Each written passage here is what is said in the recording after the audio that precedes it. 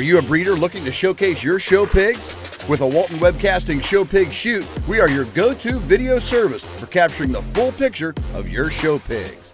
We specialize in providing top-quality video services for breeders like you. Our skilled video team comes directly to your operation. You talk to pigs, we capture the video. Whether it's baby pigs, boars, gilts, or sows, we ensure that their unique features will shine through. With the power of our website and social media, your professionally recorded videos are streamed live, allowing potential customers from all over the country to view and appreciate the quality of your show pigs. We handle the technicalities so you can focus on what you do best, raising exceptional livestock.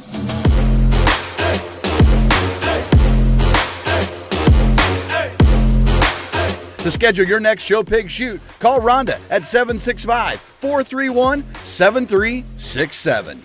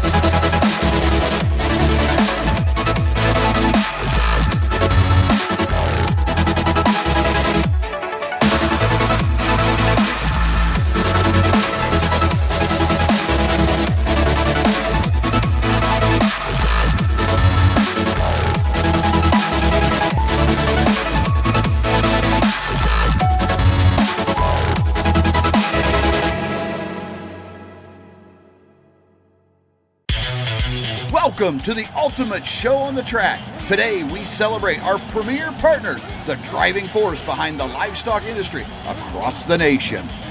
Get ready to witness the power of partnership as our premier partners take to the asphalt.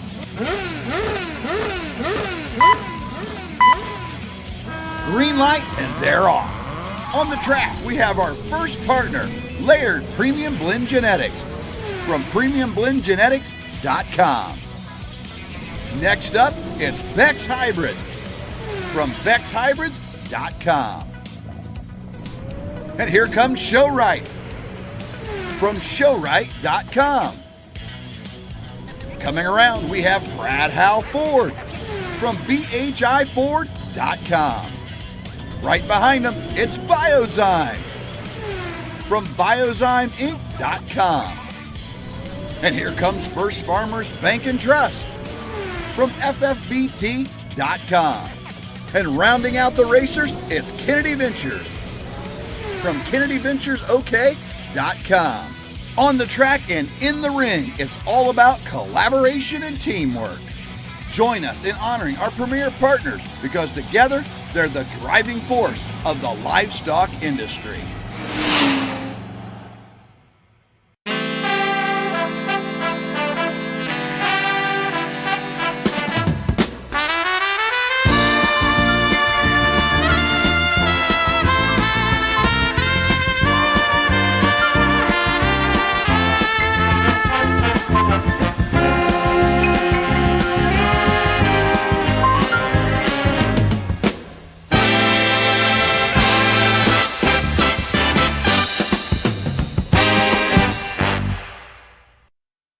Introduce Peyton Ramsey with Jones FFA to present our national anthem this morning.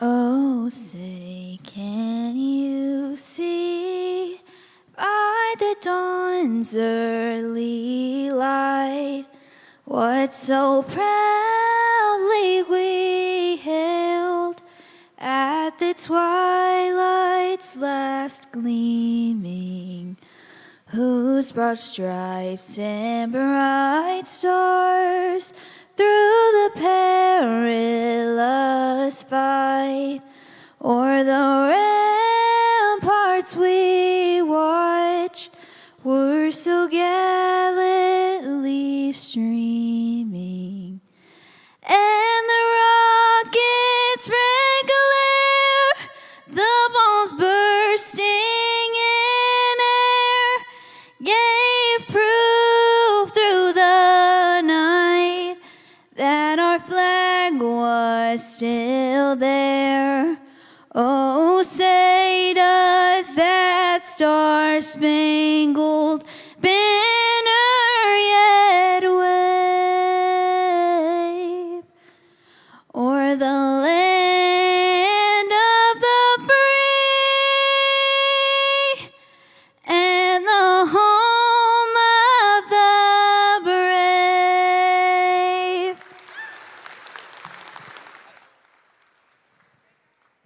Thank you, Peyton. We appreciate that.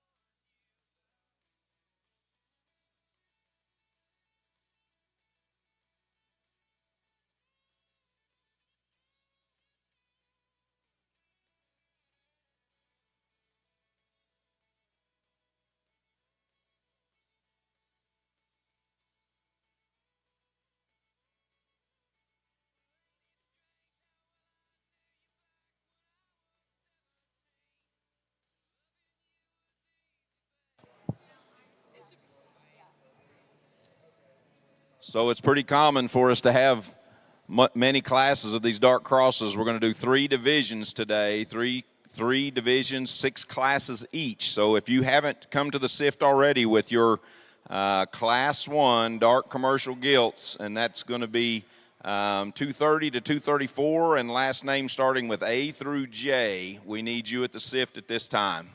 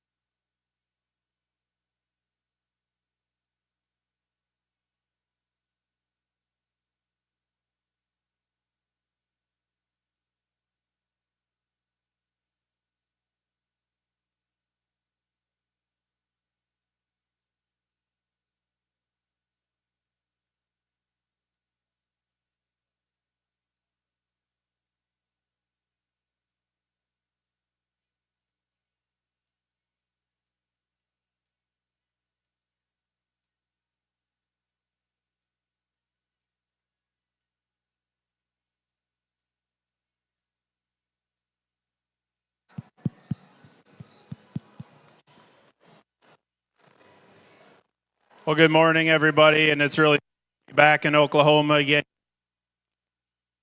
Obviously, one of the biggest Gilt shows, I think, in the U.S. or the world, and down here.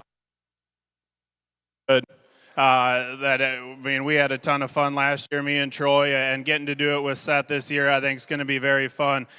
We just got done with Texas Elite here the other week together, and that was a great warm up for us because I know how good this is going to be today. The one that's going to start your class, the young man here in front of me with a Gilt that I think is just so good on the profile, the way that this one balances from the side. She's good and extended up through her front 1/3. She's got big legs underneath of her, but she's good and comfortable there on her ankle, can get out and go. She's wide up top with a good pin set. Everything just blends together, I think, the best out of this class. That's a very nice Gilt to start with. The Gilt that comes out here second is one that is the same all the way back. I think everything blends very good. I would maybe like to pretty this one up in her front 1/3 there, her skull, her head. Just give her a little more extension there, but that's being critical on one that's very good and square from behind. Goes away. She comes at you good and true. She's got good center portion of her body and curvature there on the top side of her skeleton. I think that's a very nice Gilt to go in second. Young man's calico that comes out. You know, it's one of those deals, skull shape. This one's maybe just a little straighter or flatter. We can change the way that skull looks on her ever so slightly. I think that pig from her shoulder back is very, very good. She's got a good forearm laid in her. She's good chested coming right at you. She sets down.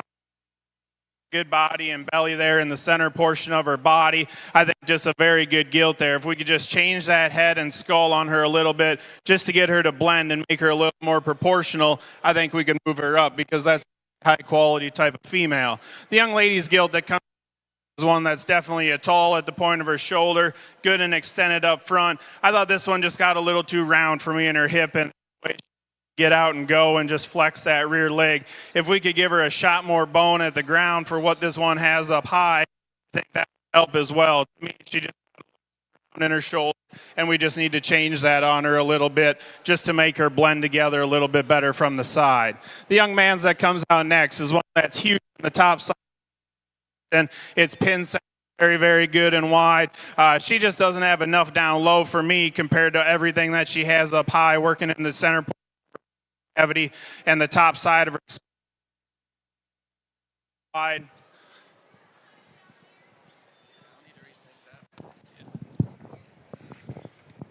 Like I said, she's very big and wide up high. I just need to give her a little bit more down low to match everything that she has up high. But I think that's a Gilt that's got a bright future and one that you could definitely breed on, down the road because that's a good-looking one up front. She's got a great skull laid in her. We just need to change that for me today. The young ladies that comes out next, this half-belt one here, was another one that if we could just clean up that front 1/3 on this hog, I think everything would blend together just a touch better. Maybe open her up just a tick there in her chest. But that's another one with a big back. She's got good shape down the top side of her skeleton. She sets down very good and square as she leaves you. I just want to change that front 1/3 on this hog, the way that she blends together there. Maybe take a little cheek and throw it out. The young lady's black one here was one that I love, a black hog and a very good black Gilt. I think this one just kind of gets out horse in class compared to her contemporaries out here, but one that's just flawless in her design and build. Just want to give a little bit more to her all the way over from the ground all the way up, just mass her up a little bit more. The young man's that comes out next, another one that's massive and good up high. Need to open this one up at the chest, make it a little more comfortable as it leaves you. The young ladies is another one that's tall shouldered, very good looking. Just need to change that hip design in that one and just open her up there coming right at you as well. But I think a very, very good hog. Give these young exhibitors a round of applause. Very good class of lightweights.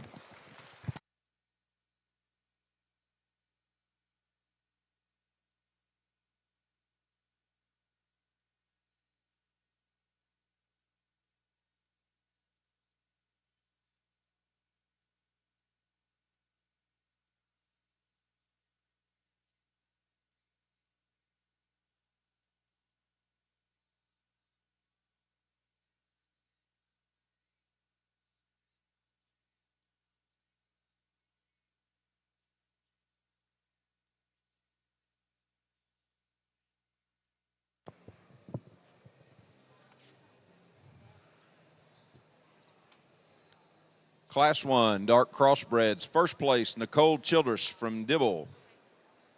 Second, Madison Brindley from Hartshorn. Third, Easton Hernandez from Whitesboro. Fourth, Hallie Johnson from Big Pasture. Fifth, Dax Inman from Mulhall. Sixth, Charlie Cawthorn from Stratford. Seventh, Jacelyn Castle from Chattanooga. Eighth, Balin Brandon from Cade County 4-H. Ninth, Kinsley Devours from Cache. And 10th, Paisley Collins from Van Oss.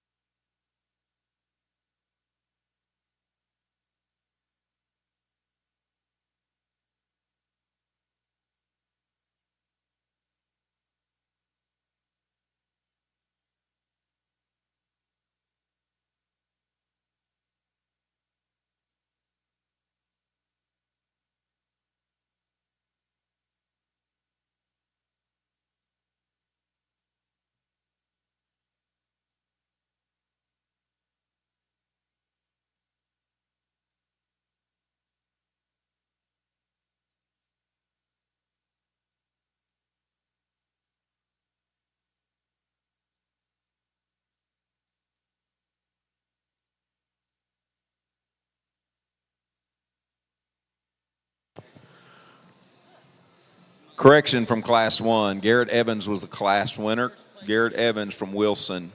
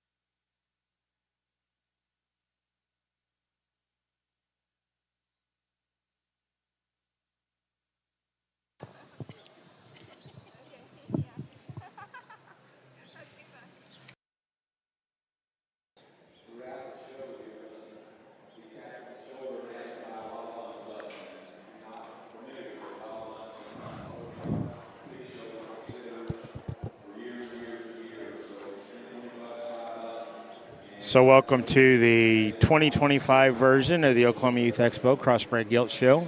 Glad to be joining everyone now. We are at the conclusion. We just concluded Class 1 of the dark crossbred gilts. Lightweights, all the 230 to 235. Mighty Might, future Expo and Summer Show females, I would say, in a lot of regards. Give you some results there. Our class winner was Garrett Evans. That gilt is an Other One pace car and bred by McGuire. Second in that class went to Madison Brindley. That is a Pass the Hat Slaps and bred by JD. Third in that class was Easton Hernandez. We don't have any pedigree information on that particular female. Fourth is Haley Johnston. Haley's gilt is a High Heat Pass the Hat and bred by TKO. Fifth in that class went to Dax Inman. That is a Surrounded daughter that come from Hofschulte. So that's your top five there in Class 1. We're now showing Class 2. Again, these are 230 to 234. Broke by names there. This gets you to the K to Z's. The lightweights, there is 6 classes in this division. All the divisions, just to kind of give you a quick outline of where we're at today. We will have 18 total classes of dart crossbreds.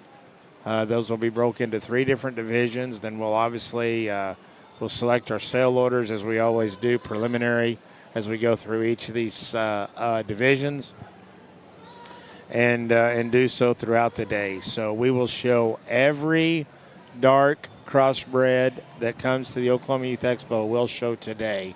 So you get a fun-filled day of it all day, and we'll obviously probably make our way working in towards the evening. So glad you can be joining us.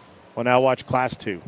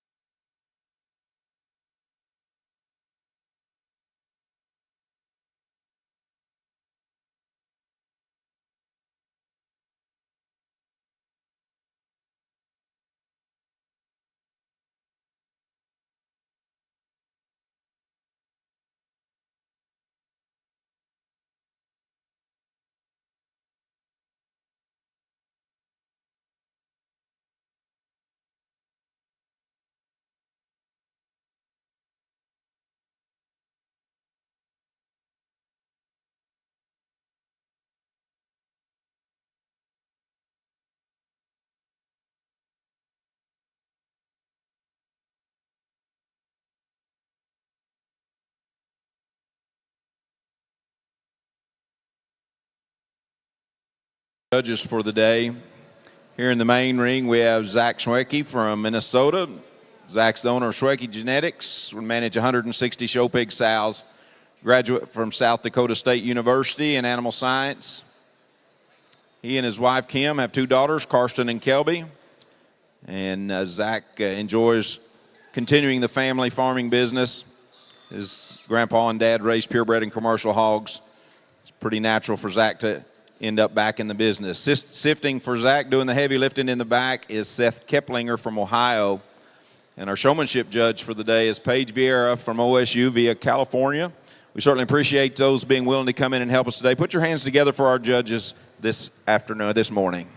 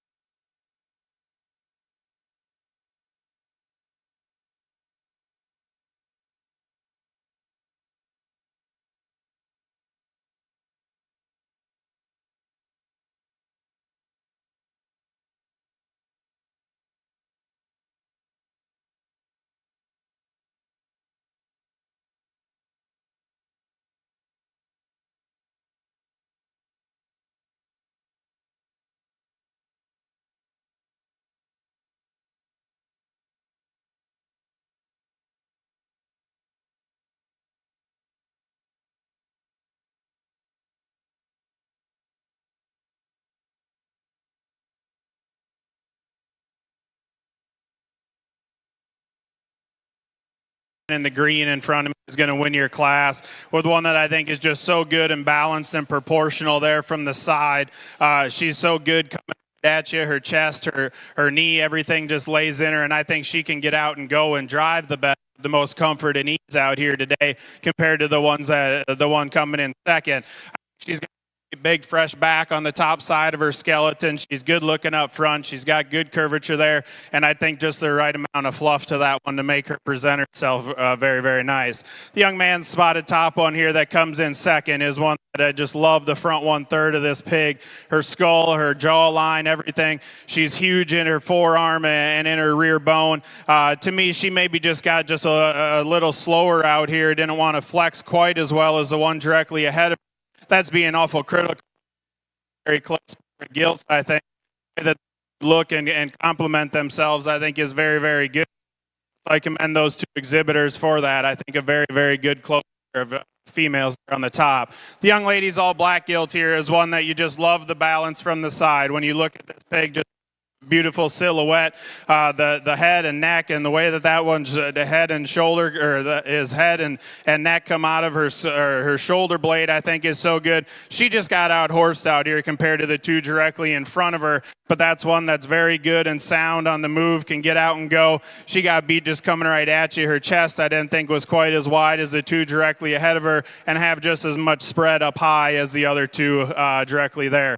I think a very nice Gilt though. The young man's that comes out next is the tall-shouldered, very, very good-looking one. To me, she just got a little bit drier there in the center portion of her body and lower swoop there of her belly. She just wanted to get a little flatter there in the side, but I still think one that you could breed a lot of things to, as elegant as that front and as good as that structurally. I think you can do a lot of fun things with that one. The young man's blackhead here is one that comes out in just a very good balanced proportion type of female. Maybe doesn't wow you anywhere compared to the ones ahead of her, but the way that one's put together, design-wise, good on her feet and legs, maybe just got out horsed a little bit today compared to the ones directly ahead of her in class, but that's still a good female that's got good structure, can get out and maybe wasn't as much as the other ones today in front of her. The young lady that comes out next is another tall-shouldered, very good-looking one. I didn't know bone and forearm and foot size matched what she has up,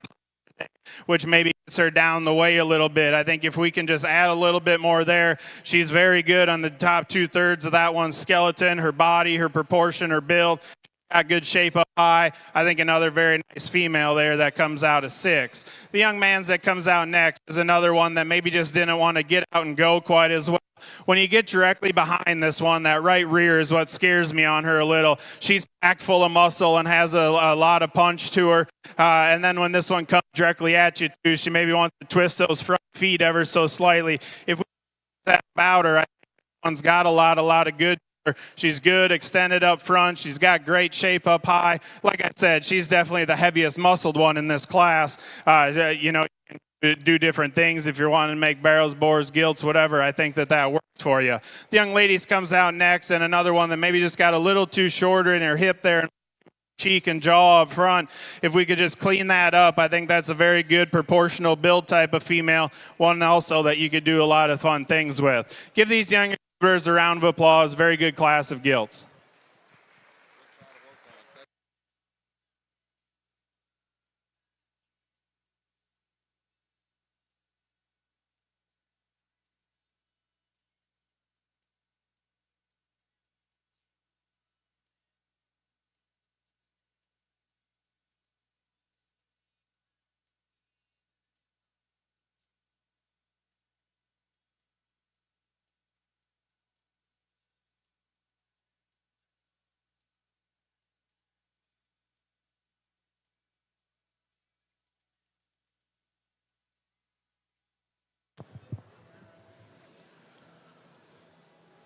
Winners from Class 2, first place, Mason Morris from Yukon. Second, Wyatt Lucas Simon from Davenport. Third, Haley McGuire from Ringling. Fourth, Carson Owens from Stratford. Fifth, Parker Nunley from Lindsay. Sixth, Claria Morrissey from Elk City. Seventh, J.D. Smoot from Kellyville. Eighth, Avery Throckmorton from Marlow. 9th, Caroline Kinney from Moreland, and 10th, Matley Wilcher from Rattan. Showmanship winner in Class 2 was Mason Morris from Yukon.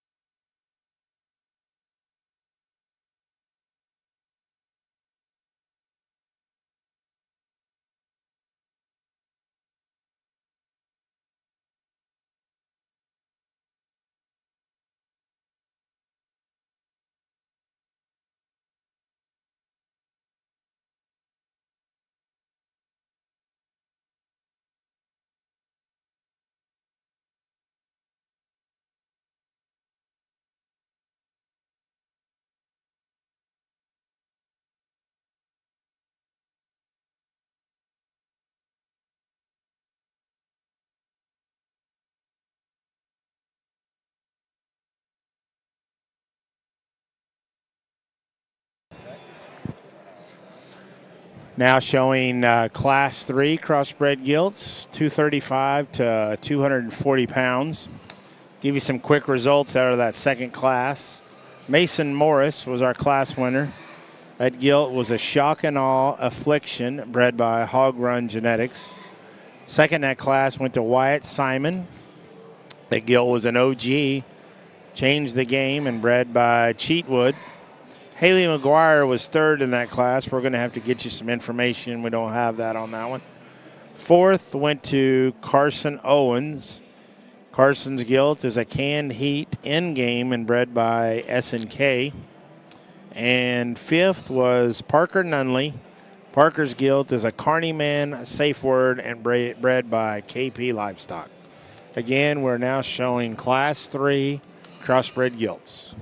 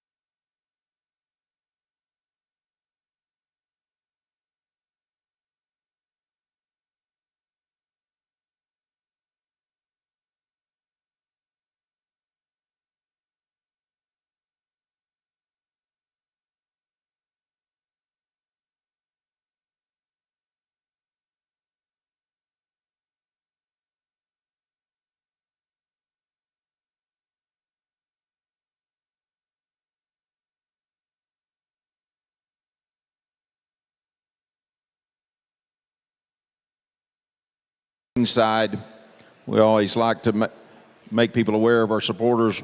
Standing on the gate over here next to the scales is Vice President of Oklahoma Youth Expo, Jimmy Harrell with Bank of Western Oklahoma. Jimmy's been here right from the start with OYE and continues to pour a lot of effort into the show for us. We certainly appreciate him being here. And behind the scales, we have a gentleman by the name of Rusty Goss. And if you don't know Rusty, I would consider him one of the architects of the modern event that we have here today and next the rest of this week and next week. So please recognize these folks. They've been integral to making this show what it is today.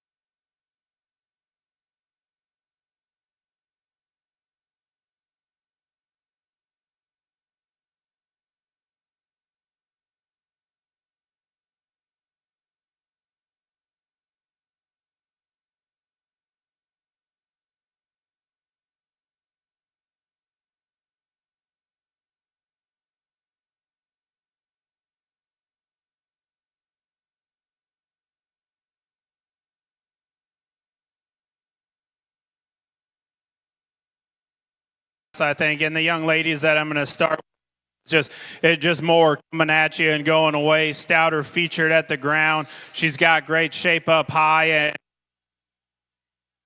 up her jaw. She's just a little stouter in her jawline, I think, than the one that comes in second. I've got a big forearm in her. I would like to change her ever so slightly, coming directly at you. Once in a while, she maybe just wants to twist her toes a little bit. But I think that's a big-footed type of female that's boxy in her build. She's good in the center portion of her body there and got great curvature there. I think a really nice place to start. The young ladies gilt that comes in second is one you really got to appreciate for how good this one looks up front. With that being so long and extended, she maybe just doesn't have quite as stout a jawline as the one directly ahead of her. And then this one, when she comes at you, she is the narrowest at her chest, but I think that one just paints a beautiful silhouette of a pig as she moves from the side. She's got a great hip and hind leg laid in her. I think she'd be a very, very fun one to breed on down the road. The young man's black one here is one that is stout featured all over. She's good in her chest. To me, she maybe just wanted to get a little too round in her shoulder there. If we could just crank that tail head up and level that hip, I think that's a good female that's got a lot of good things about her. Her skull looks good. She's got shape up high. She's pliable there in the center portion of her body with a big old forearm working in her. I think that's a very, very nice gilt that drops into third here. The young man's gilt that comes out next. I love the back 2/3 of the pig. He's robust in the center, or she's robust, in the center portion of her body. She's good on her feet and legs. The way she wants to just plant and drive is very, very good. I just want to extend this one's face out ever so slightly. Her skull just gets a little too jammed up for me. And if we can maybe just pick that head and neck out of her shoulder a little bit higher, I think she would blend together a little bit better there. But that hog has a lot of good. She's big in her forearm bone. Feet and legs are very, very good. I think that's a very nice fourth place gilt. The young man's that comes out next is another one that's tall at the point of his shoulder, got a good look up front. She is good and busted open, coming right at you. I just didn't know if she'd blend together quite as well as some of the other ones, and as she wants to step, she just wants to step outside of her skeleton, I think, ever so slightly as she goes directly away from you. You know, take that for what it is. I think you can breed that one to a lot of different things, and she's a very good female. Love this gilt that comes out next. Absolutely, the front 2/3 of this gilt, her center portion of her body, her head and neck, skull, everything is very, very good. She's got a big forearm working in her. To me, when you get directly behind this one is where I need to change her. She just wants to step outside her skeleton a little bit. If we can just bring her back in ever so slightly, I think that's a very, very good female that you can breed on and do a lot of great things with. The way that she looks up front, center portion of her body and shape is very good.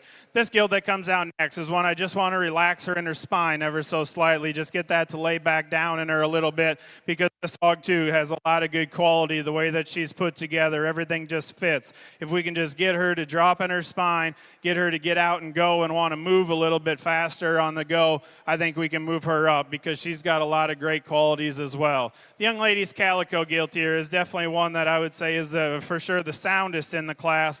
I just didn't know if this one had that it factor that it takes to move up any higher. She's just very good and balanced all over. She's got good look up front, shape. I just want to see a little bit more to her all over today. Give these kids a round of applause. I think a very good class of these crossbred gilts.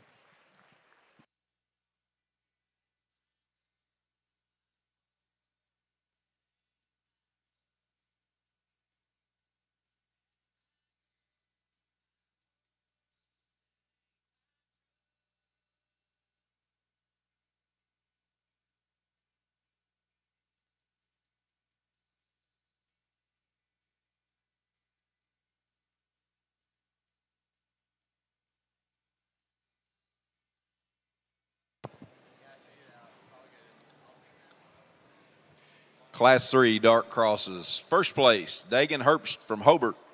Second, Gentry Terrell from Prague. Third, Kylan Blue from Muskogee. Fourth, Mason Morris from Yukon. Fifth, Hunter Barron from Kingfisher. Sixth, Hadley Hale from Spiro. Seventh, Carson Kettner from Central High. Eighth, Christina Miller from Perry. Ninth, Wyatt Porterfield from Medill. And 10th, Emma Fletcher from Frederick. Showmanship winner from that class was Kylan Blue from Muskogee.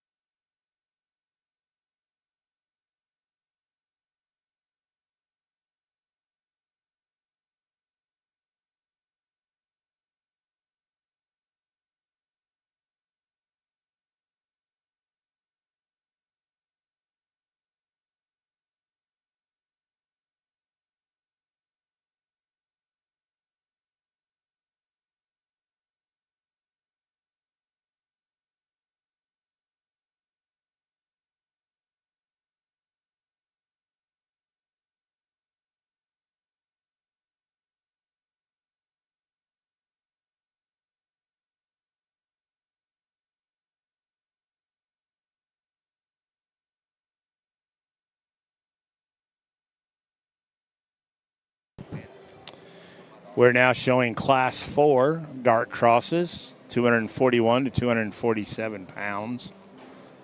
Quickly, we'll review Class 3 results. Our class winner was Dagny Herbst from, that gilt there would be a Wide Awake Juggernaut from Lindstrom.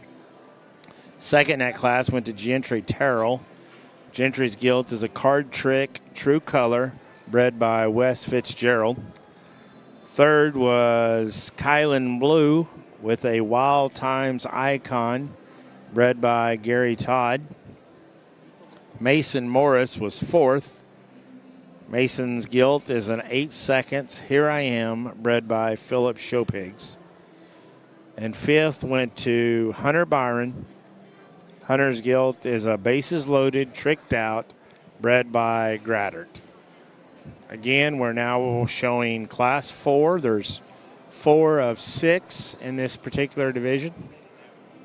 So we have 6 classes of these. Then we will select us a division champion and so on. We will move on down into our cell order. So just kind of giving everybody a recap of what we've seen so far. I'll ask you to continue to watch throughout the day.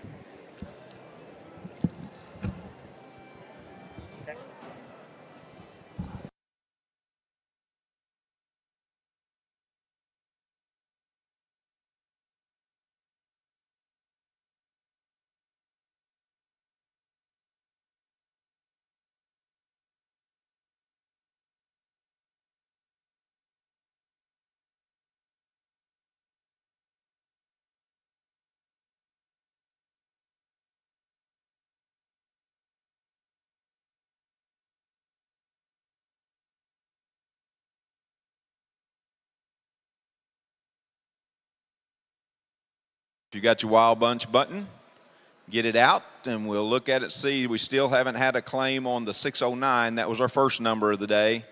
That was 1,000 pounds of Mormon Showtech. New numbers, 243. That's 500 pounds gestation meal from Frontier Feeds. 243. 684 is another new number. Gift basket from the Wild Bunch with a show bat. And then number 694 is a rake and water bottle from the Wild Bunch. So any of those four numbers, come to the announcer stand and we'll let you claim your prize.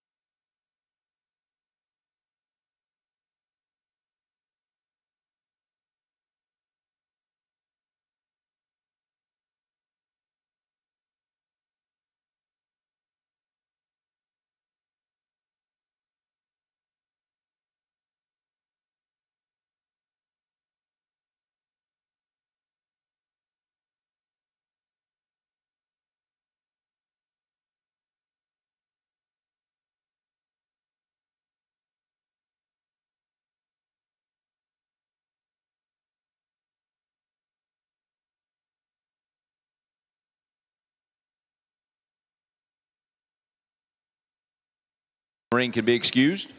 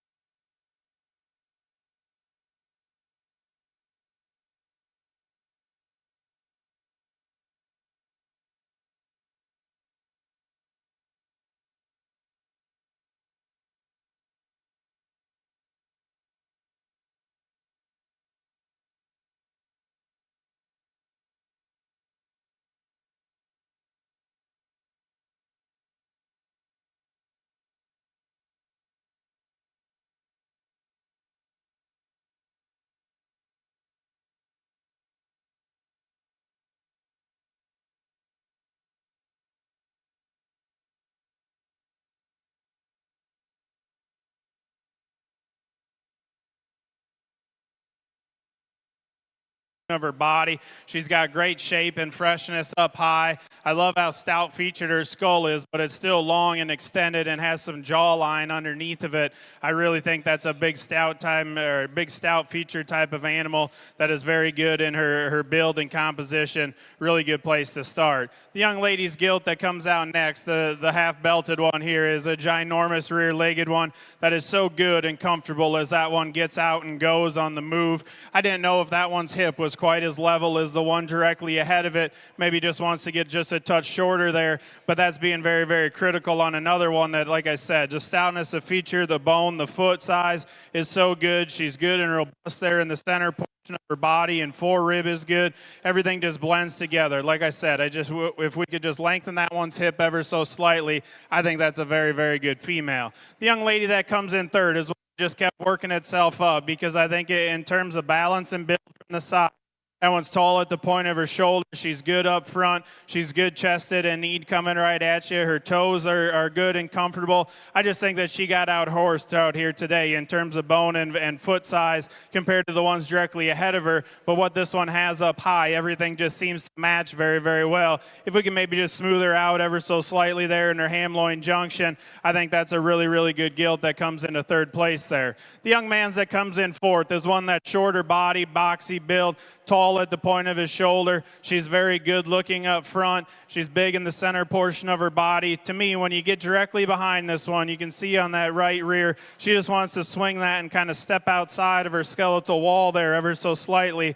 If we could change that about her, like I said, she's so good and proportional there in the center portion of her body. She's tall fronted. I just need to change the way the way that she leaves you going directly away. The young ladies that comes out next is one I love the profile of this one. I just need to get a little more body in this one, that lower 1/3 of her body cavity, just to make everything blend together, because she's a stout featured female. She's very good when she leaves you from behind. She's got a great big forearm laid in her. She's fresh in her top, skin and hair and everything is on point. I just need a little more lower swoop there just to get everything to blend better on this female today. The young man's that comes out next is another one that's got a huge fresh back, wide pin set all the way from his shoulders back and to the ground. I just need to make this one a little more comfortable on the go and want to get out and flex ever so slightly just to be a little more comfortable out here today to move up any higher. But I think a female that's got a lot of good to her, like I said, we just need to get that one to flex a little better. The young ladies that comes out next, I love the design and profile of this one. She maybe just wanted to get just a touch weaker there in her spine. If we could just lift her up there and get that all to blend better, because I think that's a very good female that just paints a very good silhouette of what a pig should look like. She's big featured in her bone and foot size. She's good on the move and can go all day. I just want to level that out and get everything to blend a little bit better there for me today. The young ladies that comes out next is another one that's a little shorter body and a little more compact. To me, she maybe just isn't quite as comfortable in her skeleton, wants to get a little underneath herself, and I just want to set that blade back in her ever so slightly. Just that front end wants to get a little straight on me today, but I think that's another good gilt that's tall at the point of her shoulder. She's good. We just need to change that about her structure. Give these young exhibitors a round of applause. Very good class of gilts.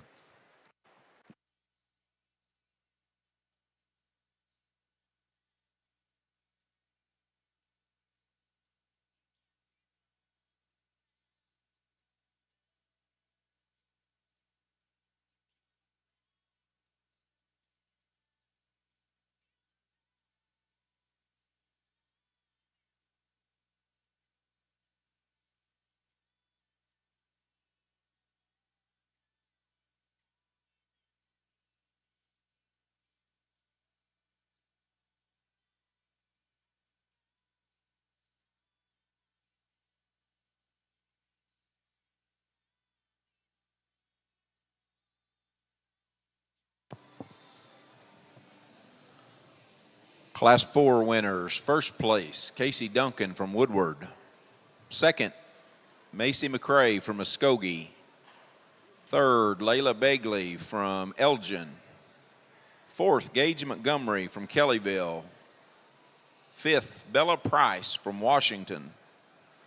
Sixth, Jaden Allen from Red Oak. Seventh, McKinley Montgomery from Kellyville. Eighth, Clara Whitman from Calumet. 9th, Channing White from Sharon Mutual, and 10th, Jaden Allen from Red Oak. Clara Whitman was your showmanship winner for Class 4.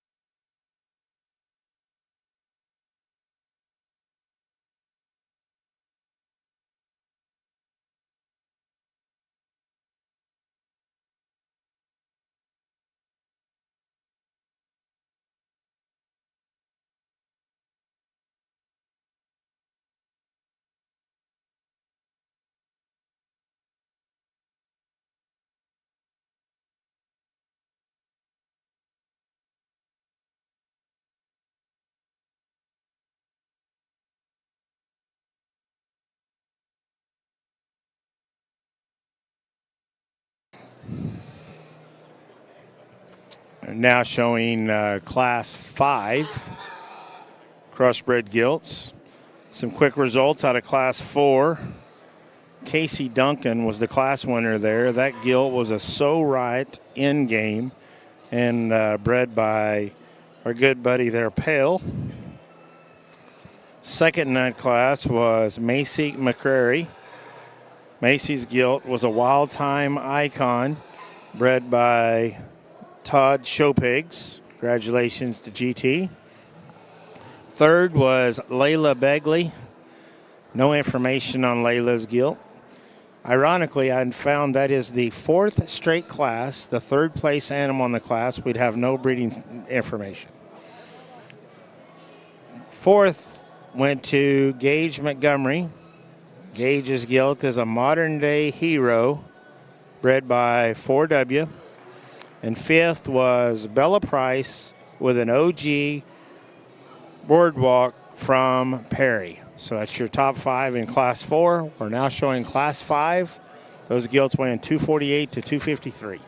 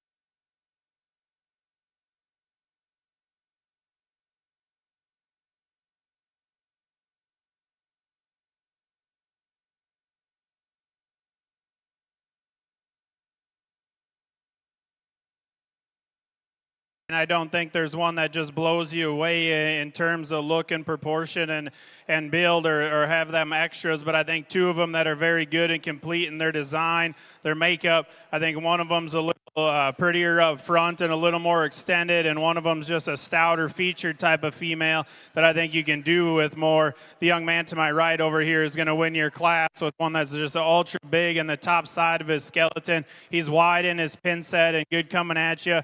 He's still got a stout jawline underneath him. For me, she's plenty good looking, and has a great big hind leg and forearm there working in that hog. Still good and comfortable as that one's out here. That one was out here for sure the longest and just kept working up. Just in terms of comfortability and ease, that one can just keep going and going all day long. I think a very nice place to start there. The young man's that comes in second here is one that's just a very smooth made, no holes type of female. She's tall at the point of her shoulder. She's good looking up front, got a great hip and hind leg working in her. She maybe just doesn't blow you away anywhere in one particular area, but like I said, just the way that one balances up in proportion and build, I think is very, very good. The one that comes out in third here, the young man, one that maybe just wanted to break down on him ever so slightly, skin and hair, and the way that this one is presented and looks from the side, I think is so good. Again, she's tall at the point of her shoulder. She's good looking up front. She just wanted to get outside of herself ever so slightly from behind, but that one's stout up high and carries it all the way down to the ground there, just a pin set, and then carries it down squareness. She's good coming at you in chest. I just maybe like to change the way that she wants to plant and drive from behind. This is a gilt here that's so good and tall at the point of her shoulder, proportional, great build and design. Maybe just wanted to get a little plainer there, just a touch shorter hip compared to the ones ahead of her. But I think that's one that just is so good from the side, the way that one proportions and builds and still gets out there and can go. I would maybe like to see her just take a longer step there off that left rear, but that's being awful critical on one that's very good and proportional and build. The young lady's spot top one that comes out next is one that you got to love the front end on this one, how good this one is up front and the way she looks. When she has as much bone and foot power as the ones directly ahead of her, but she's good in the center portion of her body there. She's got great curvature to the top side of her skeleton. She's got a great skull laid in her. Like I said, if we could just give that one just a shot more bone to match everything that one has up high, I think we can move her up the line, because I think that's a very, very good gilt. The young man's that comes out next is another one that's wide and busted open in his chest floor and heart. Everything matches there. This one I'd just like to level that one's hip out and make her just want to take a little bit of a longer stride from behind. She just wants to be a little more timid out here today for me. If we could change that, absolutely love the front 2/3 of this hog, the way that one's designed. Just need to change that from behind. The young man's that comes out next is another one that I think is just so good in proportion and build. My biggest thing when you get right behind this one, I just need to square her up at the ground. She maybe wants to come in ever so slightly, but that's a very nice female, or very neat looking female. She's good. She's comfortable in her shoulders. She's good in her chest. Like I said, if we could just change that from behind a little bit, I think we can move that gilt up the line, because she's got a lot of unique things about her. The next one that comes out is good, extended up front, has a good skull laid in her. She's comfortable in her skeleton. I just thought she maybe got out horsed a little bit in class and maybe just didn't have quite that it factor as the ones directly ahead of her did, but that's still one that I'd like to take home and breed. I think there's a lot of good value there. Proportions from the side, everything just blends and matches very well. Young lady that comes out next is an ultra heavy bone, big forearm one. She just got a little too plain for me in the center portion of her body. If we could just give her a little more of that lower 1/3 there in her body cavity and center, maybe just give her a shot more up high just to get her to flash a little bit better out here. But that's an ultra stout type of female that someone would have fun breeding on, I think. The young lady, same with her, is another big stout type of female. I thought she just got a little drier there in the center portion of her body. If we could just give her a little bit more fill, make that lower flank drop ever so slightly, I think things would balance up a little better. A really good class of these lightweights. Give these young exhibitors a round of applause.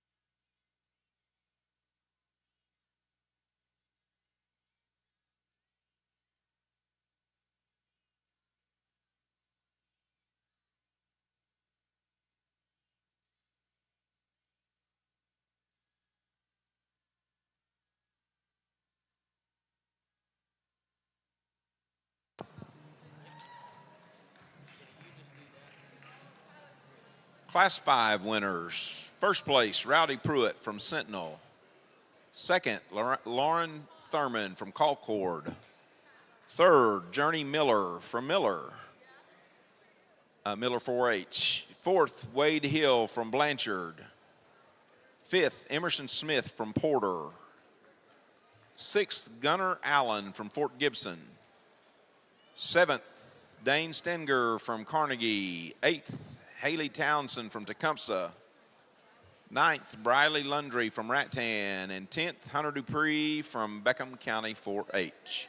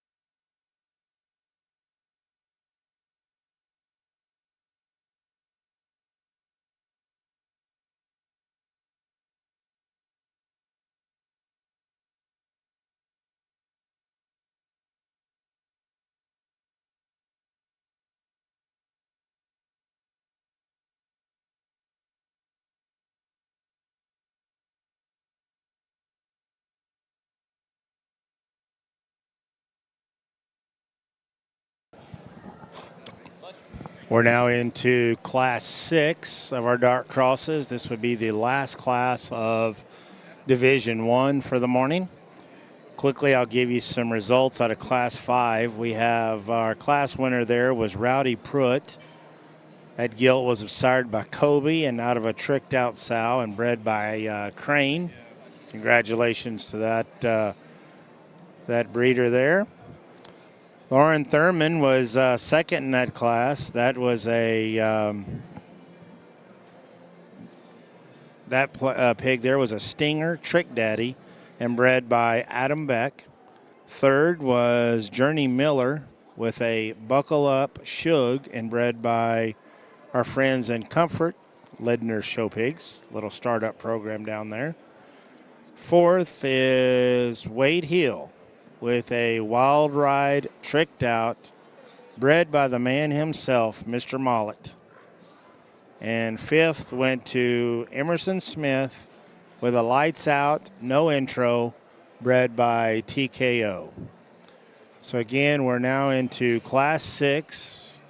It's our final class of the Division 1 of dart crosses.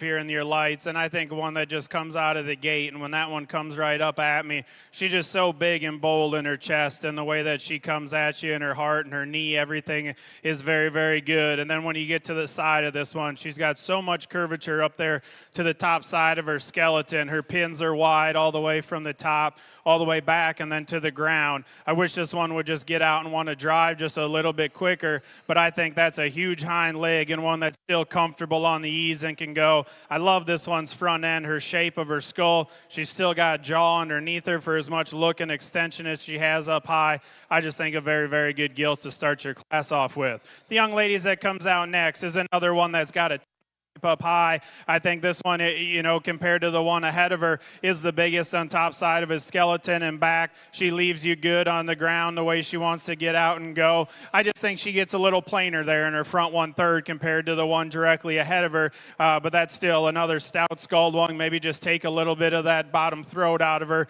to match up what was ahead of her, but I think that's a really nice gilt that comes in there. The young lady's gilt that comes in third, I think, is another one that we obviously had out here for a long time, and talking with Seth, I think this gilt has a lot of very, very good things about her. She paints a very good picture from the side. She's big forearm. She's huge bone from behind. I would maybe like to clean those hawks up ever so slightly and just make her a little cleaner there. But I think that's a very smooth-made gilt that's good in her lines. You know, she maybe just wants to dip ever so slightly there in her ham-loin junction. That's being very critical on a very good third-place gilt. The young man's that comes out next is another female that has a lot of good about this one. She's good and she's tall at the point of her shoulder. She's extended up through her front 1/3. She's got some shape up high. I think she maybe just gets a little bit flatter there in the center portion of her body, her rib shape, her forearm. If we could just open her up there a little better, I think we can move this gilt up the way because she balances and matches the ones ahead of her. I just think she gets a little too flat for me there today. The young man's that comes out next is another gilt that's got a big back laid in her. She's big in her forearm. She's big in her bone. I just didn't see this one getting out and moving quite as free and easy. She just wants to be a little slower there, timid off of her rear too. If we could just get her to take a longer step and drive a little bit faster, I think we can move that one up as well because the way that one's proportion, her build, her head and neck come good out of her shoulder blade there. Everything matches up. Just need to see that one move a little bit better. The young ladies that comes out next, another one. I just love the skull shape of this one, how up-headed she is. She's good there. She just got a little bit plainer, I think, in her overall makeup. The top side of her skeleton, she doesn't have quite as much spread there up high as the ones directly ahead of her do. And then she maybe just gets out horsed when you talk about that, the ground with her bone and foot size. Looks like we maybe got a little feet issues there, but I think a very nice gilt that's going to come in there. The young ladies that comes out here next is another one that I just love how wide this one is in the center portion of her body cavity. She's got shape up high. To me, she just wanted to step outside ever so slightly as she goes directly away from you. Maybe gets just a little bit plainer there in her front 1/3, her skull shape, her look up front. If we could just change the way that is, because I do like the back 2/3 of this hog, the way that she's put together, I think is very, very good. You know, one that you can take home and breed on and I think have a very good run with as a female in your barn. The young man's that comes out next, another one that's crisp on the top side of his skeleton. He's got good shape. To me too, she just ran out of bone at the ground compared to what this one has up high in the center portion and body cavity there. She's good in her rib. She's got great swoop there to her belly. She's still good and extended up front. I just didn't know if this one was quite as stout at the ground compared to the other ones. Another really good class of these gilts. Give these young exhibitors a round of applause.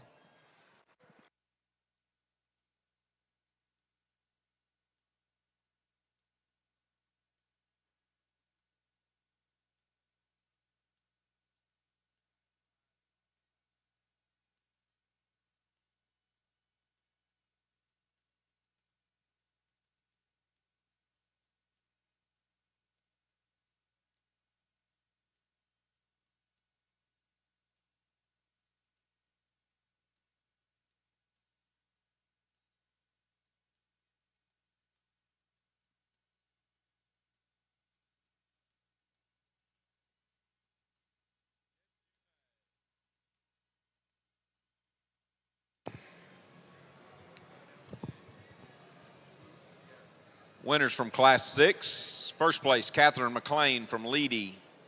Second, Zoe Lukasik from Kingfisher. Third, Mayla Coleman from Medill.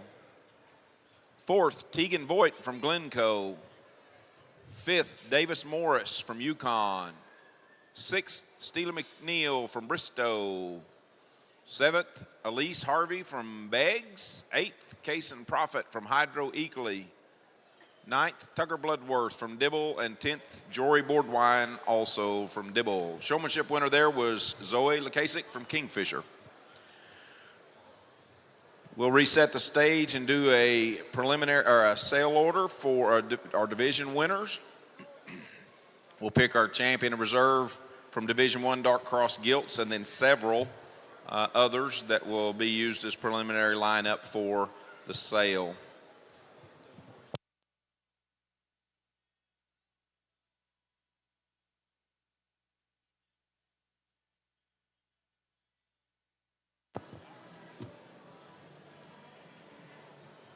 Looks like we have the stage set.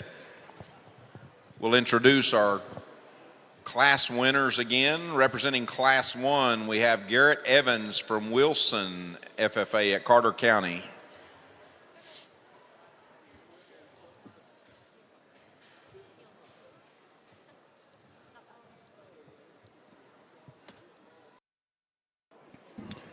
So we'll bring out your class winners here. Real quickly, Class 6, that class winner was Catherine McLean.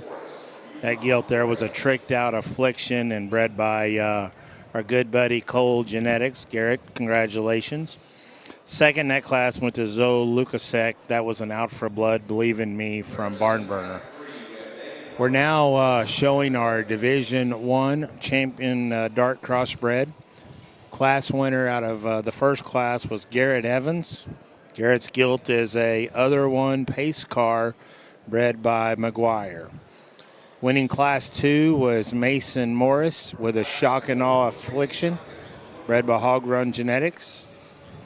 Class 3 is Dane Herbst with a Wide Awake Juggernaut from Lindstrom. Our Class 4 winner that just come out is Casey Duncan with a So Right Endgame bred by Pale.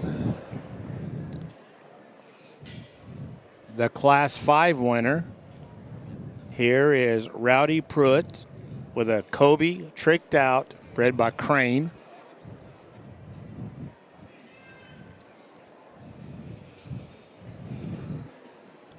And winning our last and final class of this division was Catherine McLean with the Tricked Out 4 Affliction and bred by Cole Genetics. So this will be your gilts that we line up for your champion, reserve, and bronze of this division. And then, as they said, we will go through here. We'll select about 20 gilts here from a preliminary standpoint to pick our overall sale order later on. So joining me now is Mr. Adam Beck. Proud to have Adam out of the North Country and down here in God's country. Come down to get him something to eat this week, I believe. Absolutely. So, Absolutely. Taking in a little bit of the show, so just wanted him to put on the headset and give us a little bit of perspective of what he's seen and what he thinks here at the Oklahoma Youth Expo.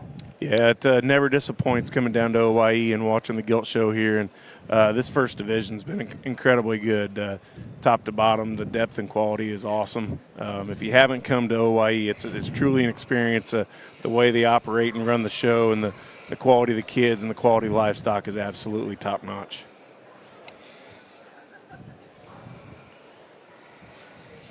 I think, Adam, you had some in. We called your name out a moment ago. We did. Yeah, We so did. We had a good. second place there in class number 3, I think.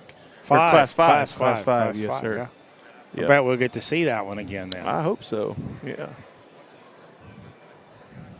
So looks like Seth and Zachary has made up their mind. Way to start out the lightweight gilts out here, and as we talked them in class, and you get all 6 of these, out here, I'm very happy with the way that these 6 all match up in terms of just their body, their shape up high, their look up front. Everything just seems to blend together on these pigs. I guess for me and Seth, there's one that just hit us hard when this one came out of the gate, coming right at you. Just her chest floor, her skull, her look up front, her extension, and I think she's the best just in her terms of hip and hind leg, the way that she can get out and go, her length of hip, everything matches. The young lady in front of me, you'll have your champion. So that'll be our Class 6 winner. That's Catherine McLean. Congratulations to that young lady and her family. That is a Tricked Out 4 Affliction and bred by Cole Genetics. That brings in Zoe Lukasek with an Out for Blood, Believe in Me, bred by Barn Burner. Congratulations. That gilt there was absolutely impressive. My wife's sitting over in the stands. She texted me. She said, I like that one. That one's pretty easy to find. Yep. Really bold-chested and got an awesome hind leg with a big set of wheels. Let's see what he does here for reserve. You bring out that second out of that class, and like I said, that was a very good class of hogs. Maybe when you get directly behind that one, you'd maybe like to open her up ever so slightly at the ground. I guess for us, there's another one out here that just hit us hard. She's so good in her proportions, her height to length ratio, everything just matches very, very good. There's one small thing I'd like to change is maybe her hip length ever so slightly, but I think that's a very, very good female. The young lady over there will be your reserve.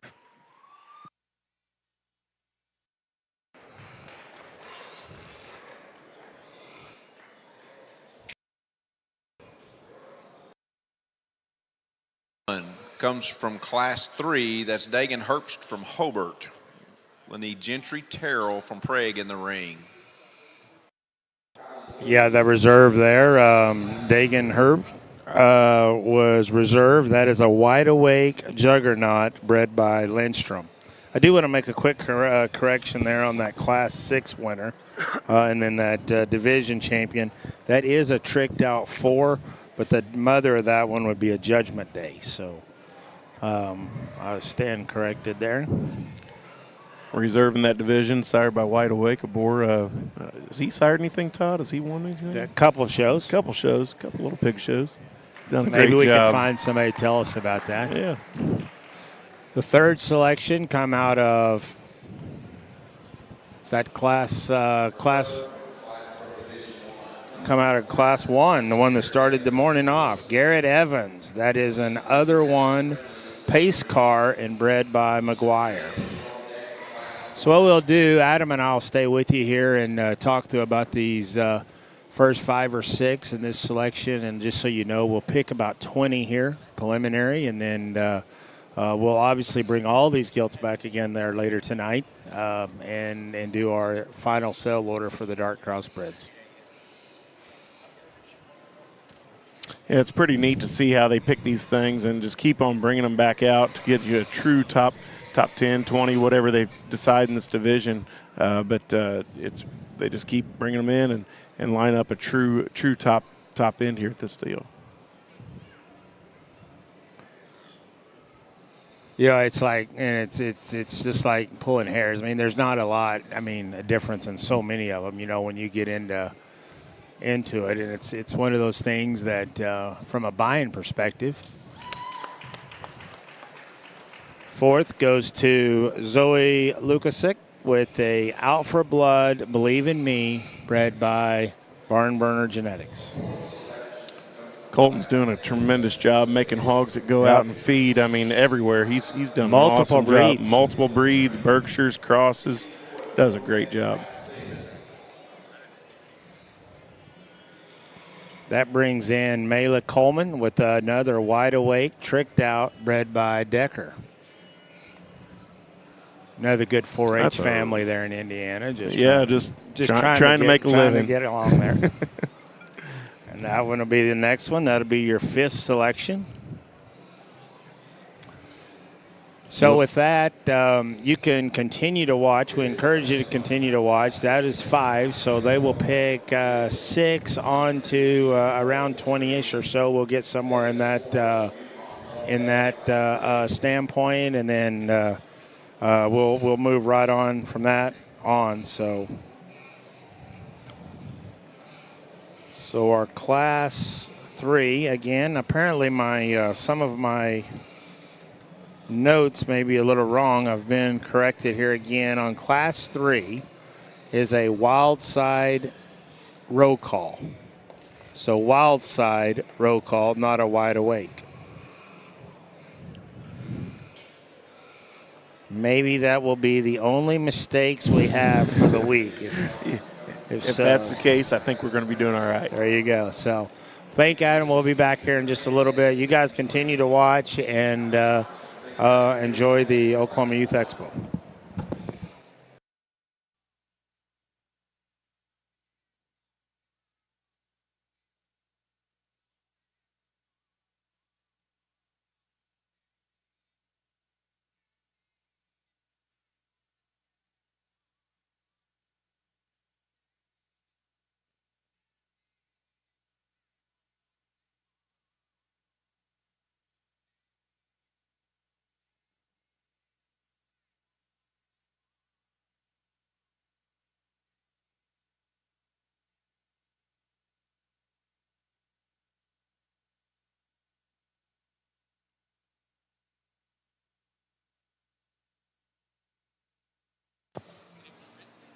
Number 7 comes from Class 2. That's Mason Morris from Yukon. We need Wyatt Lucas Simmons from Davenport in the ring. Haley McGuire from Ringling, you're on deck for Class 2.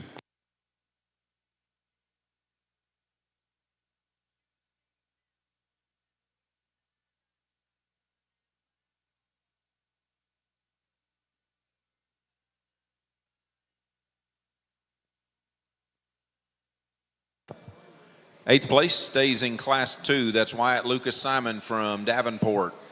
Introducing Haley McGuire to the ring.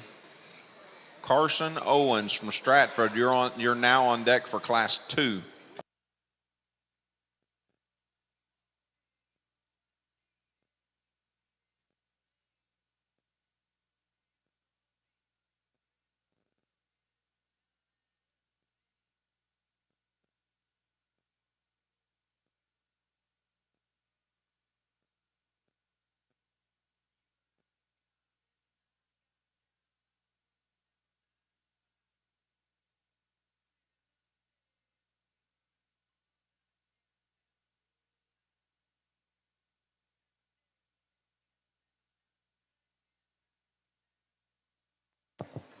Ninth place comes from Class 3. That's Gentry Terrell from Prague. We need Kylan Blue from Muskogee in the ring. Mason Morris, you're on deck for Class 3.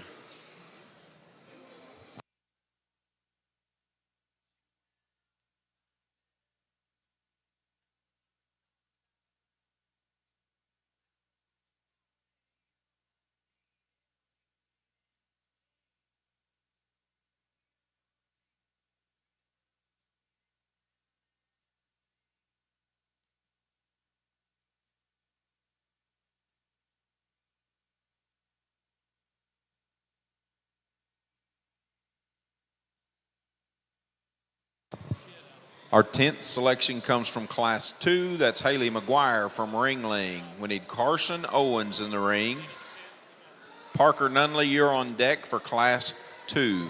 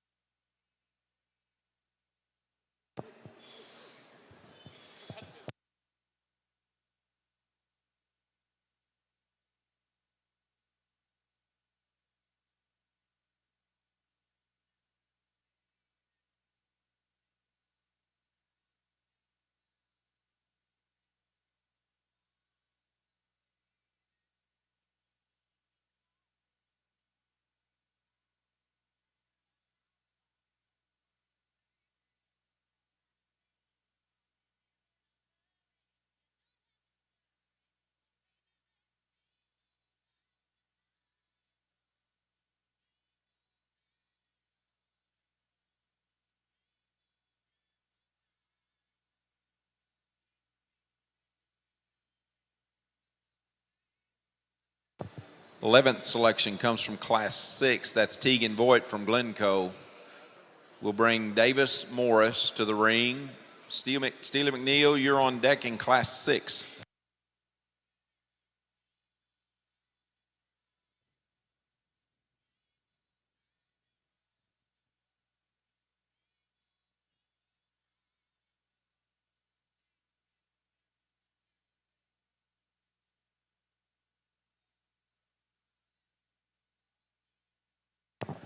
Number 12 comes from Class 3. That's Kylan Blue from Muskogee. We need Mason Morris in the ring. Hunter Beeren, you're on deck in Class 3.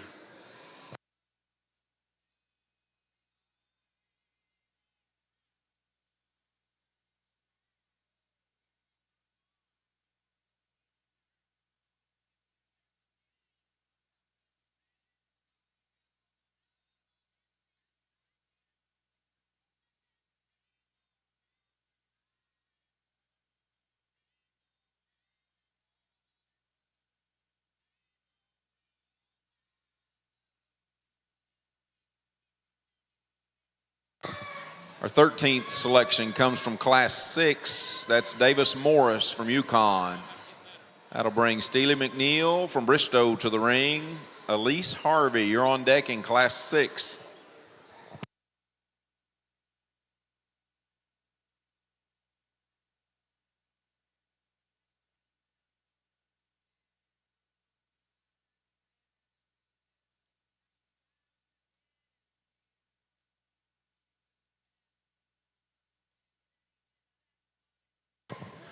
Fourteenth selection comes from Class 5. That's Rowdy Pruitt from Sentinel.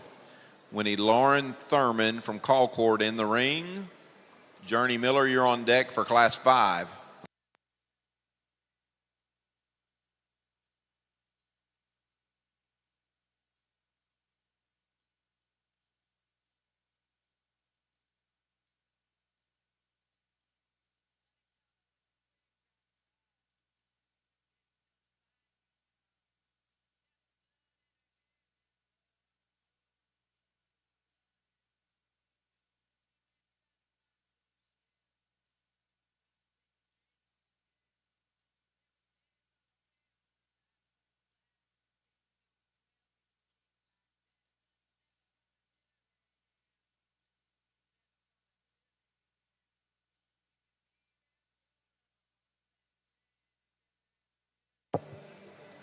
Number 15 comes from Class 5. That's Lauren Thurman from Colcord.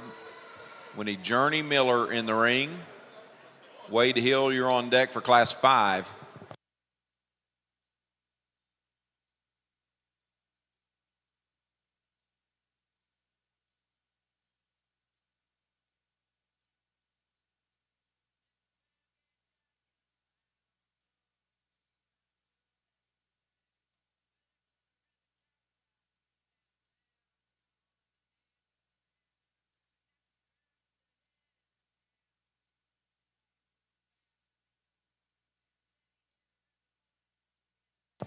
Number 16 comes from Class 5. That's Journey Miller. We need Wade Hill from Blanchard in the ring. Emerson Smith, you're on deck for Class 5.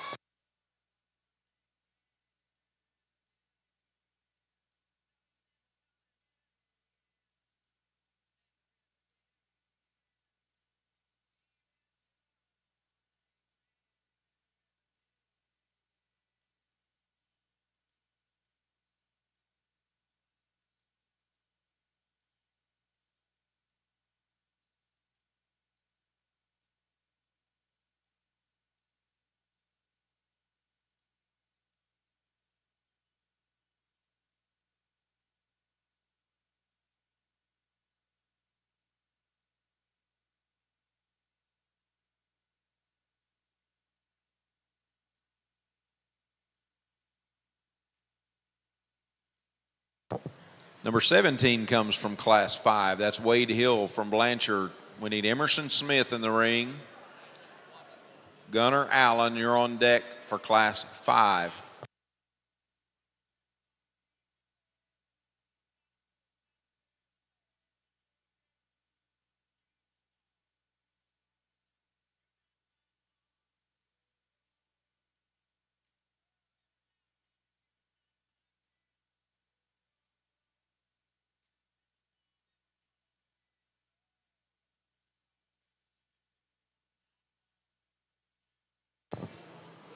Number 18 comes from Class 4. That's Casey Duncan from Woodward.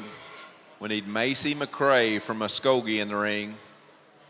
Layla Begley from Elgin, you're on deck in Class 4.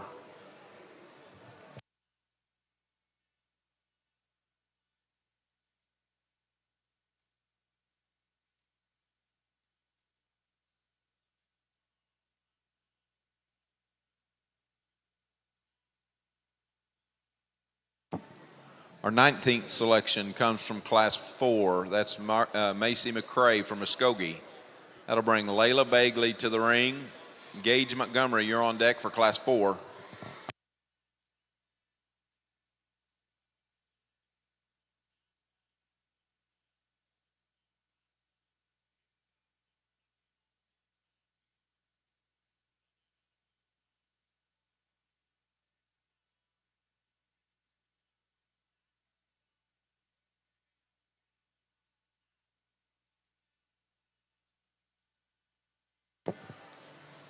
Our 20th and final selection for the Division I Dark Cross Sale lineup is Layla Begley from Elgin FFA. Congratulations to those of you that made the sale lineup. Remember, that'll be a preliminary lineup. We'll come back tomorrow after we show the light commercials and sort them all together.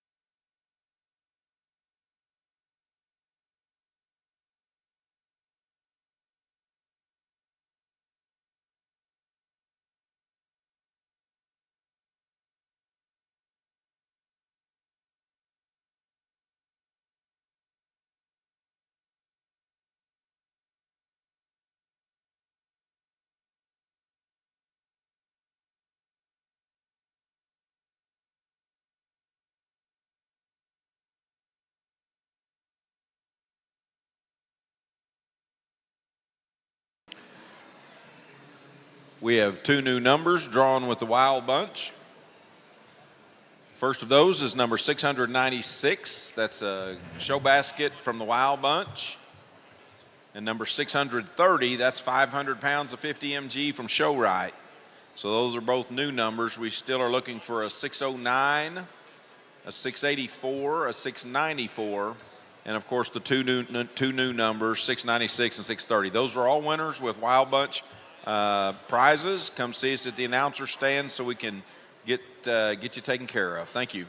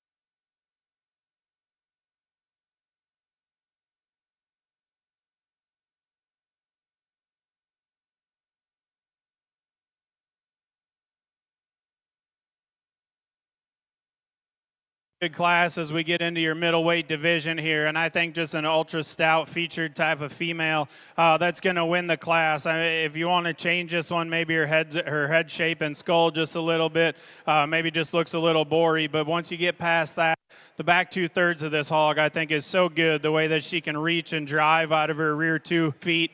She's good and comfortable there out of her skeleton and her shoulder up high. She's got great big feet working underneath her. She's got great shape up high and just a real hairy coat and dense in her makeup. I think that's a very nice gilt to start your class off with. The young man's that comes in here too is one that maybe is just a little more balanced up and not quite that it factor at the ground compared to the directly ahead of it. This one is better in her front 1/3 there, her skull, her head, her neck. It comes out of there. I don't know if this one's just quite as wide coming right at you. And then at the ground, when you study this one, just her ankle and her rear bone there, I don't think is quite as big. But that's another one that's got shape up high. She's big in the center portion of her body. She's robust there. I think a very nice female that'd be fun to breed on. The young ladies that comes in third, another really stout one. I just didn't know if this one quite had enough in the center portion of her body there, her cavity, just that lower 1/3. If we could give her just a tick more there, that one's got a great skull and neck on her. I don't know if she's quite as comfortable either out of her front end compared to the two directly ahead of her. She maybe just wants to get just a touch straighter there in her knee.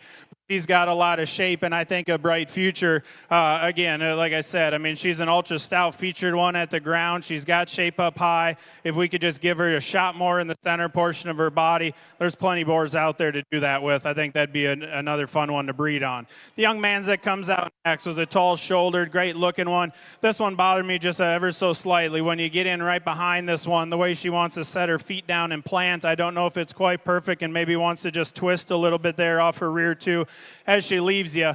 But that one paints a good silhouette from the side. She's very good, tall, extended at the point of her shoulder. Like I said, if we could just change that ever so slightly from behind, I think we can move that gilt up as well. This gilt here is another one that I think has a lot of good about her. Her front 1/3, her head shape, her skull, all the way from her nose back to her tail. I just need to see this one track a little bit better as she leaves you. She just wants to be a little more timid there in her motion. If we could get her to take a little bit longer stride, I think we'd have a one that could definitely give the class winner a run for the money. The way that she looks and her body, her build, her rib shape is good. She's got good shape up high. Like I said, I just want to see her get out and go a little bit better today. The young lady's black-legged one that comes out next is a real catchy one from the side. Her eye appeal is good. Tall at the point of her shoulder. This one isn't quite as wide at the ground as she is up high. She's got a great pin set on the top side of her skeleton, but then when you get in front of her and right behind her, I don't think that she's quite as wide as she is, like I said, up high. Just need to open her up there a little bit more to get her any higher in class today. The young man's that comes out next, another one that is very good from the side. She's good coming at you. She's good as she leaves you. To me, she just got a little too flat in her forerib there in the center portion of her body. If we could just open up that rib and give her a little more shape there, I think that's a unique gilt from the side that's got a great look about her. A very good gilt to go in 7th. The one that comes out in 8th, a big stout featured calico colored one, maybe just gets a little plainer there in her front 1/3 and the way that her hip wants to sit and tie into her. But again, she's one that's ultra stout featured. I do want to bust her open a little bit coming right at you. If we could change that about her, I think we can move her up as well. Another one here that comes out, belted one. Love the front 2/3 of this hog, the way that she's built and designed. I just didn't know if she was quite as comfortable there at the ground as she leaves you. Wants to get just a little bit flatter again in that rib shape compared to the ones ahead of her. A very good class. Give these young exhibitors a round of applause.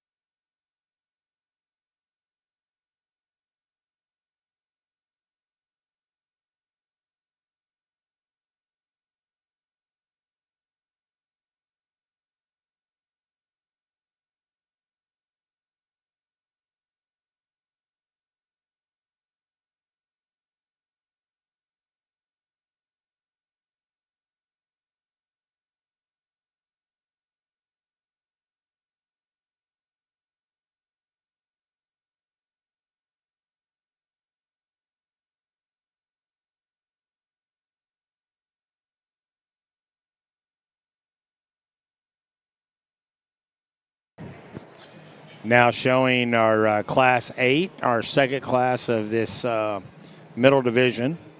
From Class 7, our winner, Dusty, the River Man. That pig is sired by All Out on a Hero, bred by D-Man Genetics. Second goes to Bradshaw Bunt with a Game Time Punisher, bred by Shipperts. Congratulations, Jordan and crew. Third place was Rainey Kellner with a New Season Knock Knock, bred by Franz. Fourth was Ryder Wallace with no pedigree information. And fifth went to Cooper Buck with a Snap That, Buckle Up, and bred by Legendary Genetics. So Class 7, we're now showing Class 8 of these gilts weighing 264 to 268 pounds. And we're starting to get into the scenario here where I think we'll start seeing some heat. So I would encourage you to tune in, pay attention, and take hold.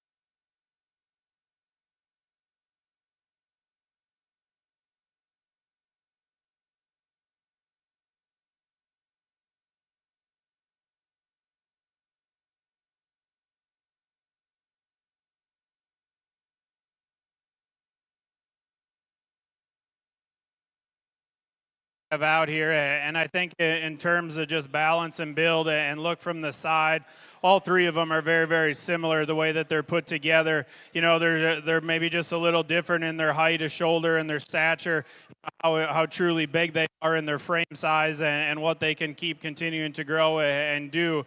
I guess there's one of them, though, that I still think gets out and just moves the best and the freest on his feet and legs, has great look up, good look up front and tall at the point of her shoulder. You know, you maybe want to take just a little bit of cheek out of that one, but I think that's being critical on an awful nice Gilt. The young lady with the spot top there is going to have your class winner. Once we get into these other two, I think they're very, very similar. The way they look up front, their balance, their build, their look and design, their shape up high. You know, it's kind of hard, I think, to pick a hole in these two. I think one of them it maybe just does so a little bit better in the center portion of her body. Just got a little more swoop there to the lower 1/3 and just maybe blends together a little bit better. She's good. She squares. She leaves you. She just looks like a very fun sow or Gilt to breed on. The young lady over there in the yellow is going to have your second in class.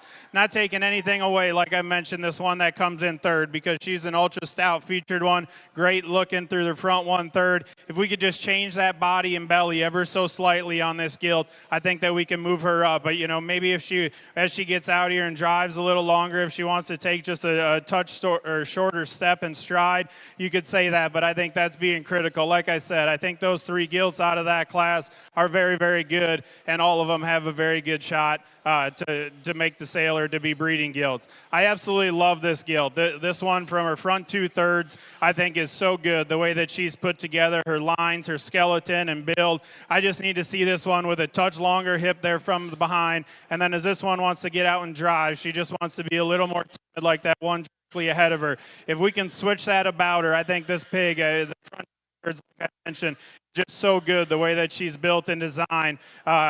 The one little thing that we need to change about that one. The young lady's all black Gilt that comes out next is another one that's very good looking. She's good and bold coming at you. She's got good forearm. She maybe just got out-horsed a little bit in this class compared to the ones directly ahead of her.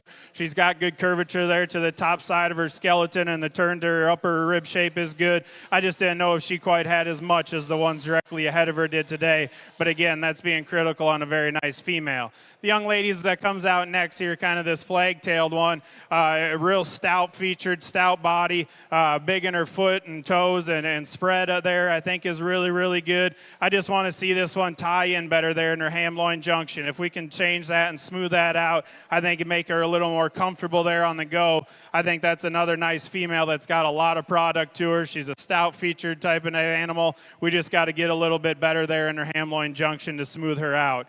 The next one that comes in was another one that maybe just got out-horsed in terms of bone and foot size at the ground. Maybe ankle isn't quite as big for everything that this one has up high because she's big and stout. She's wide pin. She's got great curvature there to the top side of her skeleton and runs that all the way down low. She's got a great head and neck on this one. Like I said, I just wish that this one would have a shot more bone and ankle there from her big forearm all the way down to her foot and then her rear. If we could just change that a little, I think we could move her up. That's another very nice female. Next one that comes out, the young ladies here, is one that's up-headed, really good there in the front 1/3 of her body. To me, she just got a little plainer compared to the ones ahead of her in class. I think one that's very ultra good and sound and on the move and can get out and go. We just need to give that one a little more it factor today. Give these young exhibitors a round of applause. Very good deep class of crossbreds.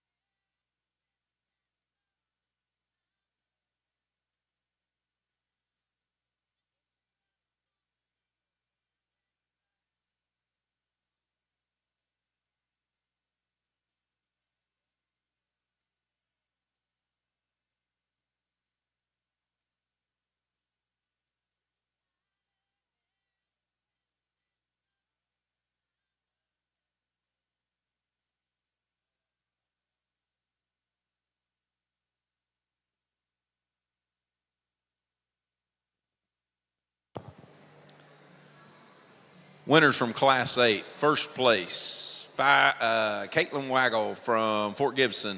Second, Riley Howell from Shakota. Third, Gentry Terrell from Prague. Fourth, Natalie Hale from Spiro. Fifth, Jackson Dodd from Lone Grove. Sixth, Addison Allen from Maysville. Seventh, Berkeley Starzinski from Jones. Eighth, Laramie Coffee from Spiro. And ninth, Rowdy Pruitt from Sentinel. Berkeley Starzinski was the showmanship winner from Jones 4H. Wait a minute, I told you wrong. Natalie Hale from Spiro.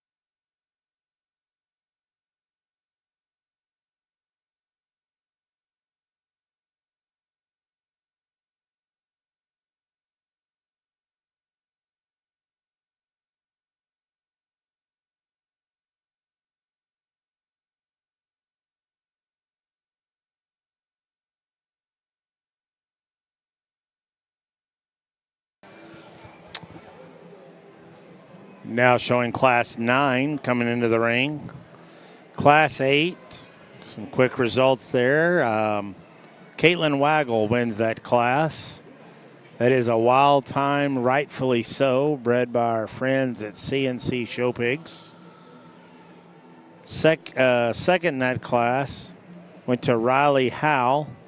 That is a Say Something Gangster, bred by Gary Todd.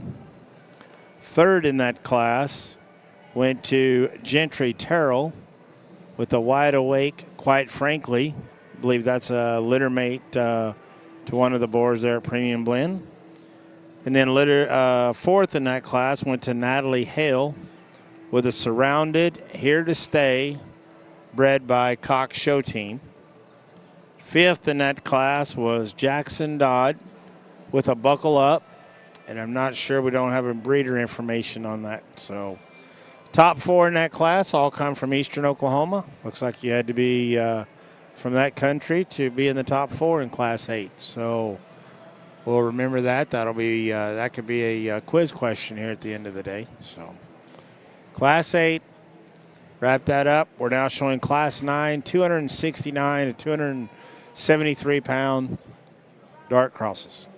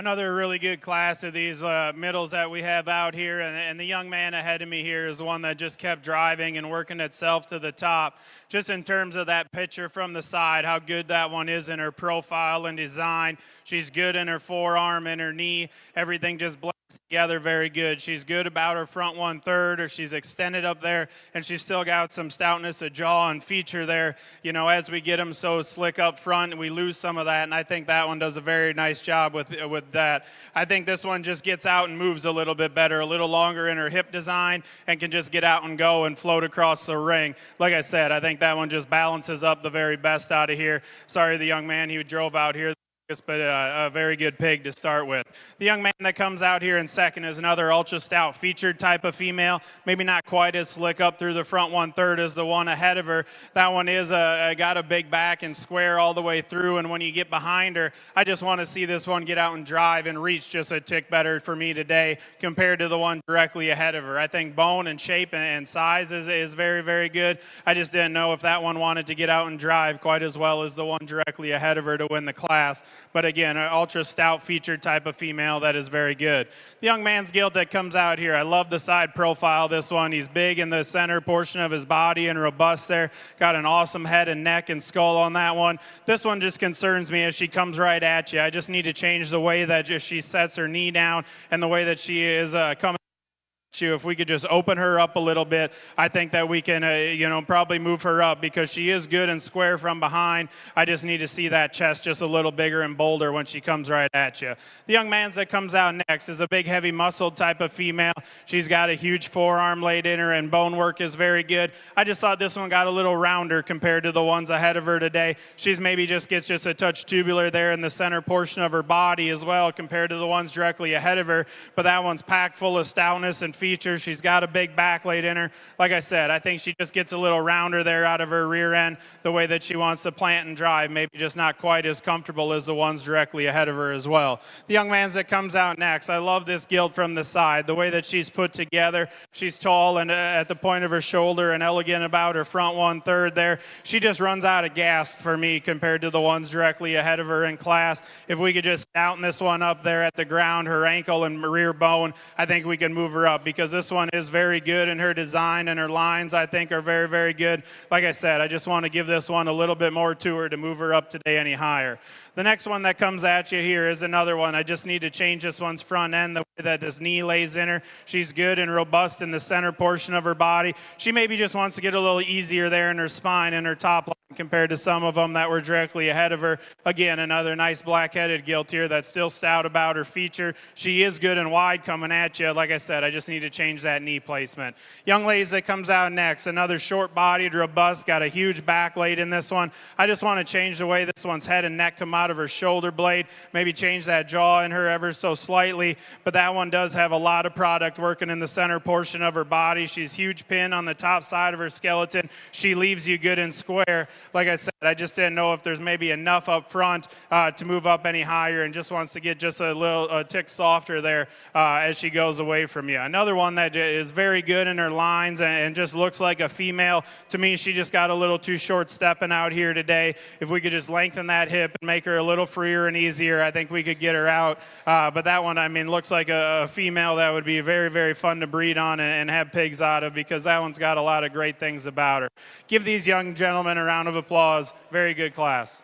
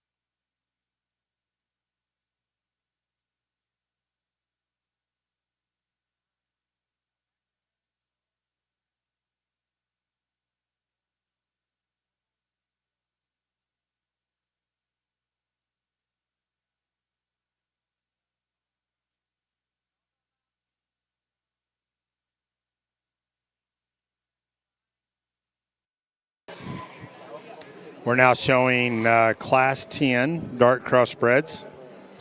Get you some results there in Class 9. Our class winner went to Hayden Green. Hayden's Gilt is a Money Moves Buckle Up and bred by Colson Show Pigs. Congratulations there to Papa Fred and company. Second is Rowdy Burns. Rowdy's Gilt is a Draymond OG and bred by Phillips. Third in that class went to Hazen Miller. Hazen's Gilt is a Glory Days next contestant and bred by Team Sloan. Fourth was John Ross Johnson with an all-out from Hot Rod.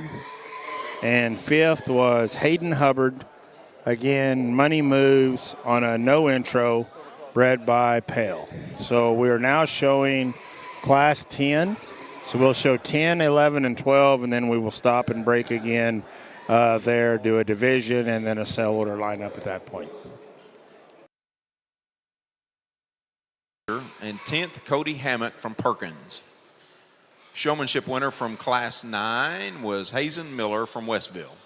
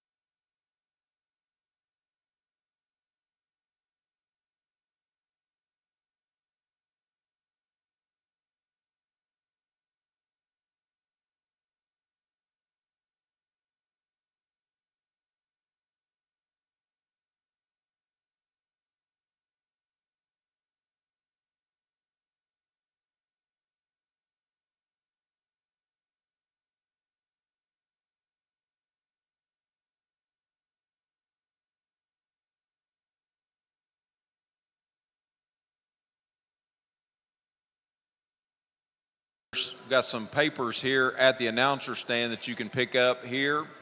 We have papers for Mattingly Carney, Braxton Willis, Romina Brooks, and Zoe Dixon. I've got 4 sets of papers here that you will need later in the show for Mattingly Carney, Braxton Willis, Romina Brooks, and Zoe Dixon here at the announcer stand.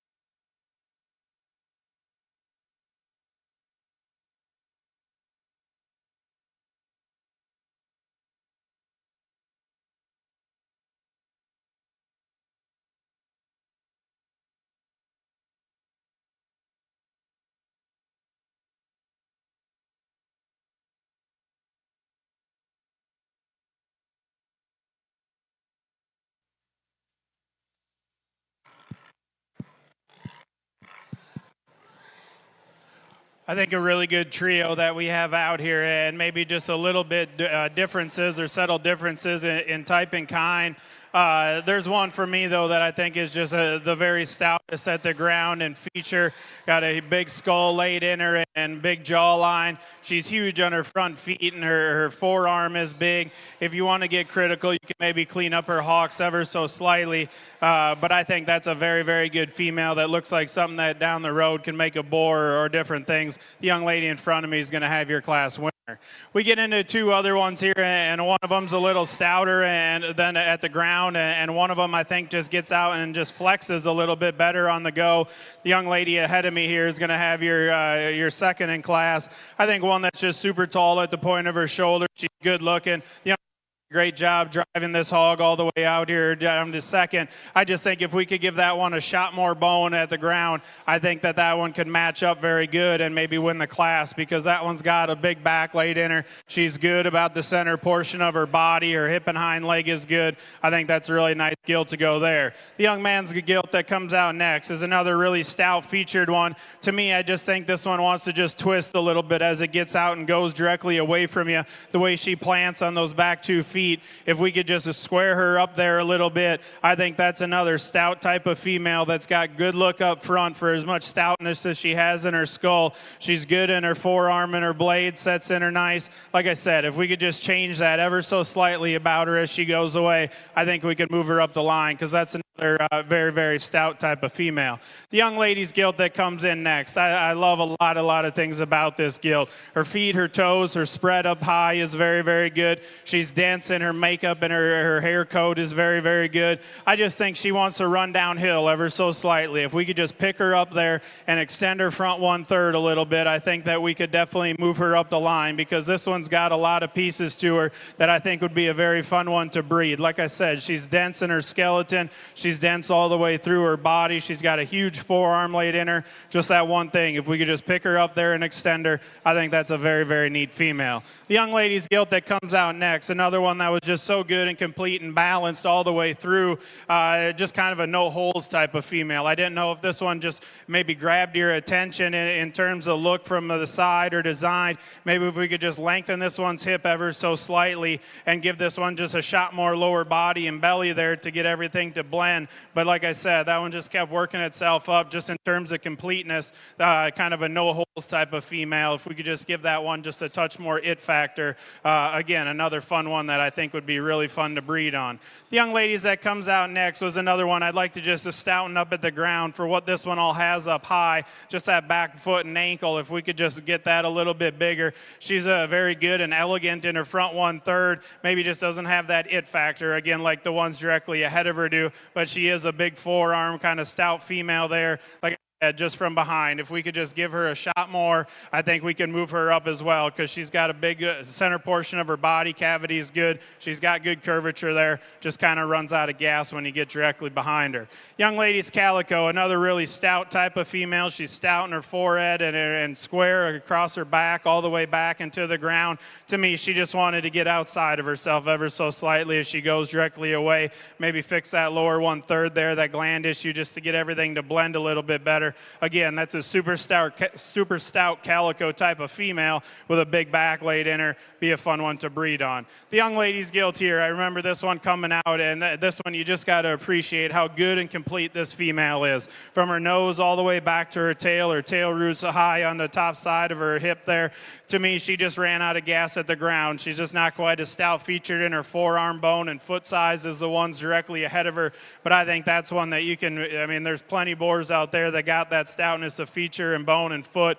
The way that she's built, I think, is so good and complete. Give these exhibitors a round of applause. Another really good class of these middleweights.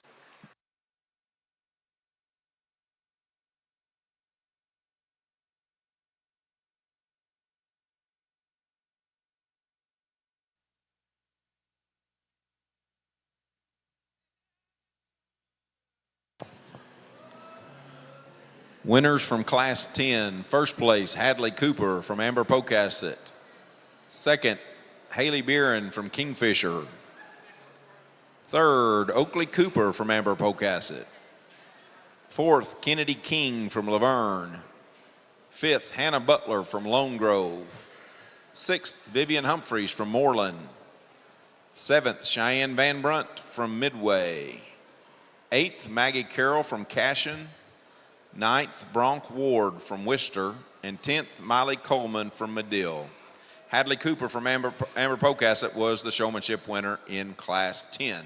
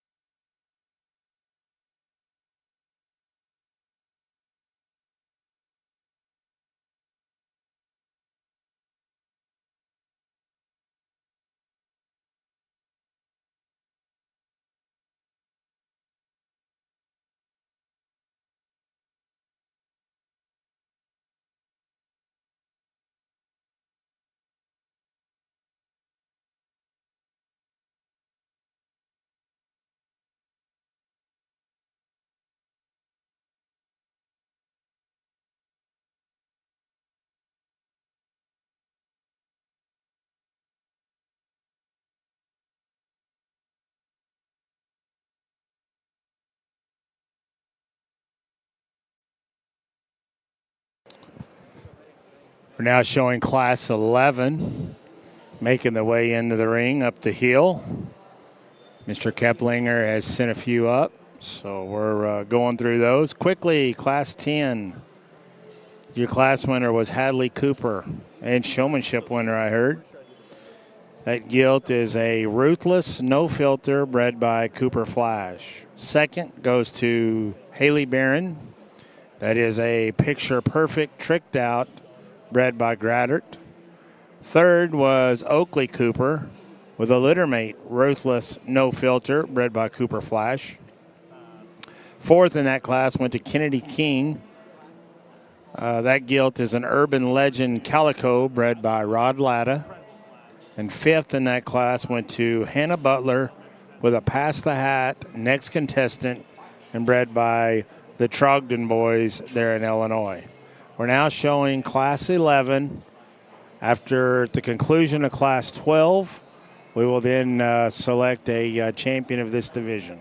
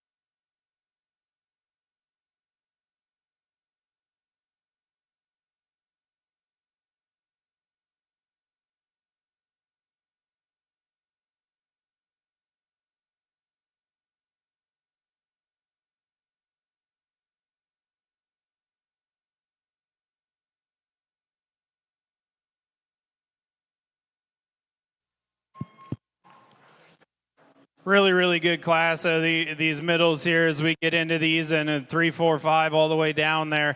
I think a very good top pair here. And the young ladies calico is going to start for me. I think one that just is the stoutest featured all the way through. When you start at the top side of this one's skeleton, her pin set, and then working all the way down to the ground. She's big and bold as she comes directly at you. She's got a good forearm. I think where these two pairs sets them apart is that one, the calico there is just better on her front pasterns, to be honest with you.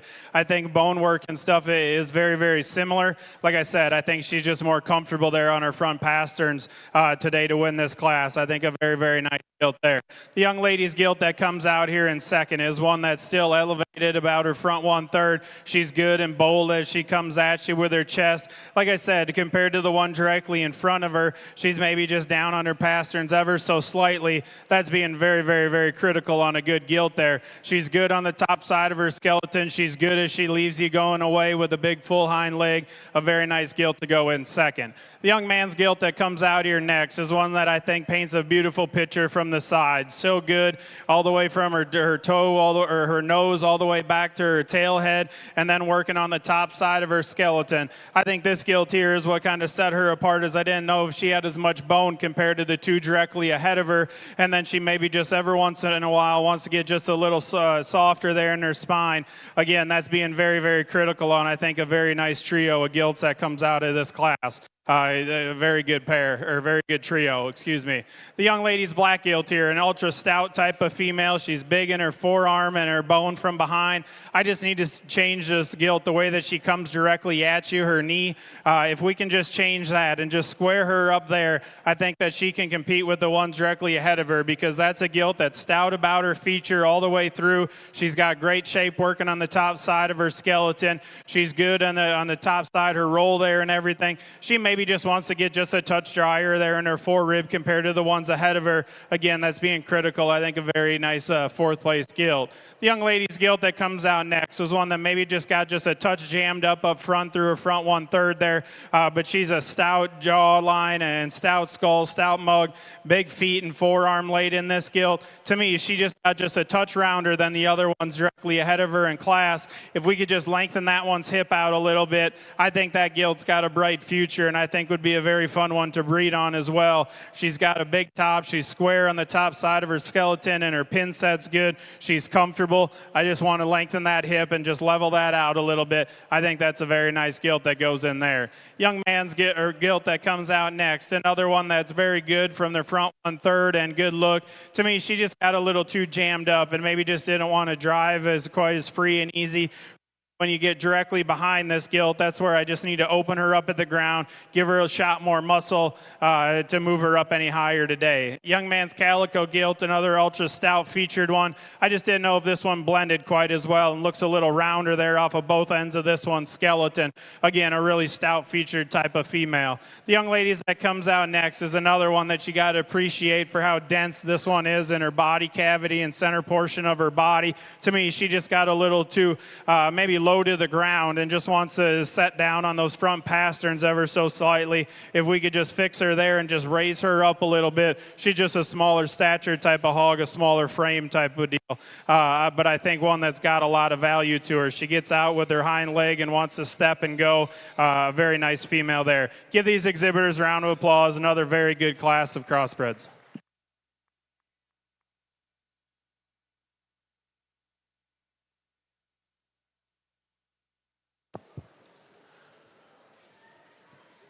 Winners in Class 11. First place, Chloe Kemp from Adair.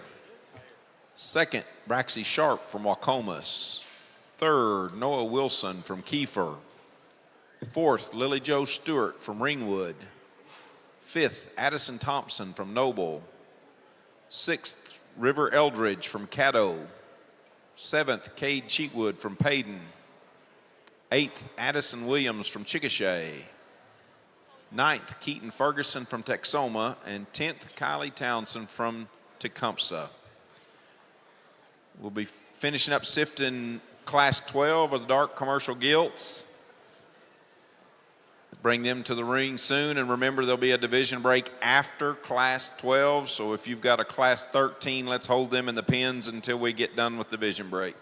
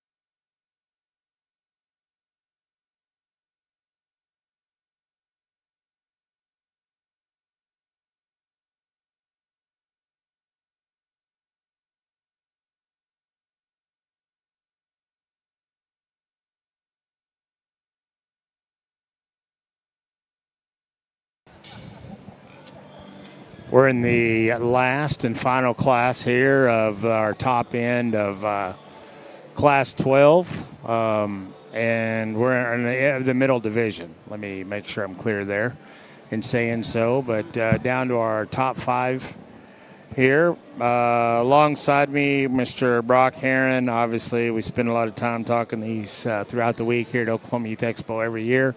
It's our first time to be on here together this time, but it's been a pretty exciting show, I'd say, Brock. Yeah, this is a really good class for me to just walk up on and see lots of quality here.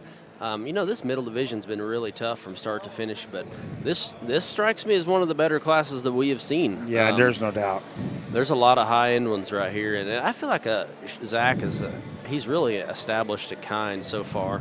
And if you're kind of curious about what that is, it's he likes them stout, he likes them wide, but he likes them really balanced and high quality on the profile. So he and Kepling are out here together, but I'm sure they'll maintain a very consistent kind of pattern in this particular class as well. Tell you what, we're just approaching the high 80s and 90s or whatever in these gilts, size and weight-wise, and these things, proportionality looks really good at them. I mean, just in terms of their build.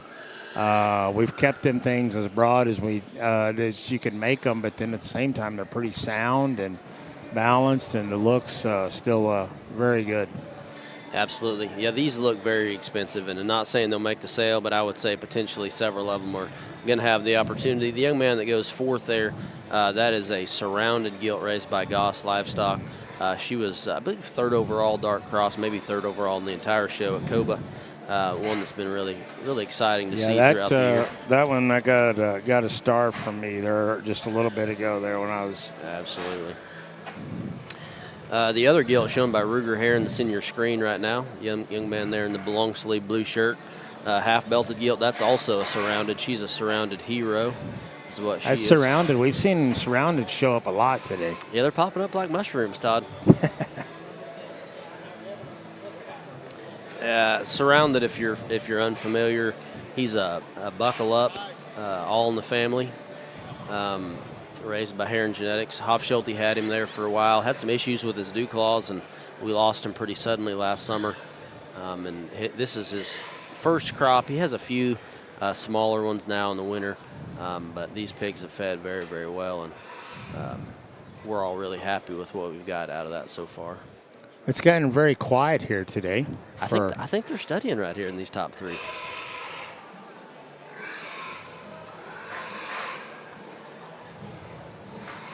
I'd be really curious to know what these other gilts are out here. Well, 5-2-3-1-1 going across the middle of the ring. That's Ruger Heron. That was the surrounded. Yep. And then you wanted to know about 514-287. You have Bunts. Yep. Bunts gilt is a lead lap on the Hilty South from Sanders. Here's Zach. We definitely turned it up here in this last class of heavyweights, and I think all the way down the line there's a lot of extra good females in here and different parts and pieces that you can work with. I guess the one for me that I think is a combination of the two is the young ladies there in the center of the ring. That one just got such a good look up through her front 1/3 of her body there. Everything just blends together so good on this one, and she just moves around the ring with comfort and ease. She's still good in her chest and her feet and legs and toes. I think just a very, very good female there to go to win your class. Like I said, I mean, the way that she paints a silhouette from the side and can get out with her hind leg and reach, I think is very good. Young man's gilt that comes in second here is another one that follows in type and kind there. To me, she just wants to get just a tick steeper there in her shoulder and her blade, the way that that's set in her. If we could maybe just lengthen that one out of her hip a little bit and just make her a little more comfortable out here. Like I said, the front 1/3 of this one is so cool. Her head shape, her skull, her jaw, everything just blends together very good. If we could just lay that shoulder back in that one ever so slightly, I think that's a very, very good female. The young man's gilt that comes in third is one that you love from the side and proportions and build, a little more masculine maybe in terms of just stoutness of feature at the ground and in that one skull. This one maybe does just want to run downhill ever so slightly, and then obviously you can see that tail head. If we could just pick that up in her a little bit, I think that's a very, very good female, though, that you can do a lot of fun things with in the breeding crate. The young man's that comes out next was another one that just maybe got just a touch steeper there in this one's hip. She's so good and elegant up through her front 1/3 with a stout jaw laid in her. She's big in her pin set up high and has some shape to go with it. I just want to make this one just a touch more comfortable there, the way she wants to get out and track out here today. I think that's still another very, very good female. Love the front 2/3 of that gilt. The young ladies that comes out next is the big, stout, longer-headed one here. Has a big center body working in her body cavity. She's got great curvature in there. Side of her skeleton. She's got great shape up high. I mean, a big square back of that one, and she looks good and fresh. I just didn't know if she maybe just got a little rounder there off of both ends of this one's skeleton as she goes away from you. But again, I think another very, very good gilt that comes in into fifth there. Young man's white-legged one here that comes out, I think, was one that we just wanted to see a little more extended up through the front 1/3. Maybe just got a little bit plainer there in her overall shape and makeup. If we could just give that one a shot more all over and then lengthen that one's front end up a little bit, maybe change the way she wants to sit and plant them front feet coming directly at you. She leaves you good and square. Just want to change that chest in that one. Same thing with the one that comes out next. I think those two gilts are very similar in their type and kind, the way that they're put together. This one here maybe has just a shot more shape, but I think, again, just gets a little plainer there in her front 1/3. If we could just change the way her head and neck come out of that shoulder blade, I think that would really make that gilt look better from the side. If we could just lengthen that up and get that to come out a little bit higher, another very good gilt there. Young man's gilt that comes out next was a big wide-chested, burly type of female, has a huge back laid in it. I just needed to see this one get out and go. She just wants to be a little too stiff there on those rear two legs. If we could just make her a little smoother in her range of motion there from behind and just make her more comfortable, I think we can move that gilt up as well. The big gorilla looking one here, I mean, super, super stout, obviously one of the biggest legged boned ones that we've seen today. To me, she's just too bad on her front feet there, and from behind she just wants to twist and plant. Obviously one you can take home and do a lot of things with in your breeding program. For me, we just got to change her structure at the ground. Very good class of gilts. Give these exhibitors a round of applause.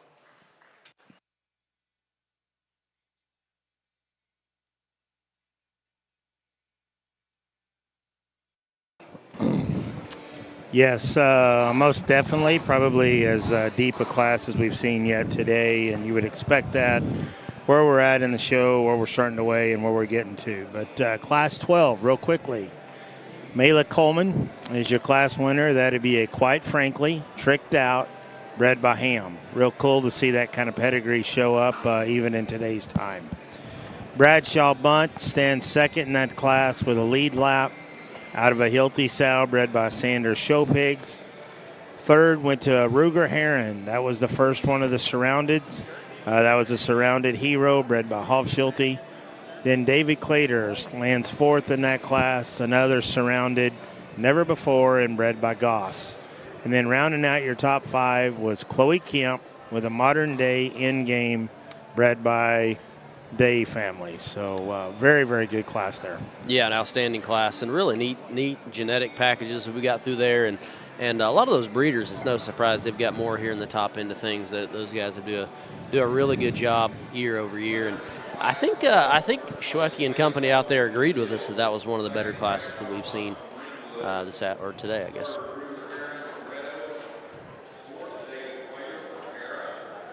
So again, we'll have 6 classes here. We'll actually go 30 deep at least there in our selection with this in this lineup. There are 3 divisions, is that right, Todd? That'd be correct. Well, 3 divisions of darks. Oh, okay, darks. And then we have a division of lights tomorrow. Okay. We'll start the morning tomorrow with lights. We will show every dark today, and then select all of our sale order for darks. Do we bring the dark and light together? Yeah, that'd be correct. Tomorrow we will. We will show them against one another. Awesome. In our top 5 overall cross. Is there a certain number of these dark crosses that make the sale that are guaranteed to make the So sale? 40 dark crosses and 10 lights. So that gets you a guarantee of 50 crosses. And then we will select the next 15 from those two combined. Okay. This is the D-Man Genetics Gilt That coming would in the be ring Class now. 7, D-Man himself. This is Dusty River Man driving him. He's an all-out hero. One of the very, very unique ones that come through, I think. Yes, you can tell she's an Yep. all-out. Yeah. Winning Class 8 was Caitlin Waggle. That's a wild time, rightfully so, bred by CNC Genetics. Show pigs. Both the C's are here. First Both and second. C's are here. Winning Class 9 was Hayden Green. After the fall, that one would be a Money Moves Buckle Up, bred by Colson Show Pigs, Papa Fred Incorporated. Coming out of Class 10, Hadley Cooper. Hadley's Gilt is a ruthless, no filter, bred by Cooper Flash. I'm not sure there's a stouter one here. No, that thing is massive. Class 11 winners, the Calico from Chloe Kemp. Chloe's Gilt would be out of Wide Awake on a Never Before sow and bred by Trogdon. And then winning Class 12 was Mayla Coleman. Mayla's Gilt is a quite frankly tricked out and bred by Dustin Hammond Cruz. So makes up our class winners of this particular division. Yeah, it's a really nice set of gilts. And Very good. If you look out there, I think it's pretty neat. All those families that have those pigs and those kids, they've really tried hard year after year. They basically win perpetually, and so it's exciting to see all them out here, and it's really no surprise they brought winners here to the show. They put a lot of time and effort into this. You know, Brock, one thing I think needs to be mentioned about this set of gilts is they are stout, they're powerful, they're good on their feet and legs, but I think their body condition is very, very good. 100%. And I think so many times we get caught up on just the fat, wide, thick one. And these things, I mean, their body proportions are good, and they're still built right, but I think the condition of their body shape is very good. Yeah, you could tell from right off the bat, composition really needed to be on point. You need to have you need to be hydrated and opened up in your rib right, but being over was probably not something that was an advantage here. I think that's just something Schwecky is kind of searching for. Maybe not, talking a lot about it, but I think as you go through, you can tell that's the selection criteria that he definitely has.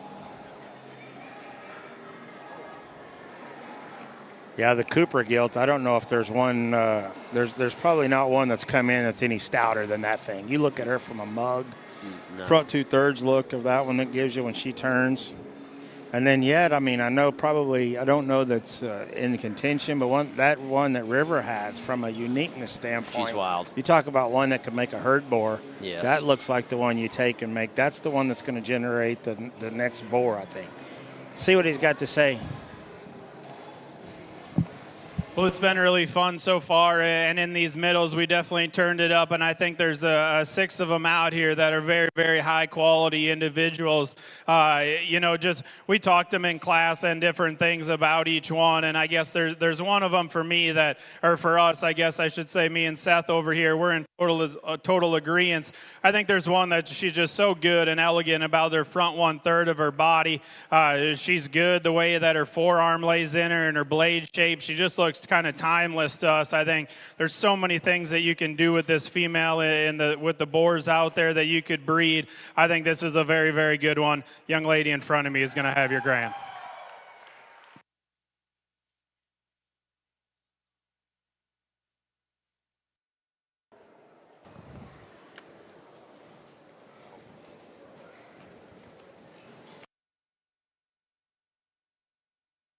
Two comes from Class 12. That's Mila Coleman from Medill.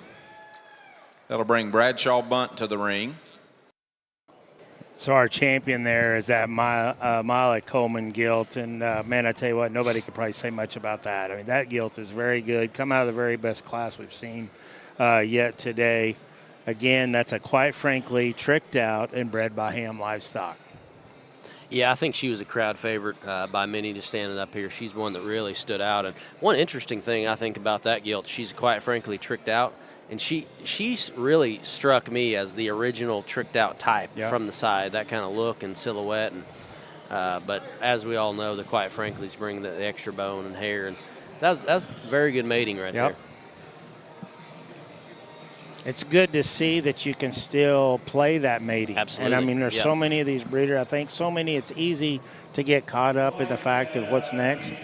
That one was very, very good in her comfort and her build. Her skeletal design is very, very good. There's another one that I think follows her in type and kind and just that look up front. And I think this one's just a little more comfortable as well than some of them out here in her shoulder angle and her blade. She's big and robust in the center portion of her body and still comfortable as she leaves you. The young man in the blue over there will have your reserve.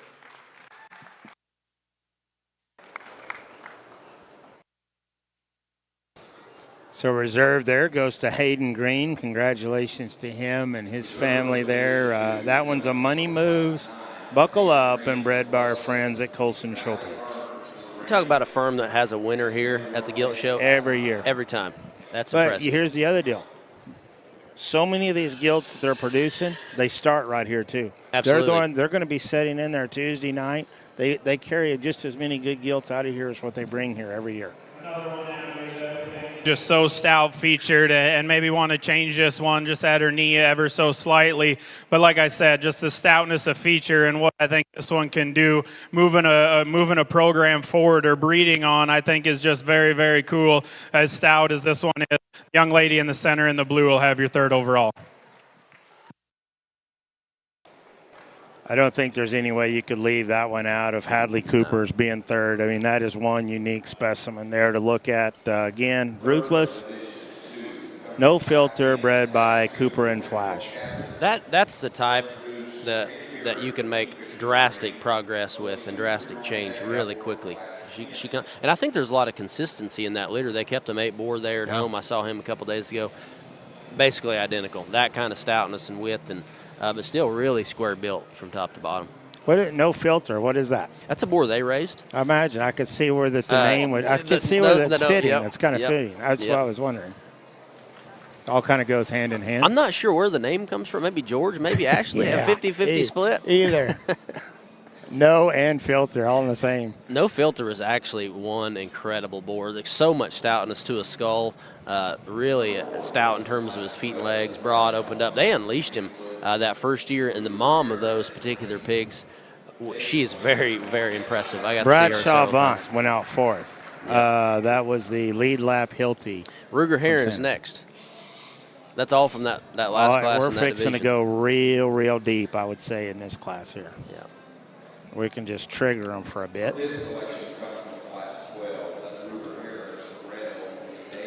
I think this is a unique one coming in here, this Clater Gilt. Yes. This surrounded never before. I mean, she's got parts and pieces that's... Yeah.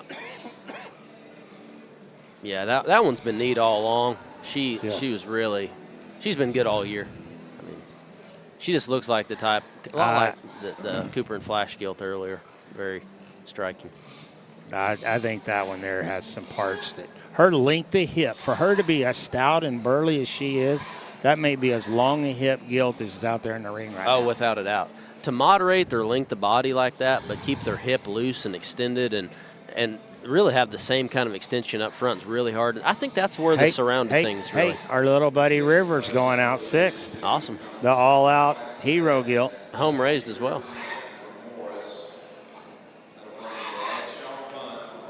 That brings Bradshaw Bunn in with his game time from Shippert.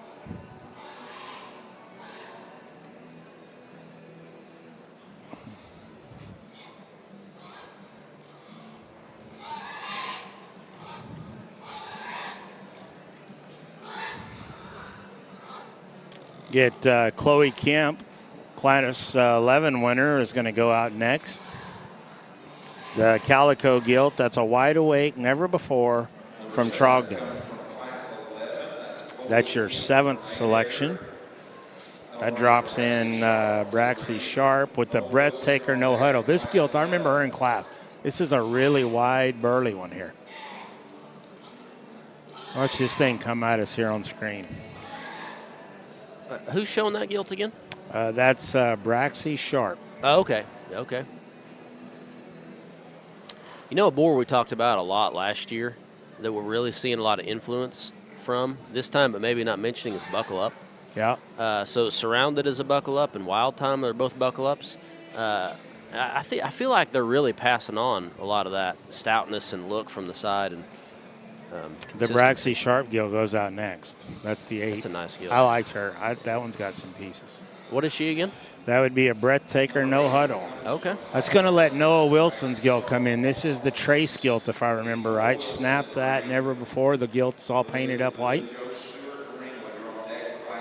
Where did she sell at? Do you know? Do not particularly know. How about that tail? I like that tail. That's got awesome. a big old waggy tail. Looks like an angry porcupine. That was a good class right there, too. That was.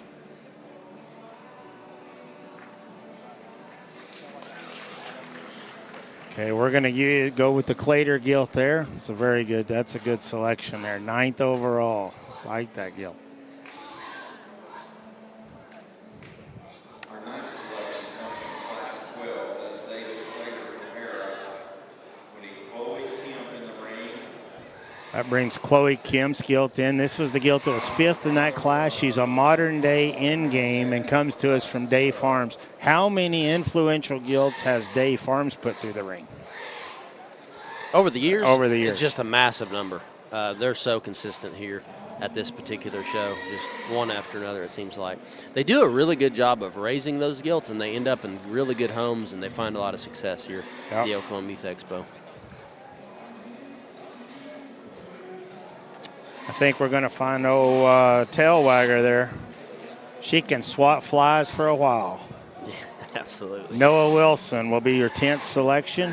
Yeah, we knew that one wasn't going to last long here. That one wasn't going to have much time in the ring. Snapped that, never before, bred by Trace. So, guys, we will let you continue to watch. We'll go through selection 11 to 30, preliminary, and then we will move over into the final division of the day. I wouldn't expect anything but greatness coming here in these last 6 classes.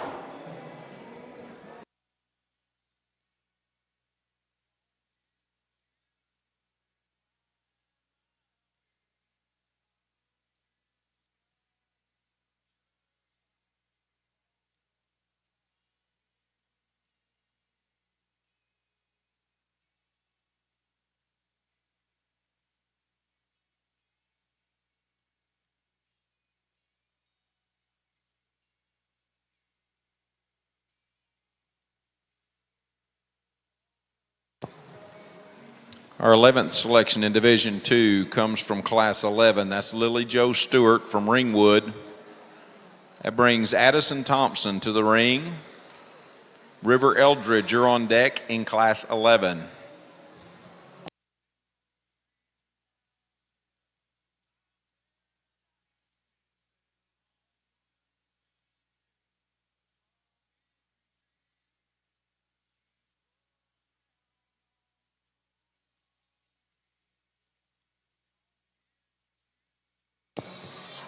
Twelfth selection is Addison Thompson from Class 11. That brings River Eldridge to the ring. Cade Cheatwood, you're on deck for Class 11.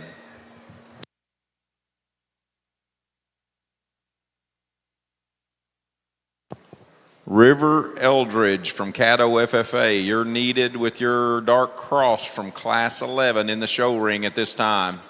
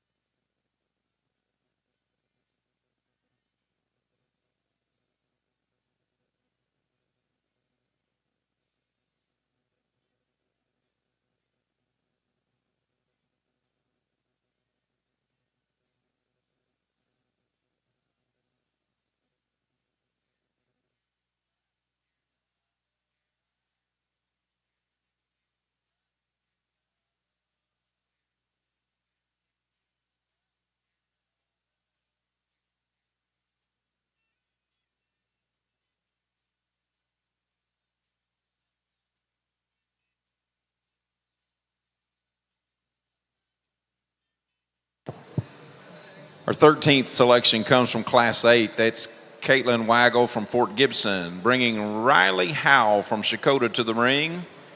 Gentry Terrell, you're on deck for Class 8.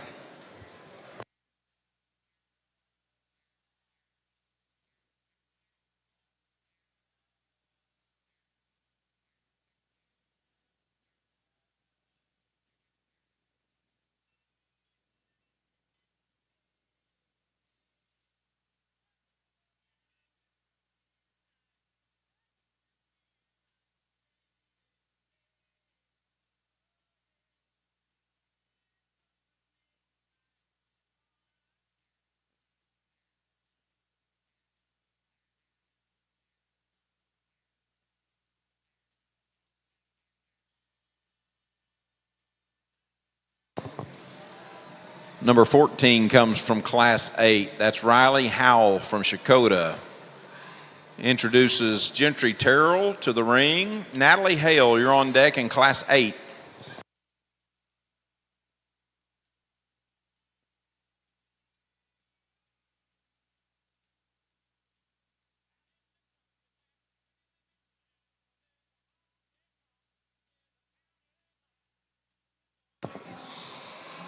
Number 15 comes from Class 8. That's Gentry Terrell from Prague. We need Natalie Hale in the ring. Jaxie Dodd, you're on deck in Class 8.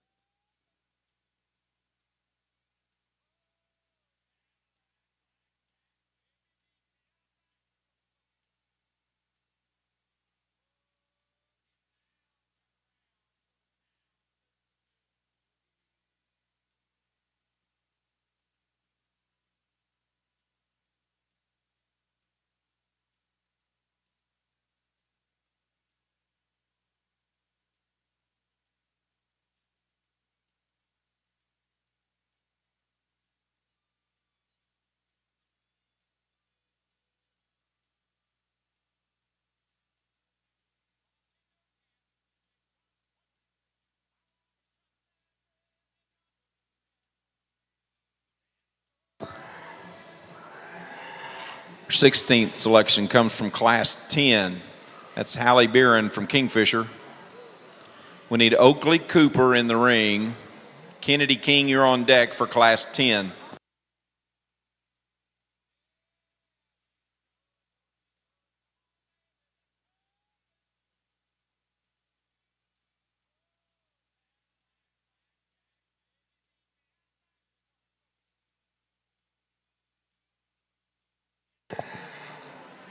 Number 17 comes from Class 10. That's Oakley Cooper from Ampo. That brings Kennedy King to the ring. Hannah Butler, you're on deck for Class 10.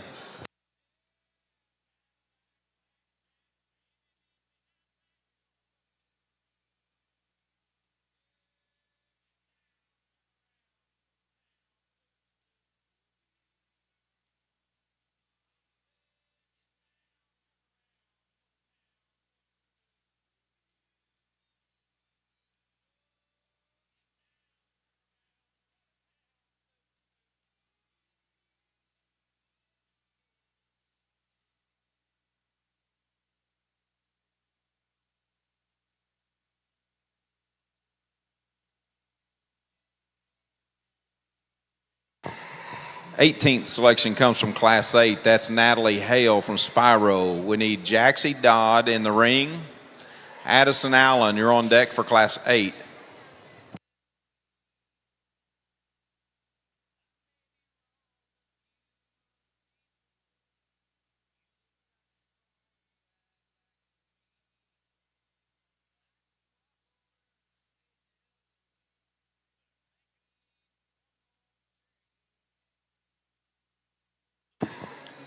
Number 19 comes from Class 10. That's Kennedy King from Laverne. We need Hannah Butler from Lone Grove in the ring. Vivian Humphreys, you're on deck for Class 10.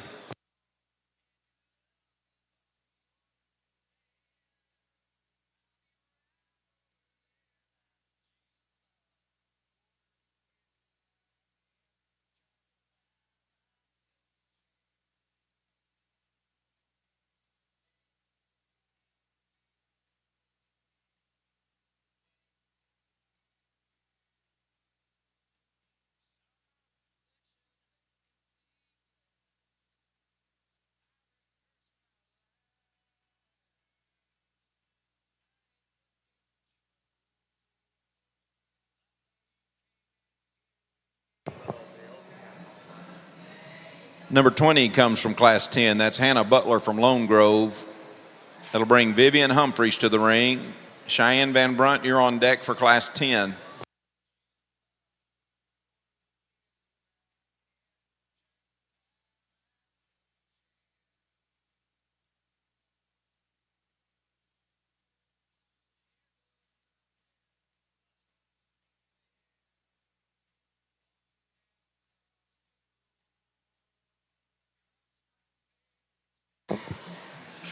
Number 21 comes from Class 10. That's Vivian Humphreys from Moreland.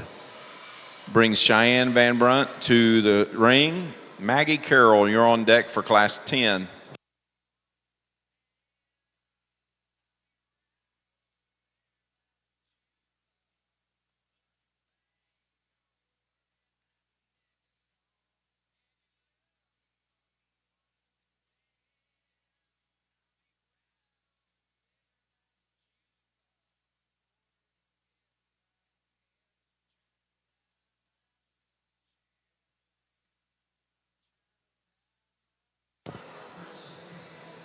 Cheyenne Van Brunt, Midway FFA, we need your 7th place Class 10 Dark Cross Gilt in the show ring at this time.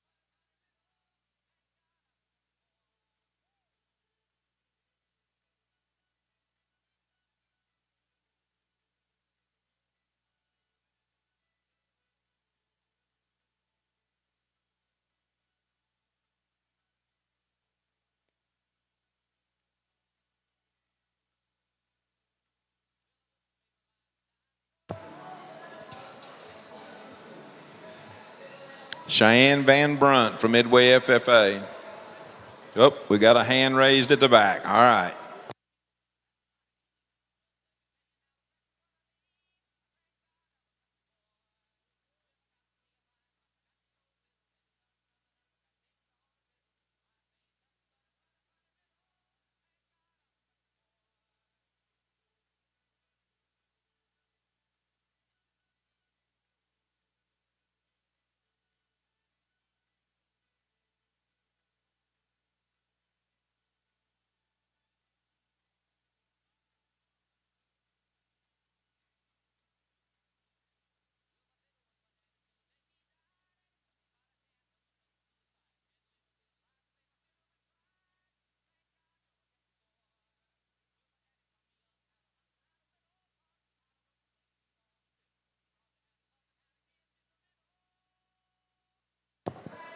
22nd selection is from Class 7. That's Bradshaw Bunt from Ringwood. We need Rainey Kellner in the ring.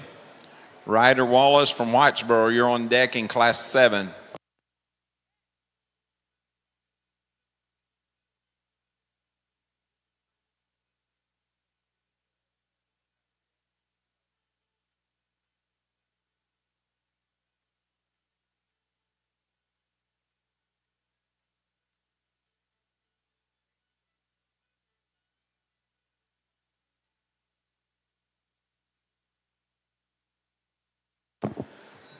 '23 comes from Class 8. That's Jaxie Dodd from Lone Grove. That brings Addison Allen to the ring. Zoe Loggins, you're on deck in Class 8.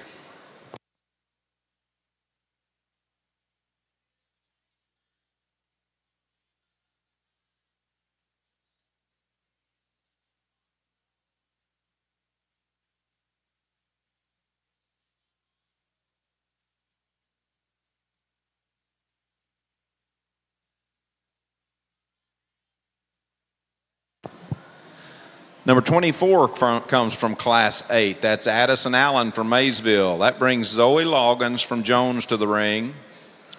Berkeley Starzinski, you're on deck in Class 8.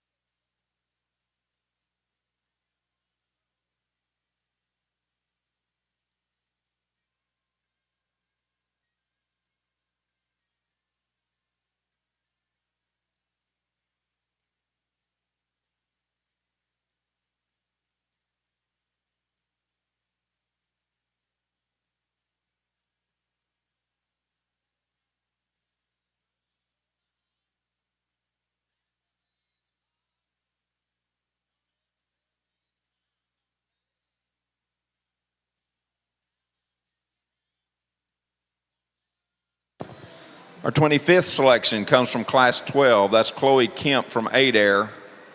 It brings Thomas Grapondo from Hartshorn to the ring. Adeline Brumley, we need you on deck in Class 12.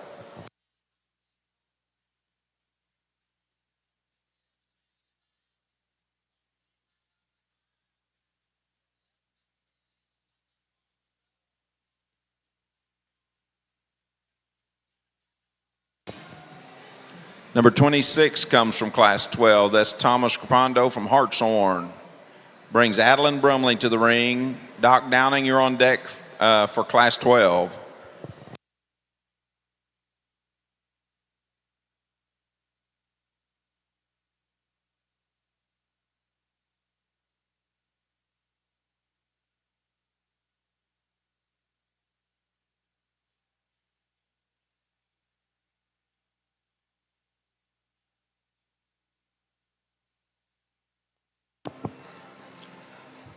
Number 27 comes from Class 12. That's Adeline Brumley from Chickasha. That brings Doc Downing to the ring. Cameron Thorne, you're on deck for Class 12.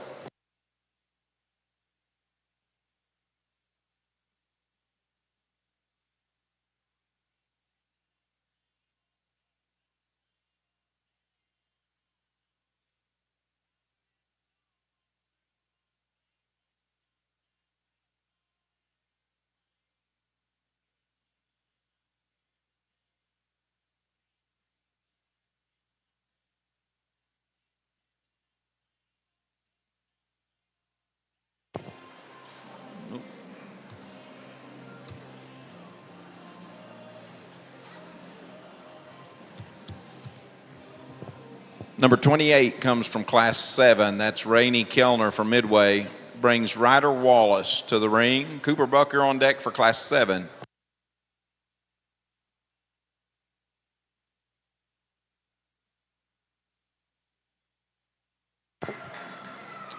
Number 29 comes from Class 7. That's Ryder Wallace from Whitesboro. That brings Cooper Buck from Kiefer to the ring. Kaylee Andrews, you're on deck for Class 7.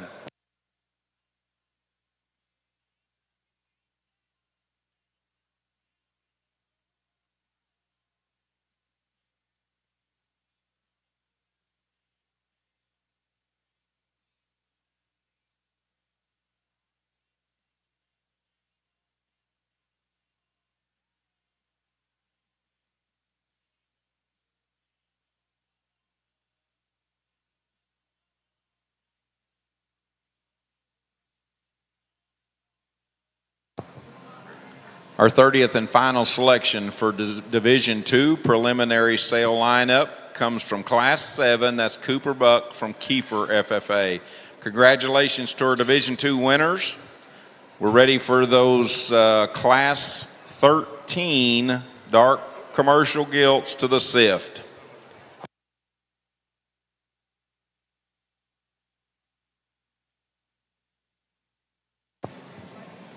We will remind everybody, all of our gilt exhibitors, if you get called back to show for sale order, that's a non-negotiable deal.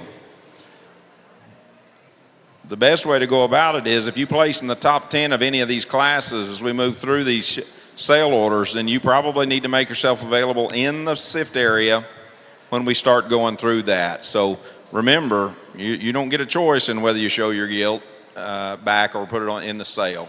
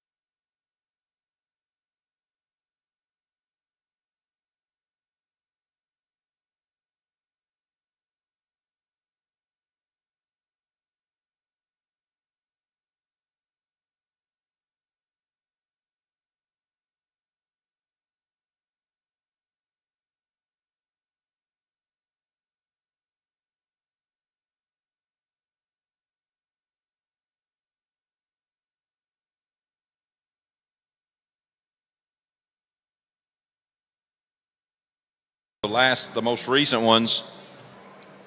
Number 515, that's good for a pail of Colossal from Showright. Number 714, that's a show gift basket from the Wild Bunch, plus a whip, show bat. And 690, that's 500 pounds of Lender 685, donated by Frontier Feeds. So just to review, we still haven't had anybody claim the 1,000 pounds of Mormon Show Tech. That was number 609. We're still outstanding on number 694. That's a rake and water bottle from the Wild Bunch. 630, 500 pounds of 50 mg from Showright. Looks like that one may have been claimed. 515, one pail of Colossal from Showright, 714, and 690. Those are all numbers still outstanding from the Wild Bunch drawings.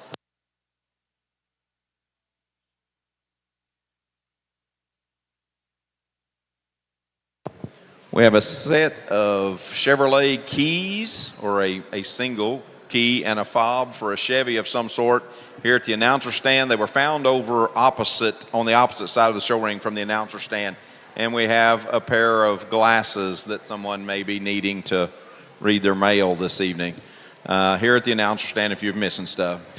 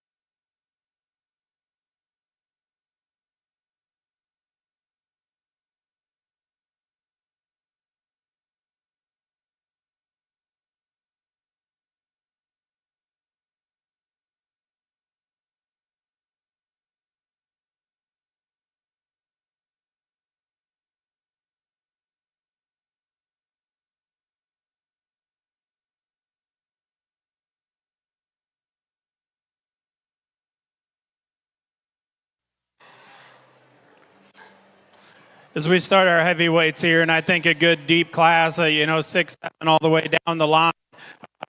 When you get out here, I think there's one of them that is just so good and comfortable in this one, Skeleton, the way it wants to get out and go from behind and just comfort and ease. The young lady in the blue is going to have your class winner for me. One that's just so good in the front 1/3 of this one's body and proportion. She's got a big square back on top of her and then working down. I would say she's adequate in her bone. She's definitely not as big as the one that comes in second, but I think her presentation from the side and presence is just better as you get to studying that hog. I think that's a very good female, again, that you could do a lot of things with a boar. I would like to pick her up there on her front pasterns ever so slightly. Again, that's being critical on a very good female. The young lady is Gilt that comes out here in second, the ultra stout featured one. To me, she just gets to be a little jammed up there in front 1/3, and then when you get behind her, she maybe just wants to get just a little rounder out of her hip, but that's a big square body. Got great shape on the top side of her skeleton. She's wide in her pin set all the way down to the ground, and when you get behind her as well, she leaves you good with a big full hind leg. I think a very, very good Gilt. Like I said, if we can maybe just extend her ever so slightly up front just to pretty her up a little bit, I think the back 2/3 of that hog is very, very nice.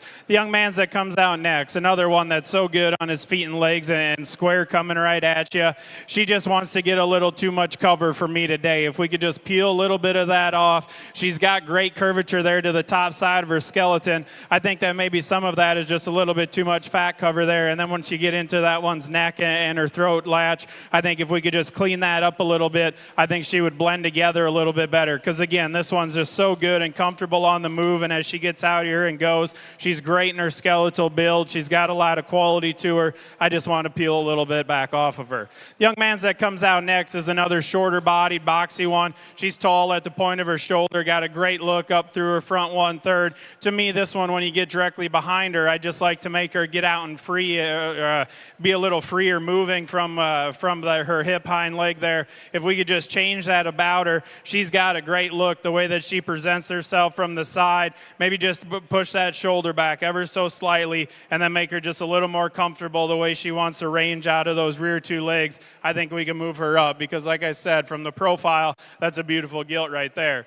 The young man's that comes out next is another Gilt that's got a lot of shape up high and a big center back. I just thought this one got a little too round there in the back side of her hip and the way she wants to get out and drive. If we could just get her to be a little more comfortable out here, maybe not fight the whip, and then she just wanted to get just a touch softer at the ground, maybe not as big at the ground, her bone and foot and ankle as she has up high. If we could change those things, she's big in the center portion of her body and pliable there. She's got a good rib blade in her. Just need to change her in those couple areas. This Calico Gilt is one that came out and I kept driving and driving just because this one is so balanced and complete. I would maybe like to give this one just a shot more in the lower 1/3 of this one's body, but this is a stout featured Gilt that comes at you with a big square chest plate in her. She's big in her bone work and the way she wants to get out and like I said, she's maybe just a little bit drier there, but I think that's a high quality Gilt that's got a lot of value to her as well. The young man's Gilt that comes out next, a big, hairy, dense one here, got great shape up high, just wants to get a little too low there in her front 1/3 or pasterns. If we could just raise her up there a little bit and make her just a touch more comfortable there in her shoulder angle and placement, I think we can move that Gilt up. Just want to bring her up there at the point of her shoulder, but that's another good Gilt that's big up high. She's square pinned all the way down to the ground. We just need to change her there. Another really good class of Gilts. Give these young exhibitors a round of applause.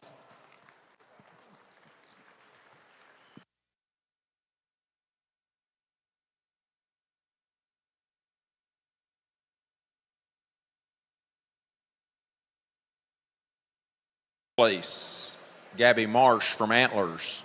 Second, Hannah Long from Dibble. Third, Kylan Blue from Muskogee. Fourth, Slayton Holloway from Woodland. Fifth, Addison Thompson from Noble. Sixth, Talon Merida from Antlers. Seventh, Reed Allen from Red Oak. Eighth, McKenna Smith from Blackwell. Ninth, Gunnar Allen from Fort Gibson. And 10th, Parker Bartlett from Canute. Gabby Marsh was your showmanship winner in Class 13.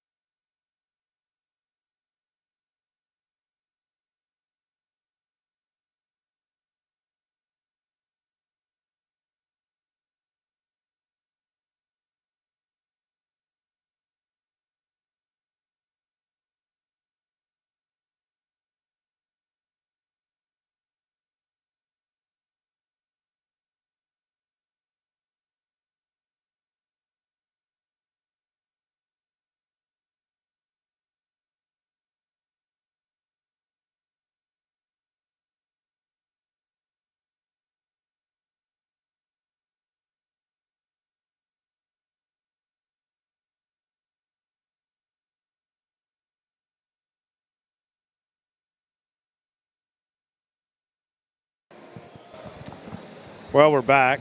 Sorry for the little delay there following Division II. We're showing Class 14. This would be the second class, actually, of this division. And Brock will get him caught back up. I'm sorry there. Class 13, your winner was Gabby Marsh. That gilt was a saddle up, no stranger from Ham Livestock. Second, that big, powerful thing, man, that was that gilt there was Hannah Long's. That was an OG boardwalk, from Greg Perry. Third in that class went to Kylan Blue with a Wild Time from CNC. And fourth was Sailor Holloway, is that right? With a Wild Time from Golden Show Pigs. And fifth in that class was Addison Thompson with a Magic Box Trenches from Heimer. Yeah, that was another good class to go through, and lots of them that stick out. And you mentioned a minute ago something about breeders getting quite a few gilts in the top 5. I will say Wild Time is more we have really talked a lot about in terms of pedigrees throughout the first 2 divisions here. This looks like a really nice class to me. Yeah. I think it's going to be one he'll have to rework a few times. Well, and we've, we're up there where that, most of the gilts that come into here come in that bring the most punch. This is about where we're going to see them from here on out. Right. So many of these have been gilts that's been on the show circuit or one county shows and those kind of things, and then this is kind of where they land. One good thing about this division, we are in the heavyweights, but we're in a spot where these things are still fresh and they're ready to go. So they've got enough weight to kind of push up or down wherever they'd like to go. So those type things in composition still really good. It's all really in check. So I think we're going to see some fireworks, especially here in this class.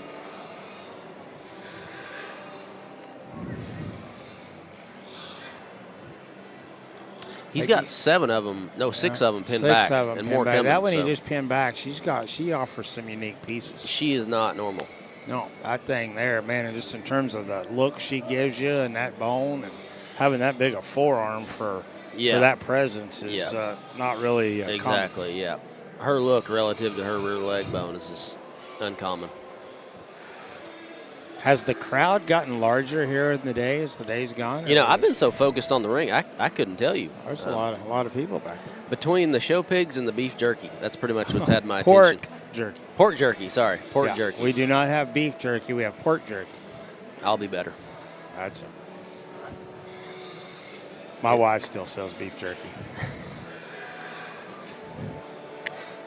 Shout out to my wife. I'm sure she's at home listening to Walton Webcasting today. Absolutely. I probably need to text her and let her know where I'm at. I'm not even sure she knows where I'm at today. I bet she knows. Got a pretty decent idea. She would have seen one of my Snapchats earlier when I was going out there in the hot dog line or corn dog line. You're a corn dog guy here, huh? I don't mind the corn dog here. The chicken on the stick always has my attention at these type things. I will have a chicken on the stick before it's over. Yeah. Both sessions, this session and next week. Yeah. Have you had any lunch today or anything? No, just the pork jerky. Oh. I was thinking about trying to get some. What about Swecky's fashion? Have you? I think he's got it pretty dialed. He's pretty sporty. Yeah. I think Platt set the stage with shoes, you know, and then Swecky's kind of followed. He definitely started the trend there. Yeah. Those are nice shoes. I do like what I have some Johnson of and those. Johnson. Yeah, Johnson, Murphy. Yeah, they're Johnson and Murphy. They are really comfy. Yeah. Yeah. They're good. Actually, I have about 2 or 3 pair of those shoes. I like them.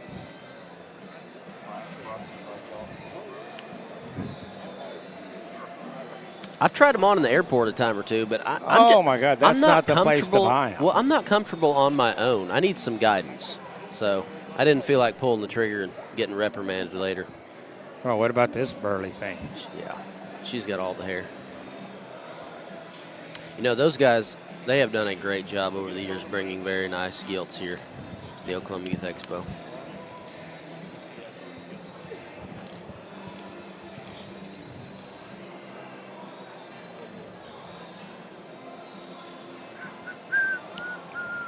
That gilt you just talked about is a Glory Days. Yeah. Quite frankly, from Team Sloan. Yeah. Yep, Glory Days, quite frankly.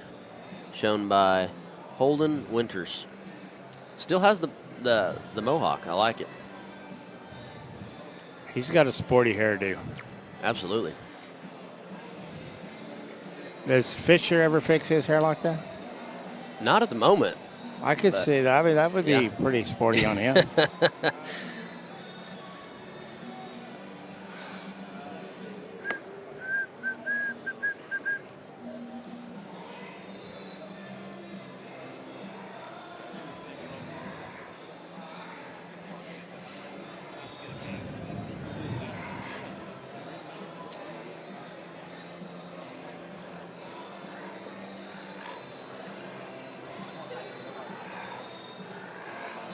This gilt's the texture that gilt has to her skin and hair. And just her rib cage is really interesting to me. That young lady's always done a really good job with her pigs, taking care of them in terms of day-to-day stuff, and you can really see it right now.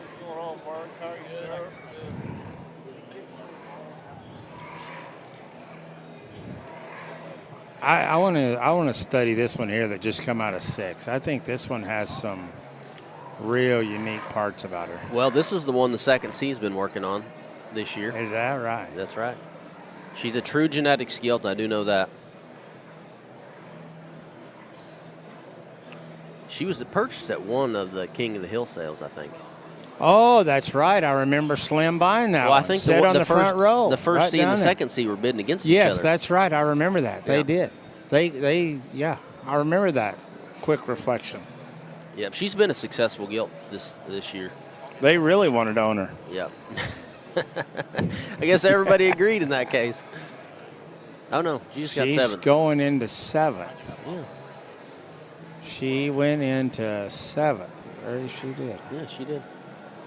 Luckily, we're going to take 40 of these dark crosses for sure in the sale. At least. And then we're going to pick 15 more total between the lights and the darks.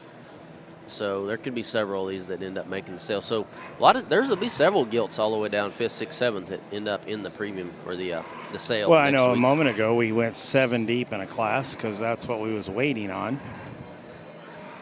Is the sale Tuesday or Wednesday next week? Tuesday. Tuesday, okay. Yep. Tuesday night. We'll show the Barras throughout the day and then have the sale that night. We're going to video all the sale gilts there on Saturday evening again at 4 o'clock. You have that on your schedule? Or? Not yet, but I can be flexible.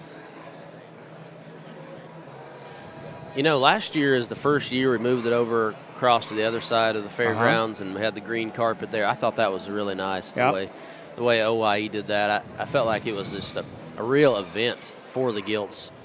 That was the only thing in that building, which is uncommon here at the Oklahoma Youth Expo. It's such a massive show. There's lots of going on. But they set aside that whole building for that event, so I thought that was neat.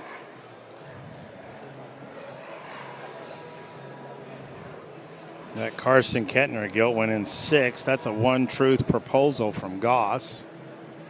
The Pell Livestock gilt is in 5th now. She's a money's on. Yeah, that's Doors. I believe so, yep.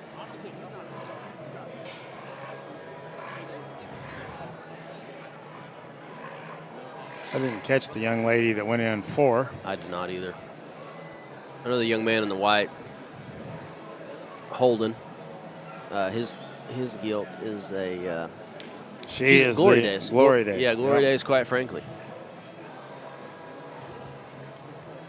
From Team Sloan. We're going to... We definitely, I was going to say the deepest class out here, and I've tried to keep my nerves down out here, but just studying this class of gilts, I mean, this has to get you fired up if you're a hog breeder or a show judge or whatever, because I think there's 3, 4, 5, 6, 7. I think we penned 7 of them and brought out here that are very, very good. The way that they're put together, they're built good. You got to do your preferences on which way you like to pick them, how you like them. I think there's one of them out here that's just extra stout in the top side of her skeleton. She's still good on the move and leaves you and tracks very, very good and square. She's dense and hairy and just a individual out here. The young man over there in the white is going to have your class winner. Once we get into the other two, I think they're very similar in their type and kind, with being maybe a little more elegant up through their front end, but I don't think that they had quite the stoutness at the ground in their forearm as that class winner. I guess between these two, I think it's just kind of cutting hairs or pick them the way that you like them. There's one of them that I think is just a little better, the way she ties her head and neck out of her shoulder blade. The young lady over here to my right in the yellow is going to have your second in class. I think an exceptional gelt that's good and comfortable on the move. She can get out and go and float across the ring. Like I said, she maybe just wasn't quite as stout at the ground, but besides that, I think that's a very, very good female that's got a lot of great things about her, kind of a timeless female that you can breed on. The young ladies that comes in third here is another one that's so good, coming at you with her chest floor and the way that this one leaves you from behind. Like I said, if we can maybe just tie that head and neck, the way that one comes out of her shoulder blade ever so slightly, just pick that up, but I think that's another very good gilt. Like I said, those top three I think were incredible animals, and I think they're very, very good. The young ladies that comes out next is one that's got a huge back laid in this one. She's big on the top side of her skeleton. She's got bone and foot and forearm to her. I just need to get this one to change the way that she ties in her top line. She maybe just doesn't blend together quite as well there from her pole and her crest all the way back to her tail head. If we could just smooth that out and level that out. This is another one that's got a big back laid in her. She's got a lot of muscle to her. She's big at the ground and burly there and stout. I think a very, very good female that goes in fourth out of this class. The young man's gilt that comes out here next was another one that's just so good, the way this one paints a picture from the side. I just think when you get on top of this one, she's the one that just lacks that muscle shape or the pin width set up high compared to the ones directly ahead of her. I'm not taking anything away from this gilt. You put her in a different class or something, I think she's obviously a class winner. The way that she can get out and go and reach on the drive is so good. She's good about her front 1/3. She's clean there. Like I said, she's just so good and comfortable in her skeleton. I thought when I got on top of this one, I just got outmassed a little bit compared to the ones directly ahead of her. Young lady's black gilt that comes out here, white sock gilt here, is another really stout featured type of female. She has a good structure laid in her, the way she gets out and goes across the ring. To me, she maybe just got a little more cheeky up front compared to the other ones. It doesn't tie quite as nice on the top side of her skeleton there from her head and neck and pole set, and she just maybe wants to get underneath of herself ever so slightly. But again, that's a very good gilt that's got great shape on the top side. She's got great curvature there to the center portion of her body, and her rib cage is good and bold. A nice dense hairy one. Very good skin and hair on that individual. The young ladies that comes out next, another one that if we could just lengthen this one's hip out ever so slightly and make her just a little more comfortable on the go and get out and go, I think we can move this gilt up as well, because this is another one from the side that just paints a beautiful silhouette. The way her head and neck and everything tie into her is very good. Like I said, if we could just get her range of motion just a little bit better and a little more comfortable out here, I think we can move her up, because that's a very, very high quality female as well. The young ladies that comes out next was one I just needed to change the way that this one maybe came directly at you. She's big and robust there in the center portion of her body. She's got a huge rib in her. She's good there in the center cavity and extra full there in her rib shape. I just needed to give this one a little bit more there coming right at you, and then when you get behind this one was where I just like to open her up at the ground a little bit more. Another very, very, very good class. Give these young exhibitors a round of applause.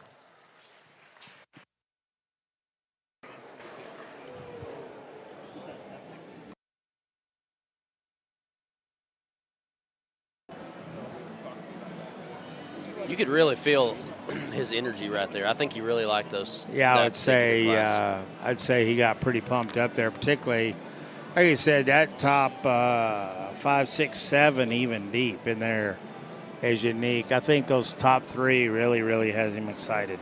Absolutely. Winning that class was Holden Winters. Well, the glory days, quite frankly, from Team Sloan. Congratulations to Troy there. We'll get to see Troy boy here Next week. Next week. Second in class went to Addison Thompson. That was a snapback breaking rules from True Genetics. Third was Macy McCrary with a Wild Time Hero. Another Wild Time making it up in the upper end of things. Yeah. Kyra House was at fourth with a Buckle Up Never Before, bred by Miller Time. Fifth went to Caleb Dorr with a Money's On Keep Going, bred by Pale. And actually sixth in that class was a One Truth Proposal, bred by Goss. What? I mean, not that you've got the notes there, but what was that Gilt in seventh? Let me see. That was that real intriguing looking one there from the side. Yep. I don't know that I marked that down. Is there a Gilt note with True as the breeder in there? Yeah, that would be a safe. Oh, there it is. Kinley Steely's. Safety first, here to stay from True Genetics. That would be the 7th place female. So it would be real interesting to see what something like that one could fetch from a dollar standpoint.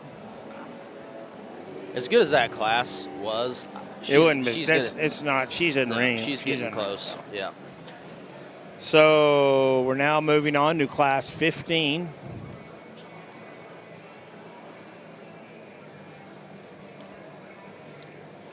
These gilts here, we're at 300 pounds, 300 to 306 pounds. Where are we at in this division? How many more classes do we have? There's, 4. We go to 18. Okay, perfect. 18 total classes.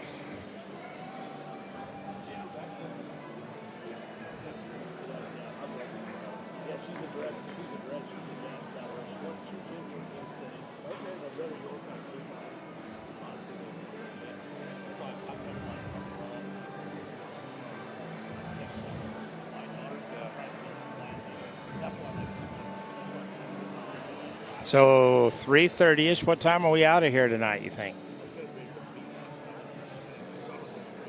I don't know. What are you thinking? Well, let's see. We have 4 classes to judge. We've got a division to go through. And then we bring back all the gilts for our selection of our champion dart. Reserve 3rd, 4th, and 5th, and all the way down to 40. Ooh. 9? Well, I had set the time frame earlier in the day for supper at 8:20, and I'm not sure where I'm actually at on that. Just from a mental standpoint, I kind of like to try to keep planned. Right.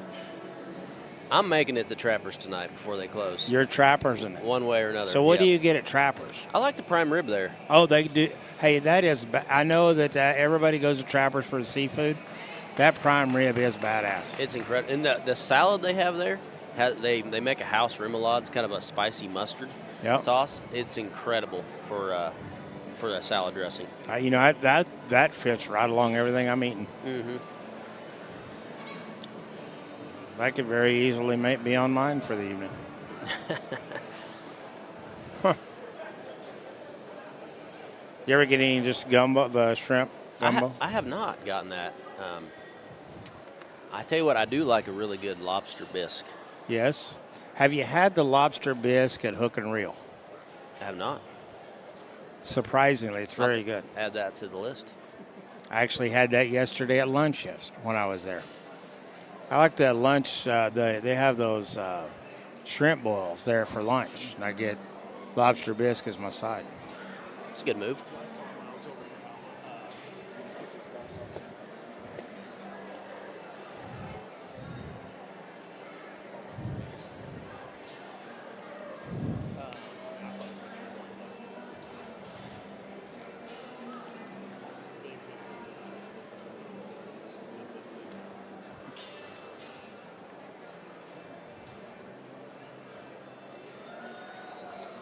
I believe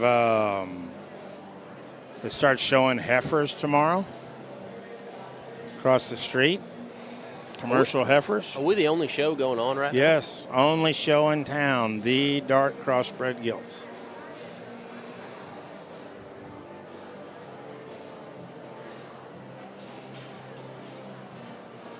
But you know, the streets are still full. I think a lot of people are moving in and moving tack and those type of things across the street for sure. Big weekend, lot for the weekend. Yeah.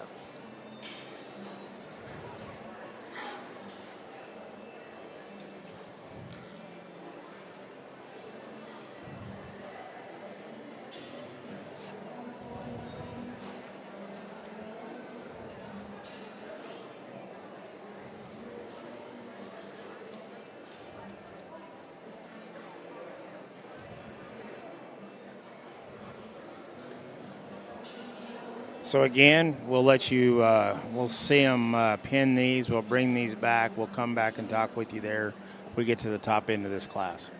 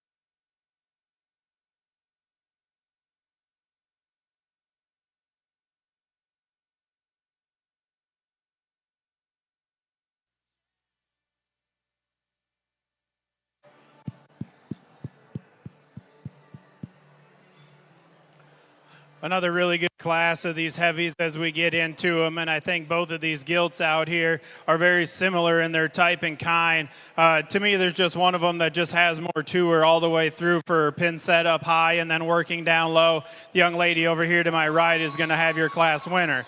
I would like to change that one, just the way that her cheek lays in her. She's so big and stout there at her jawline. If we could just clean up her pole and crest a little bit. But then when you get behind that one, she's so good and square as she leaves you. She's good in the center portion of her body and curvature up high. I just think she's got a bigger square back and more pin set to her than the one that comes in second. The young man's that comes in second is one that is definitely better about her head and neck there, the front 1/3. I just don't know if there's as much to that one as the one directly ahead of her today. She maybe just wants to get just ever so softly, just a little weaker there in her spine, but that's being critical again of a very good gilt. She's big-footed. She's good the way she leaves you. She's really good and square. I just like to see a little bit more of that gilt today.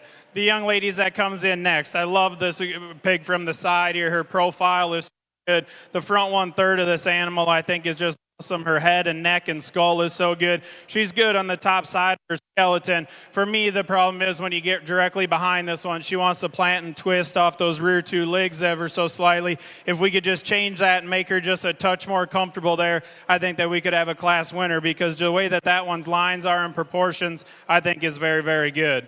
The young man's that comes out next, another one that's stout featured and has a lot of good qualities to it. To me, she maybe just was a little shorter or smaller stature than the ones directly ahead of her.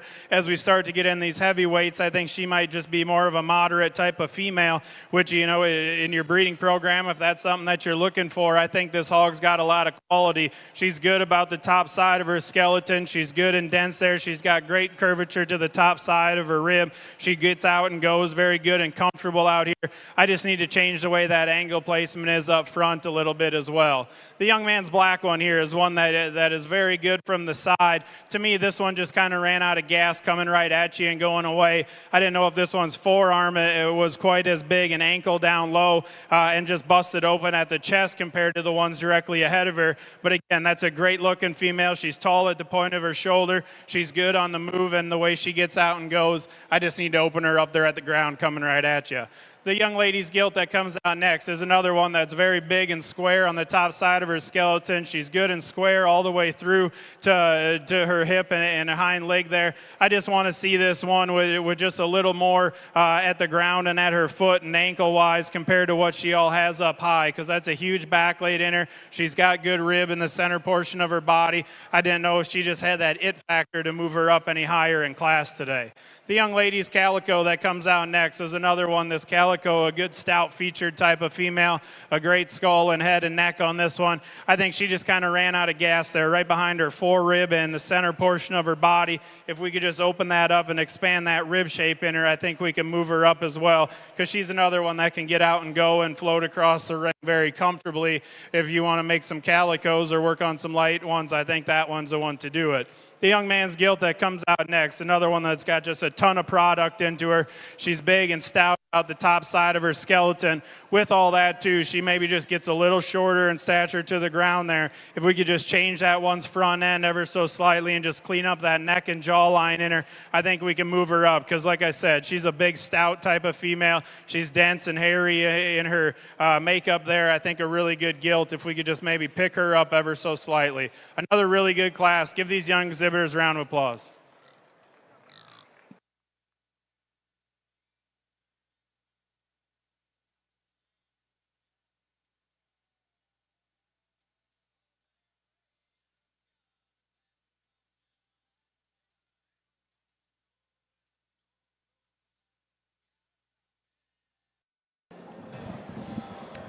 So quickly, we'll tell you some results there on Class 15 before we bring that next group up the hill. But your class winner was Kylan Barton. That was a Wild Time Timber from Gary Todd Show Pigs. Quick note there, that's the 7th time I have found GT's name on a sheet today. That's impressive. From a standpoint of where we're at there. Second in that class, Brigham Bunt with a game time from Cale Boyson. Third went to Kinsley DeVores with a pass the hat from TKO. Fourth in the class went to Jackson Beatty with a 8 seconds, never before, bred by Peaks to Prairie. And fifth in that class was Jackson Bow with a heavy hitter, Kingpin, and bred by Trogdon's. That was class 15. So Yep. we're on to 16. So 3 with this one and 2 more, Yep. right? And then this last division, then the overall. Awesome. We are moving along here at a pretty good pace for the time. So when we get the Gilts up the hill, we'll come back to you and talk to class a little more. It looks like they're ready here now. Class 16.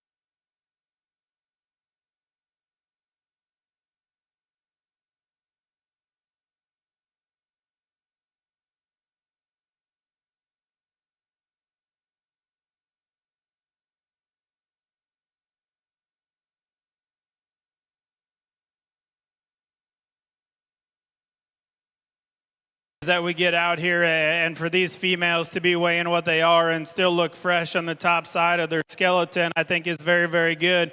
To me, there's one of them that is just the biggest in in her forearm and her ankle. Her bone work is very, very good. She just keeps out here and gets out and goes with comfort and ease. The young lady over there is going to have your class winner. I think it's just an ultra stout type of female that puts everything together in a very good, complete package. I do think that one, when you get on the top side of that one skeleton, she is the very best there in terms of pin set and width up high, and then carries that down low. She's got stout mug on her. If you want to get critical, you can maybe bust open her chest ever so slightly, but I think that's a very, very nice female. We get into two other ones here, and I think they're both very similar in their type and kind. To me, there's one of them that's just a little bit fresher in its overall appearance, the way that she looks, and I think she's just a touch wider from behind and gets out and goes. The young man over here to my left in the white is going to have your second in class. I would like to change this one at the ground, the way that she just, if we could just give that one a shot more ankle and bone there, or forearm, for everything that she has up high, as much that she has there. She's got great curvature to the center portion of her body. Like I said, we just need to stouten that one up maybe a little bit there in that one's front legs, excuse me. The young man's that comes in third is another one that's very good. All three of those gilts, if you want to be picky, you can maybe change the way they set down their front feet. This one maybe just gets a little plainer there for me on the top side of this one's skeleton compared to the two directly ahead of her. Now, I was saying that she's still got great curvature to the top side of her rib and shape up high. Her loin edge is still good. I just want to see a little bit more to that one for what she's holding down low, because I think that's a very, very good female. She's got a great look about her up front. She can still get out and motor with ease. Young man does a very nice job driving that female. The young man that comes out here next is one that maybe just got a little too round there in this one's hip placement, the way that she looks. I think she's tall about her look up front. She's good at the height of her shoulder. She's really good and busted open when she comes right at you. Like I said, if we could just change that and maybe fix that ham loin hook up a little bit, I think we could get that female up the line, because she's a stout, dense one, big hair on that one, and I think just a very, very nice female, the way that she balances from the side. The young lady's calico that comes out next, one that maybe gets just a tick plainer there in the front 1/3 of this one's body. If we could just stouten up that skull, she's still good and comfortable on her feet and legs. She wants to get out and drive and be a show gilt. Like I said, we just need to pretty that one up front a little bit to get her to move up any higher today. But again, that's a very stout featured type of female there. The young ladies that comes out next, if we could just pick this one up and just get this one to blend a little bit better there from the side, lengthen that hip ever so slightly and just make her a touch more comfortable on the ground when she directly drives away from you, I think we can move her up as well, because she does have some shape up high. She's got some length up front to her. She's got a big forearm working in her. I just need to change that hip length in her to get her to move up any higher today. The young lady's gilt that comes out next, another one that's really good about her profile and the way she wants to get out. She's got a huge back on the top side of her skeleton. She's busted open. For me, she just ran out of gas at the ground today compared to the ones directly ahead of her in class. The young lady's black one here that comes out, another one that there's been a lot of black gilts, and these gilts look good and they look shiny. Their skin and hair is good. She's just a no holes type of female, just a very fault-free type of female, I think. She maybe wants to just run downhill ever so slightly. If we could just pick that up a little bit and make her blend together just a little bit better from the side, I think we can move her up as well, because again, that's a very good female that's got a lot of things about her that a guy can take home and breed on. Just maybe not that it factor in that one today. Young lady's gilt that comes out next, another one. I love the back 2/3 of this one. She's got some shape up high. She's wide about her pins. She just gets too jammed up front for me today. Really good class. Give these young exhibitors a round of applause.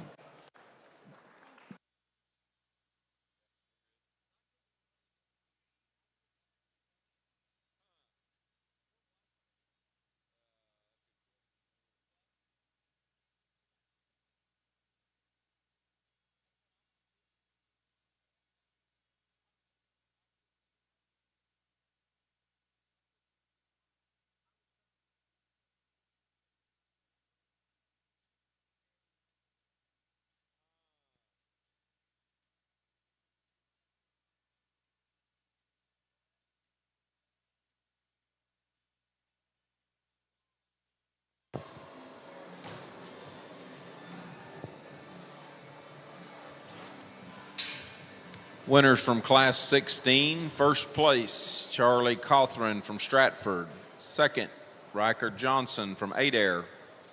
Third, Jose Padron from Wyandotte. Fourth, Carter Perry from Pond Creek Hunter. Fifth, Grace Davis from Warner. Sixth, Keely James from Oilton. Seventh, Allie Miner from Comanche. Eighth, Ava Peel from Fox. Ninth, Sadie Mallow from Walters. And 10th, Gunnar Wilson from Texoma. Charlie Cawthron wins the showmanship in Class 16 as well.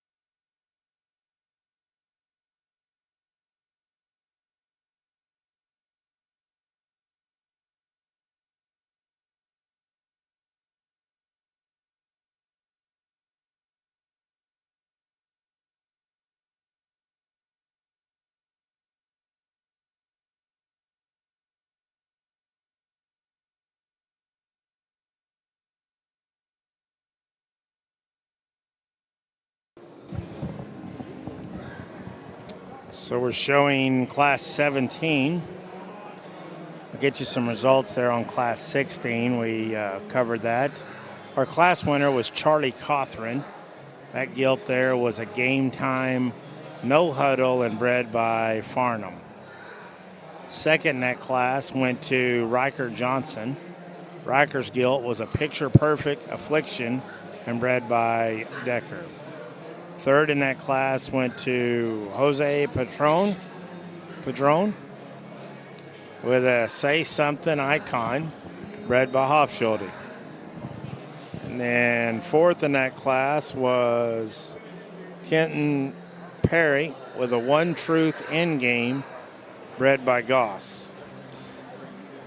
We're now showing in the middle of Class 17. We've got 10 or so of them pinned back over there, I think. This looks to be a really strong class from start to finish. So there's this class and one more than the last division, right? Yes, sir. Perfect. So earlier you asked me what time we may be finished tonight. What are your thoughts on that? Well, it is 4:20. Let's see. I'm thinking.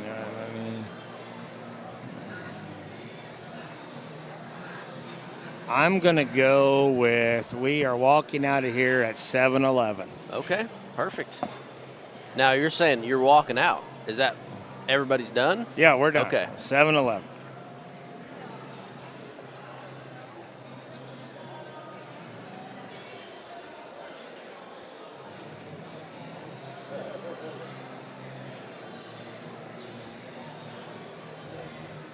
This ought to be a fun class to watch these 10 come out. Absolutely.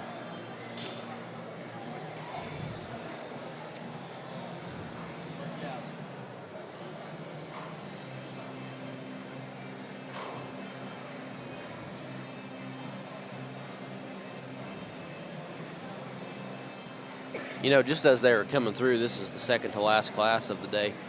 These hogs are still really fresh. Very and fresh. Youthful, and like they're you can't really tell much in terms of age here. You know, that polka dotted one right there, it's we talk about some of them boars that's had some longevity. That gilt there, that's a trick daddy. Oh, is that what that is? Yeah. It's fun to look at these sheets and see what everything is. Absolutely. Is that Heidi Smith? Yep. Yeah. That would be right. From all the way down there in Hollis, Oklahoma.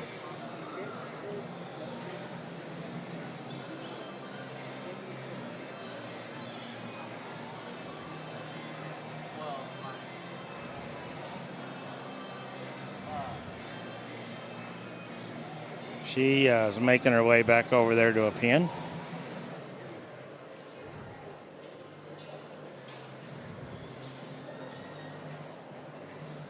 Looks like Hadley Cooper is going to go back to a pin as well. Another Ruthless No Filter.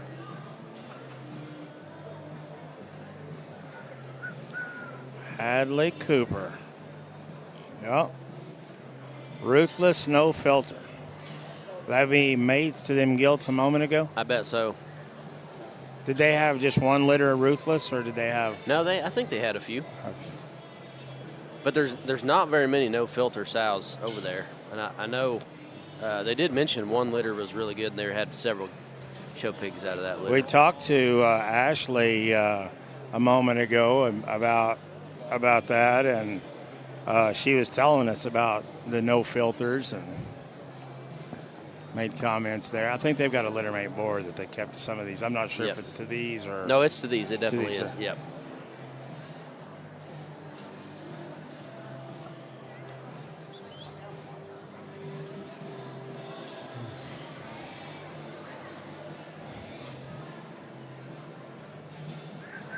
You know, the music's good today. It is really good. Yeah. Person can find something good in about every class. We still have music on that, or? Oh yeah. Okay. What's the gilt going in right now? That would be 53306. 067 last three. 533. That would be Kalen Camp with a say-so roll call from camp. Oh, that was the Gilt from. That was the Gilt that was at Coba. Yeah. Yeah. She was the Grand Gilt at Coba, Yeah. right? Yeah. That's right. I think that's neat. They home raised Gilt that they've been really successful That's with. right. Oh, yeah.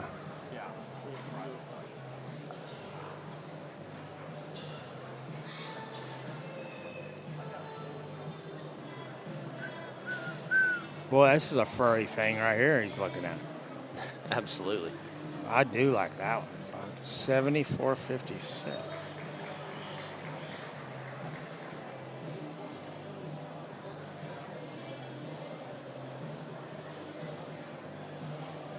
That is a Wide Awake, My Intention, and bred by Jennifer Livermore. They've been successful with Wide Awake recently. Yeah. So, question here, Todd. This Gilt, this guy in the blues got right here, she looks blue to me. Yeah.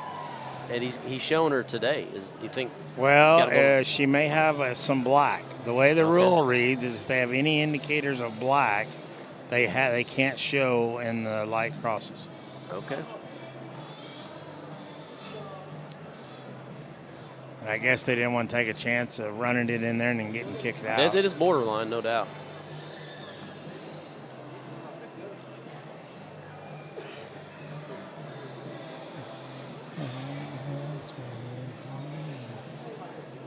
Looks like the winner's Gilt going into a pin.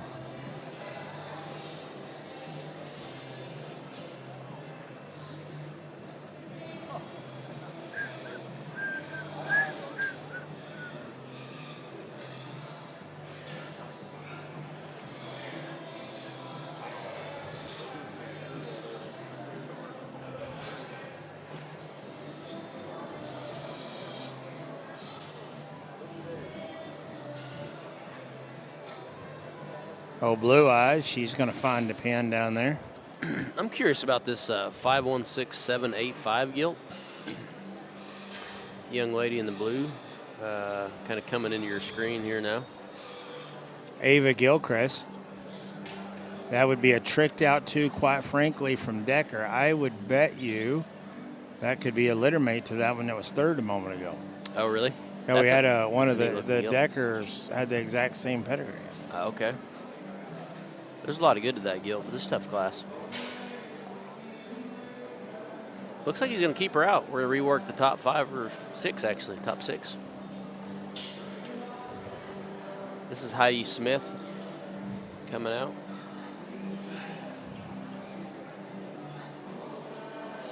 I believe that's the Trick Daddy Gilt, right? Yes, Trick Daddy from Team Sloan. Hadley Cooper. This is a Ruthless, no filter, raised by Cooper and Flash.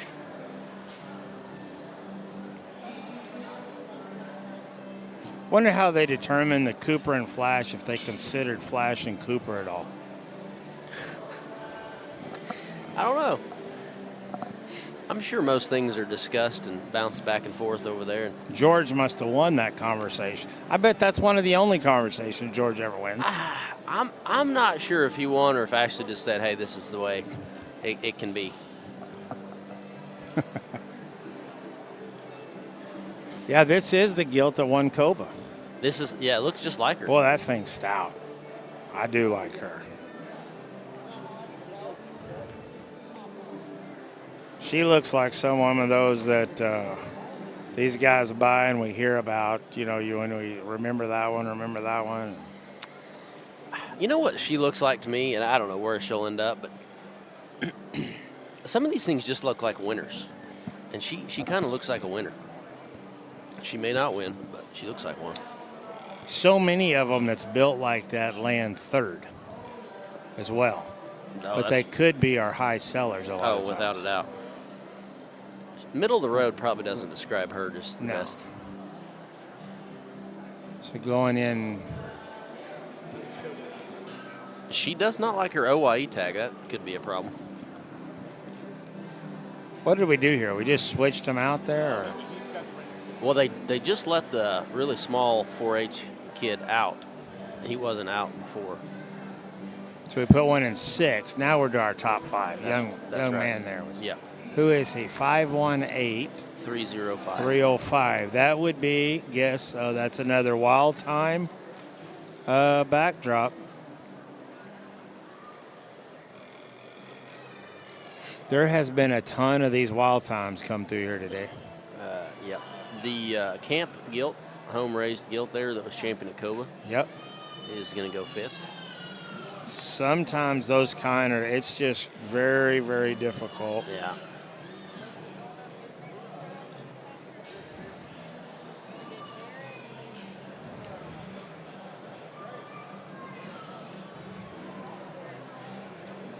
I think he'll be glad he let this Wild Time Gilt out after a while. She's pretty nice.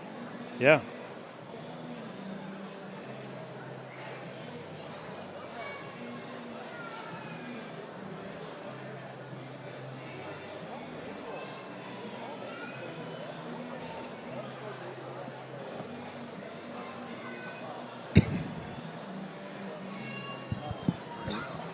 The young man driving that Wild Time Gilt in the 4-H jacket, I'm going to bet he can win junior showmanship. He is doing a very, very good job. I mean, I don't know how old, he's not that big, but he is doing awesome. He's got his chain hanging out there and everything. Heidi went in 4th. Is that right? That's right. The Trick Daddy from Sloan.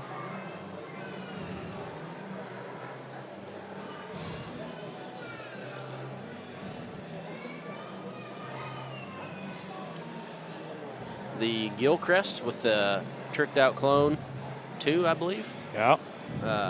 Is 3rd.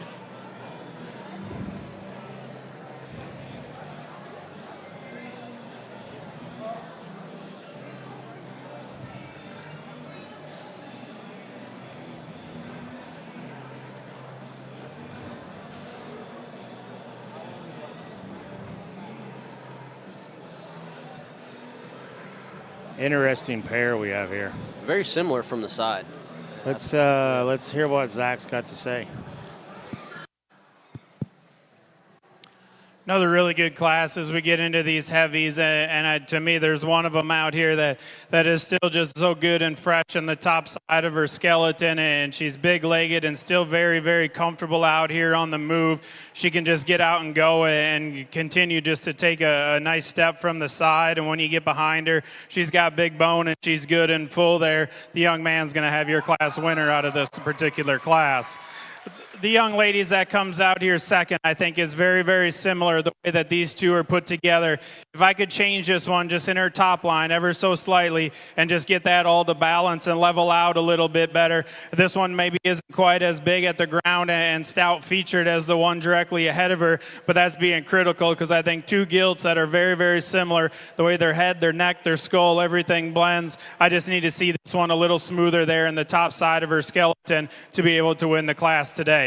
The young ladies that comes out here in third is one that just kept working its way up. She's good in her build and her proportions from the side is good. She's got a great chest coming at you. To me, she maybe just ran out of horsepower there when you get directly behind her and then on the top side of her skeleton. But I think that's a very nice female. Maybe just take just a touch of cheek away. Again, that's being critical. I think that's a very good, complete type of female that you can breed a lot of different boars to and continue to have success down the road. The young ladies here that comes out is one that I loved when it came directly at you in class or when she first came out of the gate. The more you study her, I think she maybe just wants to get a little too round there off of both ends of her skeleton. She's so good the way that she sets and plants from behind. To me, she just gets a little too jammed up front in her front 1/3 there. If we could just lengthen that out a little bit, because that's a very sharp looking gilt. She's got a lot of density to her. She's got a big back in her. Like I said, she just maybe wants to get just a tick rounder there on both ends of her skeleton.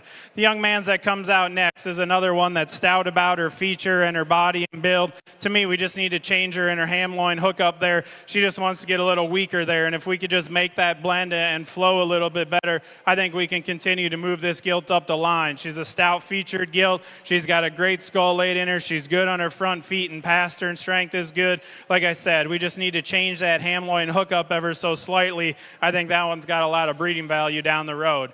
The young lady's black-headed gilt that comes out next is one that is just so stout all over. Her bone work, her footwork, her skull, all the way from her nose back to her tail is stout. To me, she just wanted to get a little too round there in her hip, the way that that one lays in her. If we could just lengthen that hip ever so slightly, I think this one could be a game changer and move up the line because she's got so much stoutness to her. She's good and pliable there in the center portion of her body. She's wide pinned on the top side of her skeleton.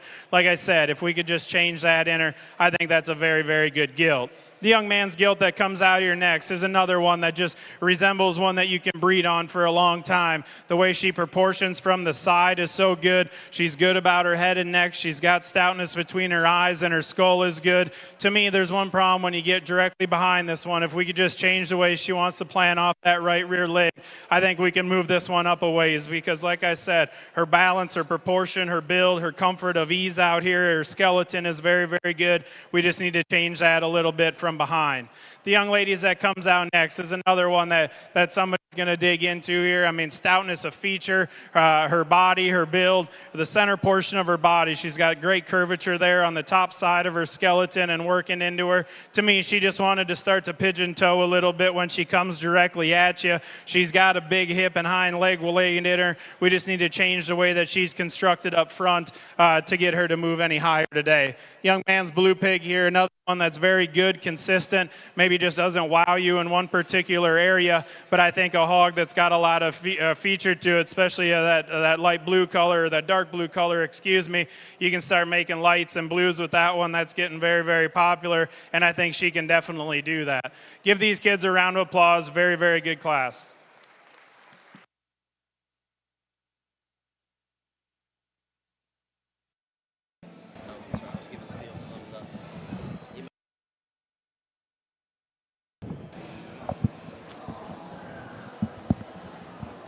Well, it's winding up just about like we always thought that it would and will. You continuously just see them run through and keep coming. They keep coming and they keep coming. We're finally there. We've made it to Class 18, Brock.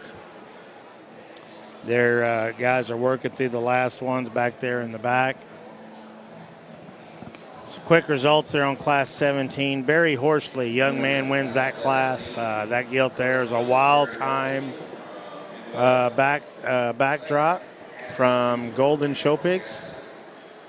Hadley Cooper stands second with a ruthless no filter from Cooper Flash. Third was Ava Gilchrist with a trick two, quite frankly, from Decker. Fourth in that class was Heidi Smith with her trick daddy from Sloan. And fifth, Kylan Kemp with that Say So roll call gilt, bred by Kemp, that won Coba. I think that'll be an interesting class to watch as we get to the sale next week, just to see kind of where they end up and how they sell. Not only how they sell, but just the alignment of appreciation, because there's so many different breeders that's going to find different qualities and what they can do with those and how you can breed them. I think when you get into, when you go 5, 6, 7 deep in a few of those classes like there, continuously we talk about the fact there's gilts that don't need to win classes and gilts that can't win shows, but still yet be the ones that offer the most breeding value. And I think that's what you have to look at, and particularly in a class like that right there. Yeah.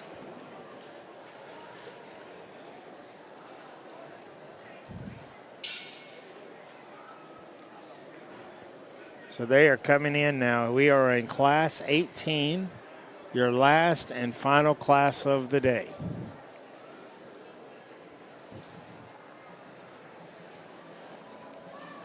And then the fun begins.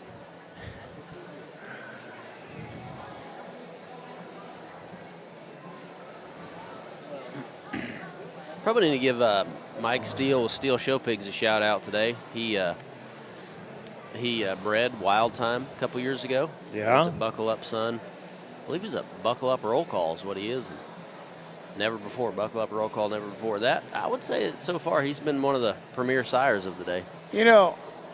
We'd say, oh, yeah, there's no doubt. Yeah. We've said that boar's name more than any one boar all day. It's on repeat, yep. As as good as we can say about Mike Steele there on that ability today, equally I'm a little disappointed because if you remember a year ago, we talked about his fashion every day.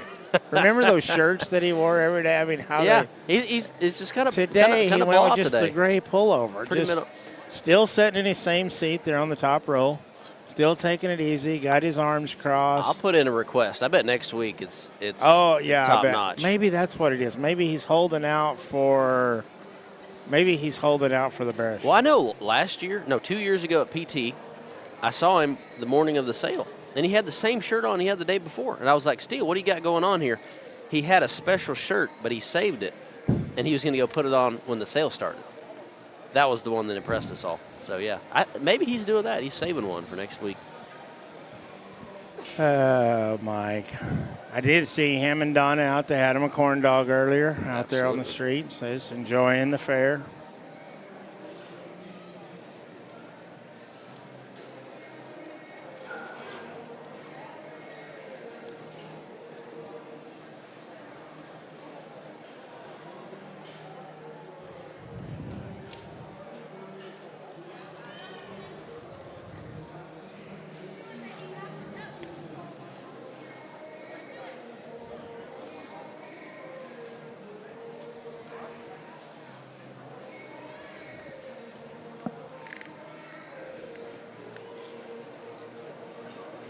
We've only got one pin so far. That's a Southwest Unlimited Gilt. No, there's two pinned?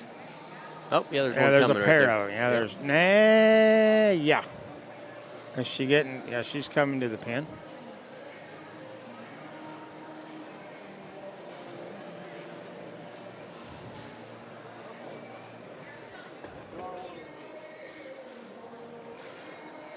So Keplinger has worked through them all back there today.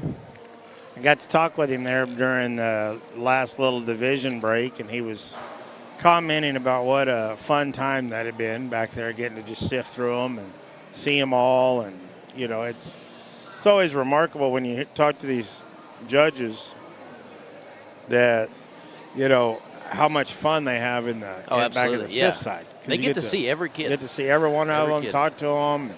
It's kind of a daunting task when you think about it. I mean, you have to 100%. be on point every time, and that's a big decision. Kind of makes or breaks the year for some folks. Now, tomorrow we will actually flip the scripts. Okay. So Keplinger will be up here during the light crosses. Do we have any info on the light crosses? How many classes we have or anything You know, yet or I anything? do not. Okay. I'll see if I can contact someone that can help us.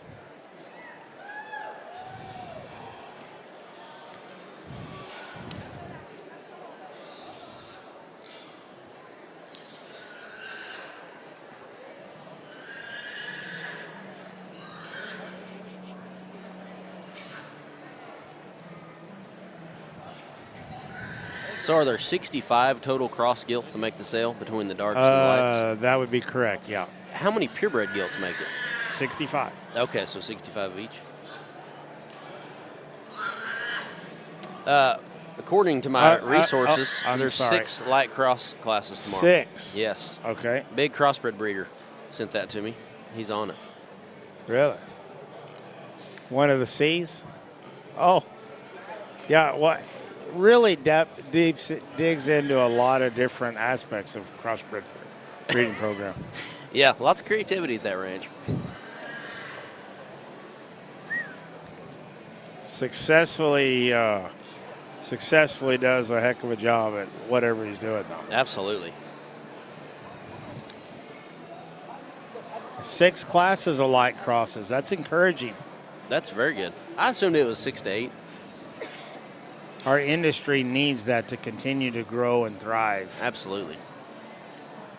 And I think it's getting better as far as, like, from our side, just as a breeder. Yep. You know, a lot of times you try to make light crosses, and they just come out as dark. Oh, I as like darks. this one. I like this one. Look in. Oh, absolutely. This is what we're looking for. Put it in a pin. He's studying her hind leg. Oh.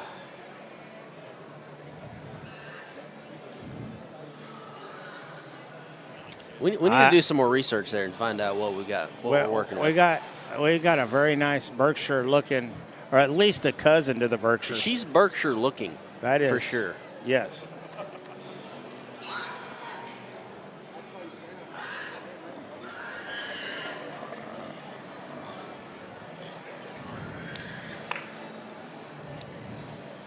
I don't know if I see Berkshire on the pedigree. Oh, yeah. Okay. An OG top shelf bred by 4C. Makes sense. She gets really close to classifying.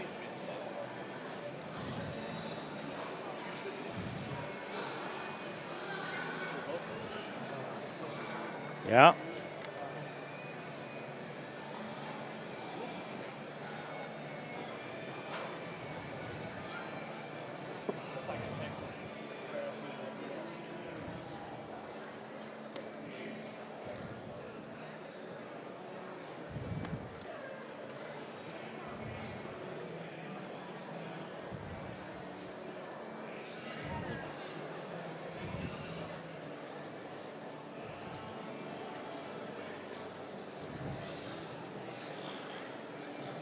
Oh, my.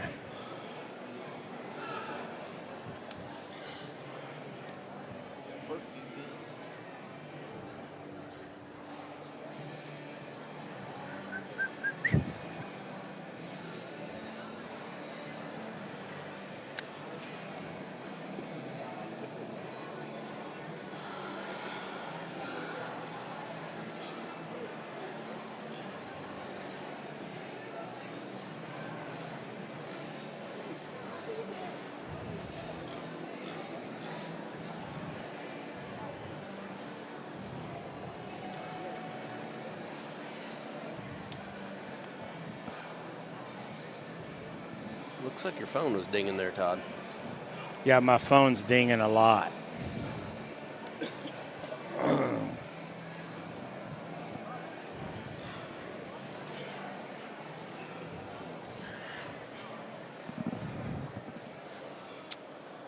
There's one of Radar's kids coming in there. I think his name is that Bryson? I get him too confused a little bit.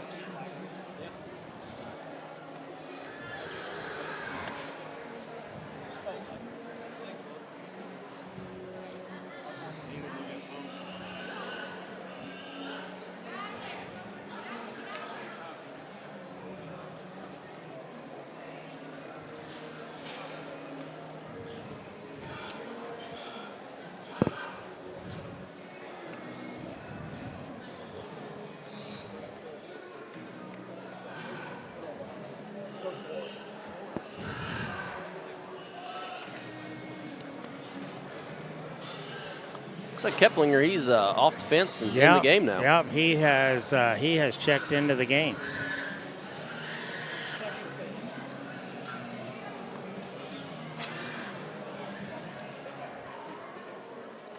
You think you need to, or we should explain how the SIF judge system works here? Sure, probably go ahead and jump into that. Well, for those that may be curious about that, as you see here on the Walton webcast, Schwecke, he's been up top here all day sorting what Keplinger sends him. So there's a ring in the back. All the show pigs will come through there, and Keplinger has to make a decision whether he sifts them or sends them up the hill here to the big ring. So it's a big decision. The ones that he sifts actually don't come all the way up, but Schwecke will go back and double check and run through all the sift pin gilts to make sure they haven't missed anything, and then he'll come back up here and sort the upper end. So it can be a tough job to make that decision back there throughout the day.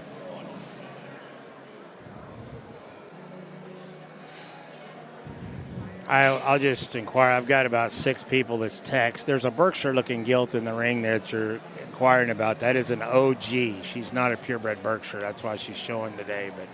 But she was just a crossbred gilt for those of you that's wanting to know. I couldn't get everybody text back or quick enough.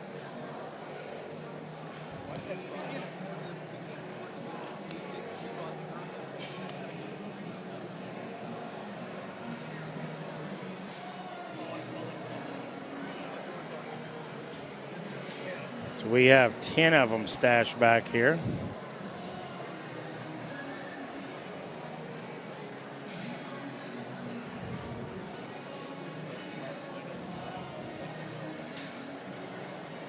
Yes, sir. We go to bed tonight. We will know everything we want to know about the dart crosses. Hopefully.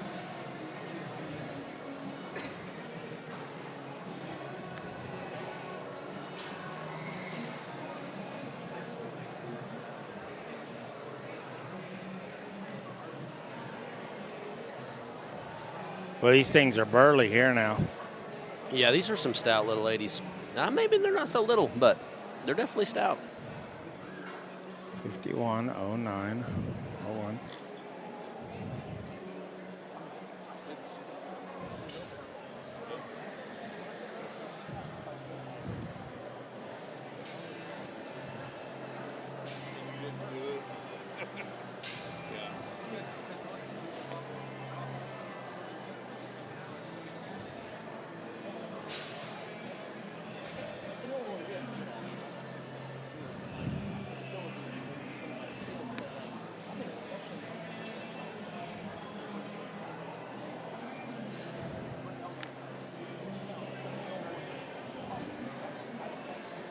Remind everybody that has regular gilts that show starting tomorrow, those cards are due, or entries are due by 6 p.m. this evening. So we're going to start showing yours tomorrow afternoon, and those cards are due today at 6.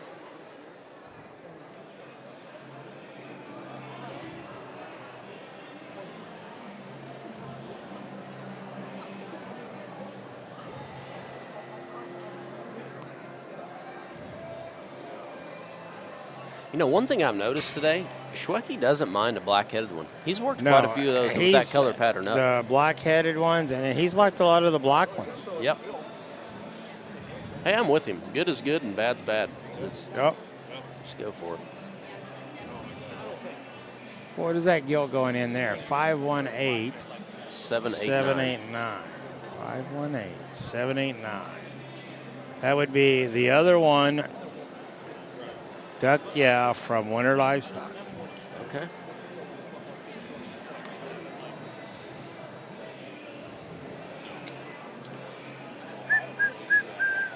The names of that ranch crack me up. There's a lot of purpose behind them. Yeah, yeah. Do you think is Tanner naming all them, or what input does Sam have there? I don't know. I guess the real question's which one came up with the Duck Yeah? I'm going to go with Tanner. I'm going to go out of limb and say Tanner did that. I would say so.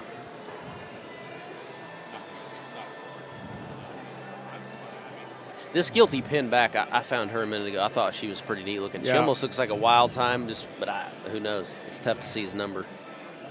Yeah, he's kind of hit his number there.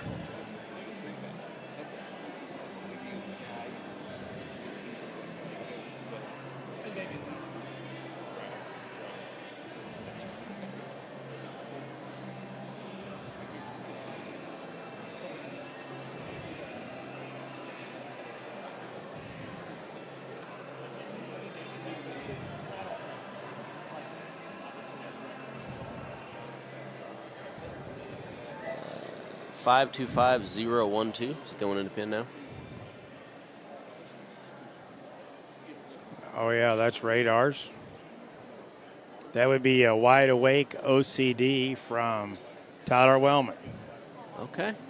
I've noticed recently, I think Wellman, maybe that's Tyler, has had an online sale. Those holes look nice. Oh, he does a good job. Does a good job.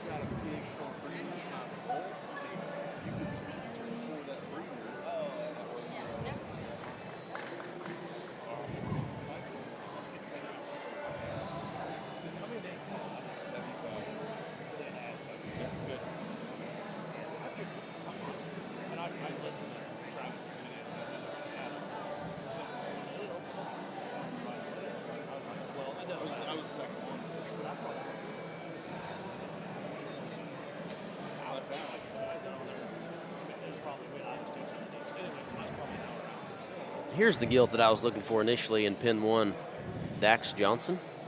She's a heavy hitter, no stranger. Came from JD. Yeah, she's The kid in the yellow shirt. Oh, yeah. One. Yep. a heavy hitter. She's gotten along all year. She's had a very successful jackpot season. Speaking of another board, heavy hitter, just consistent. You can't go to a show you don't hear his name. I think that's one of those boars that breeds really consistent every time. You really know what to breed him to, and the pigs have fed really well. It's the great part of longevity of being able to stay in the Right. in the industry. As after you get a crop or two, that people figure it out, you know how to breed, and Yeah. just keep doing it. 100%. It's hard to stay disciplined sometimes, though. The new thing is exciting, but Oh yeah, everybody wants whatever's new and fresh.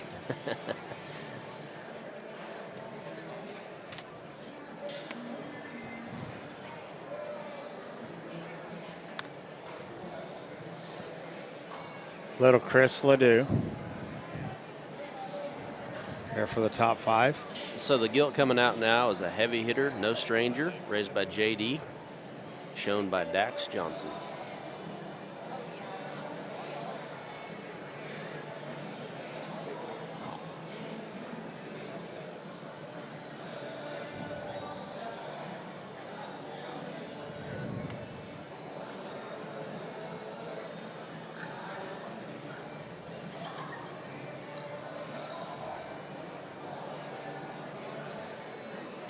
That black-headed Gilt's got some unique pieces. She does.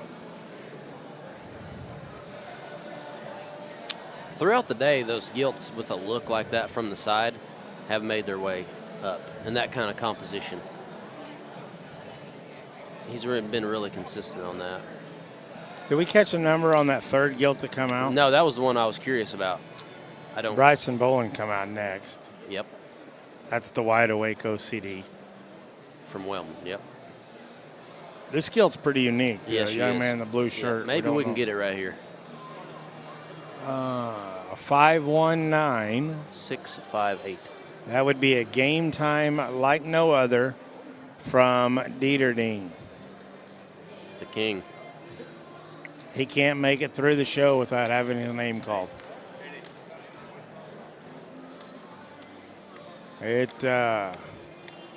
Like no other. Is that what you said? Yeah, that would be that would be on the mother's side. Okay. Like no other. I think that was the Brockman boar. Could be.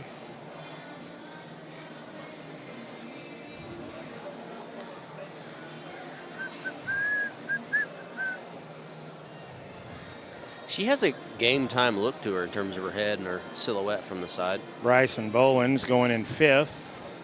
Is Wide Awake. OCD from Wellman.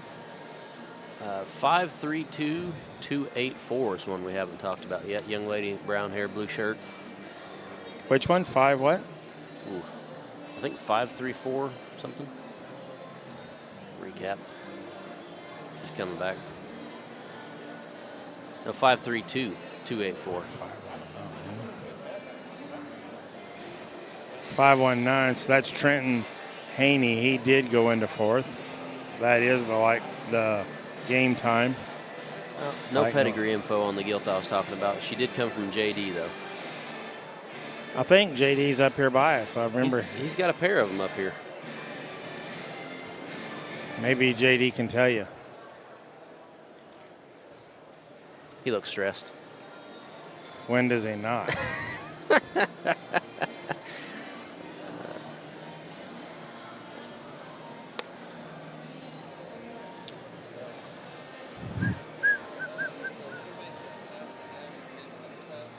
Past The other one.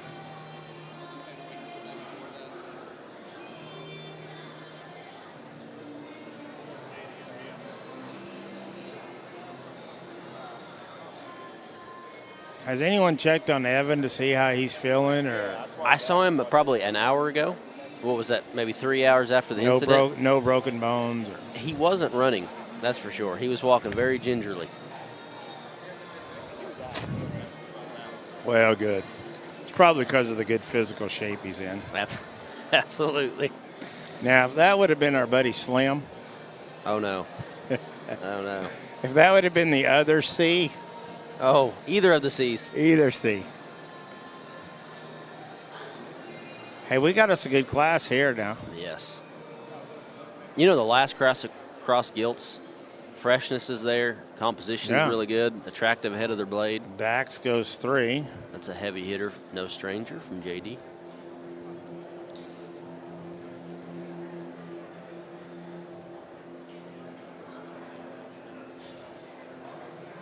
The young lady is she's got a JD pig.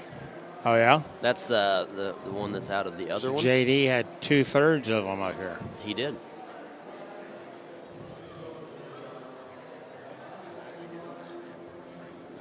That's what she is. That's what the gilt is, yeah. Kinsey Crosser is our showman.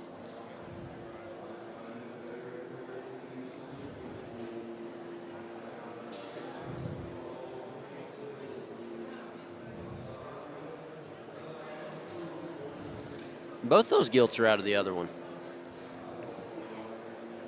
The black-headed one is the Yeah, the they're other both one, sired by the same bar. duck, yeah, from Winter. Here we go. It's been a really fun day out here, and the kids have been great to work with. And the pair that we have out here, there's obviously some subtle differences when you look at these two. There's one that's a little better looking up front, but maybe not secure or quite as secure from behind. And then there's one that's a little stouter, fronted and mugged, but then I think just a little more secure the way she wants to get out and go. The young lady to my right here is going to have your class winner.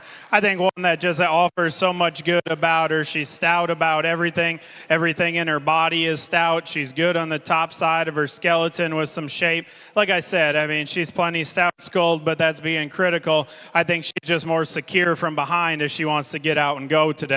The young man's black-headed and spotted up on here, I think, is so good. The front 2/3 of this hog, the way that she puts herself together and balances up. To me, she maybe just wants to get just a touch rounder there in her hip, and then when you get directly behind her is where it concerns me a little bit. If she just wants to set on the outside of that wall just a little too far for me today, again, that's being very, very critical on a gilt that offers a lot of great things about her. I think a very nice gilt to go in there. Young man's belter, thin belted gilt that comes out next. Another real stout featured type of female. To me, the longer the drive wore on, she just wanted to get a little straighter there in her shoulder. If we could just set that back in her and make her just a little more comfortable and give her a little more slope there to her knee, I think we could have a class winner here because she's still so good and comfortable on the when you get right behind her as she gets out and goes. She's got a big back. She's dense and burly. Like I said, we just got to change that skeleton in her a little bit, change that front knee. The young man that comes out here next, another one that's good about her look up front, proportions good, body and build is very good. Well, she just maybe ran out of gas a little bit compared to the ones directly ahead of her. Maybe if we could just tie her different there in that ham-loin junction a little bit and just strengthen her in her top line, I think we can move that gilt up as well. She's got a great look about the front 1/3 of her body. She's good in her forearm. Her feet and toes are good. Like I said, just change that top line and skeleton there. I think we can move that one up. Young man's gilt that comes out next, another long-bodied type of female. She's got good look up front and her skeleton's good. To me, when you get right behind her, I don't know if she has just quite as much as the ones directly ahead of her in class, but that's being critical. I think she's one that kind of looks like a sow to me today. You know, you take home and breed her to something a little shorter bodied. She's just a very good, complete type of female. Maybe just doesn't have that extra that it takes to get up any higher in this class today. The young lady's gilt that comes out next is the one that's super stout all over. To me, she just got a little too jammed up there in her front 1/3 of her body. If we could just lengthen that head and neck out of her ever so slightly, maybe give her just a different head shape and skull, but she's ultra big in her forearm. Her foot and bone is good. She still gets out and tracks, I think, out here with comfort and ease. To me, she just doesn't balance up as stout featured as she is up front. Just looks a little more bory to me today to get her up any higher. Young man's gilt that comes out next, another really big top type of female, got a huge square top laid in this one. She just kind of ran out of gas and maybe not quite as comfortable at the ground today as some of the other ones ahead of her. If we could just get that one to get out and go and drive a little bit better with some more comfort and ease, I think we can move her up as well. Another really good class. Give these young exhibitors a round of applause.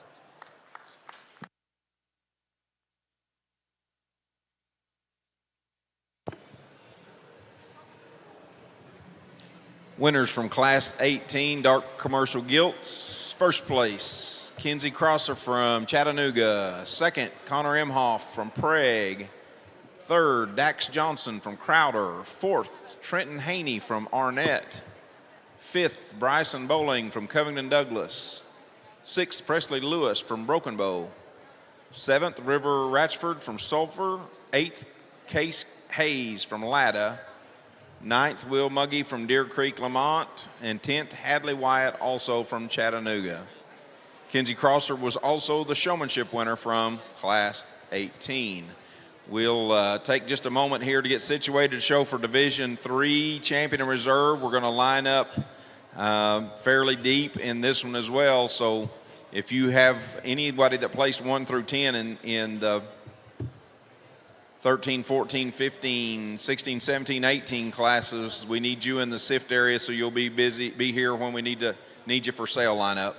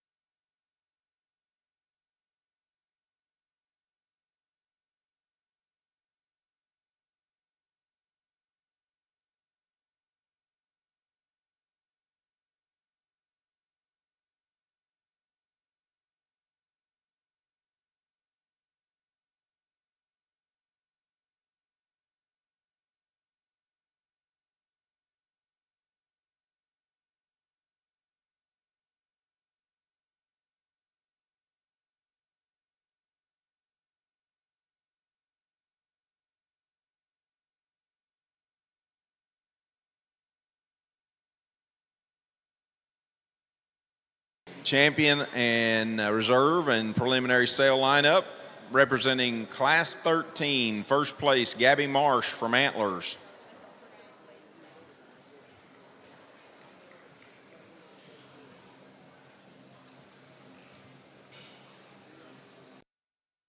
Our Division III champion here, we go with Gabby Marsh. That gilt would be a saddle up, no stranger, and bred by Ham. Ham's had a really good show today. Both the ones he's traded and raised, they've really done well. Class 14 winner is Holden Winter. Holden's gilt is a Glory Days, quite frankly, bred by Team Sloan. So Glory Days, quite frankly, is that what you said? Yeah. Is Glory Days out of quite frankly? Or am I off there? Sounds right. Sounds right. Class 15 winner is Kylan Barton. That would be a Wild Time Timber.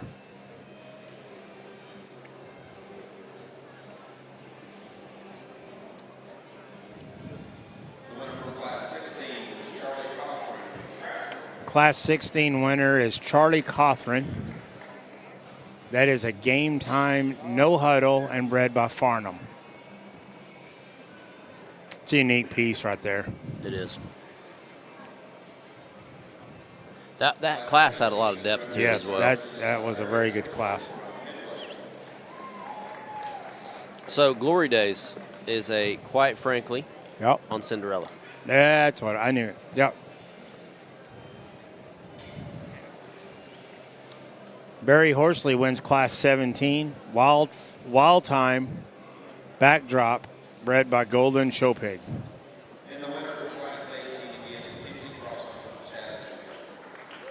And then winning our last class of the day, Kenzie Crosser. That's the pig from JD. I have the pedigree. Then you've got the pedigree. She is the other one, Anchorman, Kingpin, Hold My Beer 71, Red 7, and JD keeps going on and on if you're worried about 6, 7 generations down. Red 7. Red 7. That's where we need to stop. We got the Red 7 in there. Goes all the way to Black Attack back in those days. Really? Yes. Sounds like to me he's taking out frustration and he's just typing. He doesn't get frustrated. Oh. Very good division here. I mean, there's 18 classes today. His crew, I know, have won 2, at the very least. That's not bad. That's a pretty good day. Pretty good day. Here at the Oklahoma Youth Expo. Yeah.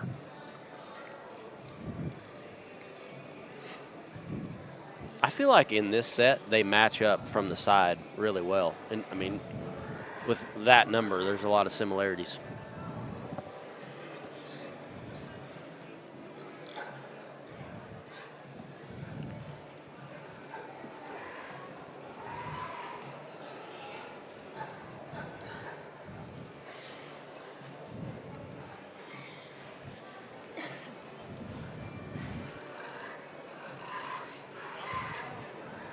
Todd, do you have any idea, this young lady in the blue in the far right over here, which class did she win? Was that the first one? Yeah, Gabby Marsh. Okay. Saddle up, no stranger from Ham. Okay. She's fresh and ready to rumble. Looks like she got water in her ear. Yeah, she's not loving that situation there.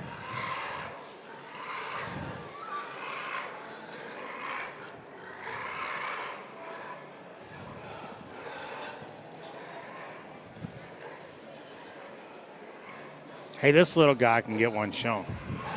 Oh, the wee little guy over there. Yeah. He's awesome. That's the guy I was saying that win all the junior showmanships. Yeah. And he has a chain. I think that's cool. Oh, I didn't see that. Yeah, oh yeah.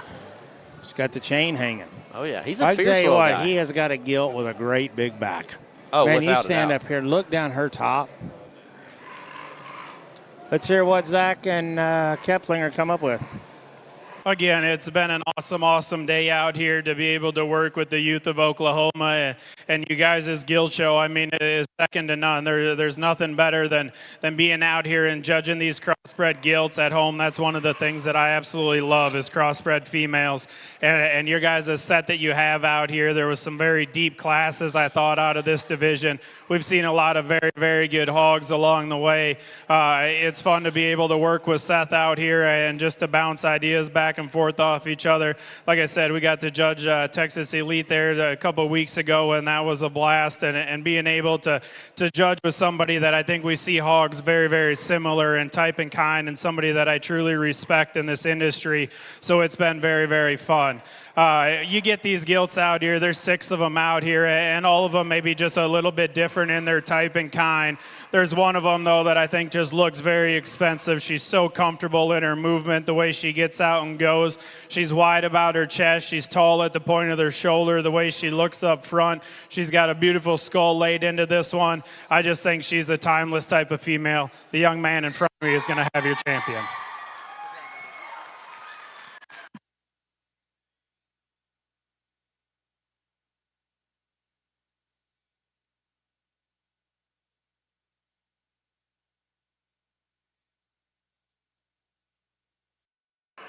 There you go. We have the champion, class 17, Barry Horsley. That is a wild time backdrop bred by Golden Show Pigs. That's awesome. That's real good right there. Those guys are really excited going down the ramp there. Oh, yeah. That's neat to see. Got him a big fan club, don't he? I'd be Young man curious did a to- great job. I would be curious to know how many years he's been here at the Oklahoma Youth Expo. This could be the first one. That class, and this was a gilt too, that's just so good about the way she looks up high. Like I said, she maybe just didn't have quite the feature as the one directly ahead of her, and maybe just that top line's off ever so slightly. I think there's another one out here, though, that looks like a fun one to breed, and I'm guessing in one generation you can make a boar or barrels, whatever you want to do with it.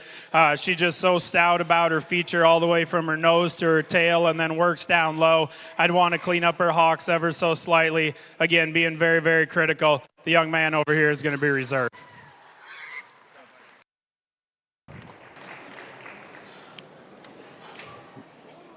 Reserve there goes to Holden Winters. Holden's Gilt is a Glory Days, quite frankly, bred by Team Sloan. That lets Addison Thompson come in with her snapback. That's her Gilt from True. Didn't take him long. He grabbed them. This will be the last time that you guys got to hear me on the mic, and guys that know me obviously know I don't love just sitting on a microphone and talking, but I do like talking hogs and just visiting with people about them. To me and Seth, there's another one that we both are fully in agreement that comes out here and just is very similar to the two that were directly ahead of her. She's tall about her shoulder. She's good looking up front. She's comfortable in her movement. The young lady is second in that class, will be third overall.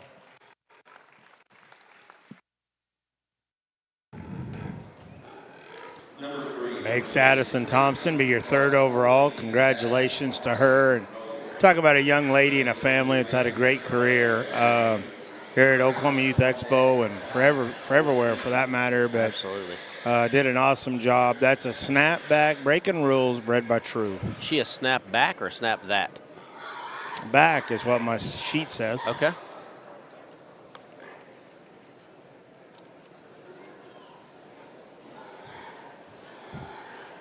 Is that something we should double check? No, snap back is what I've got here as well. Huh? But there's two different boards. Right. It's a little confusing, so yep.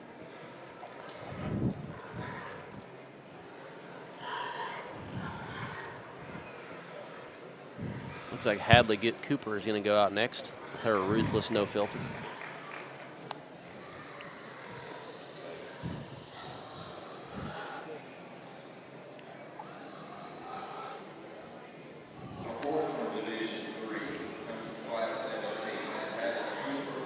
This is a Gilt that really struck me favorably coming in right here. Yeah, big old white. Look how clean chested that thing is. She's clean everywhere. Her composition for a monster like this is really impressive to me.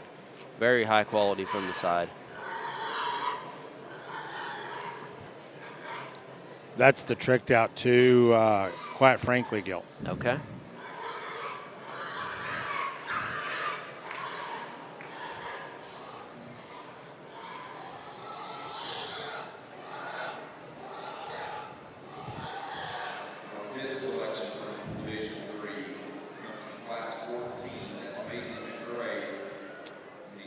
Macy McRae was the next selection. That's another Wild Time Hero bred by Gary Todd.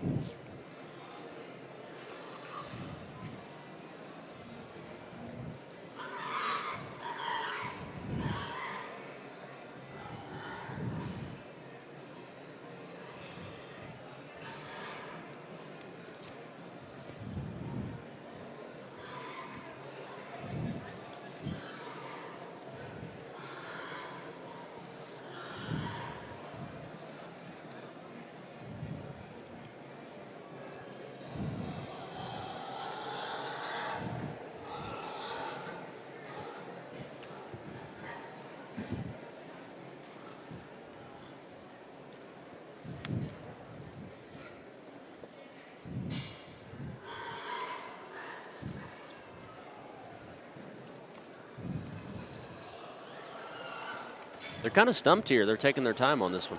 Where are we at? 6 or 7 in? 8? 6.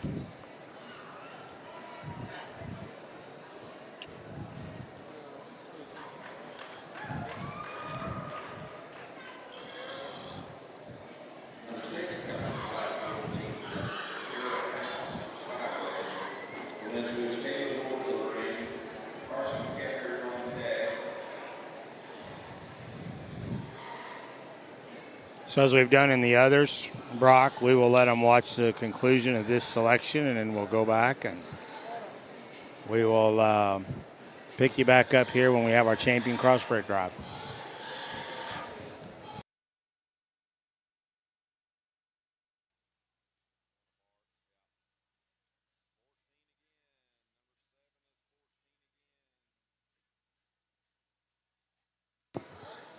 Our 7th selection comes from Class 14. That's Caleb Dorr from Wagner. We need Carson Kettner from Central High in the ring.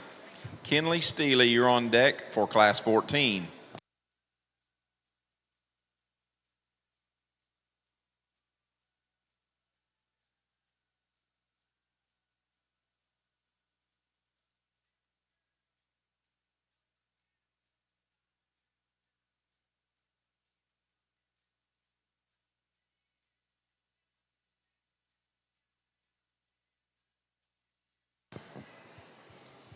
Kenley Steely, you're on deck for Class 14. We need you in the sift area.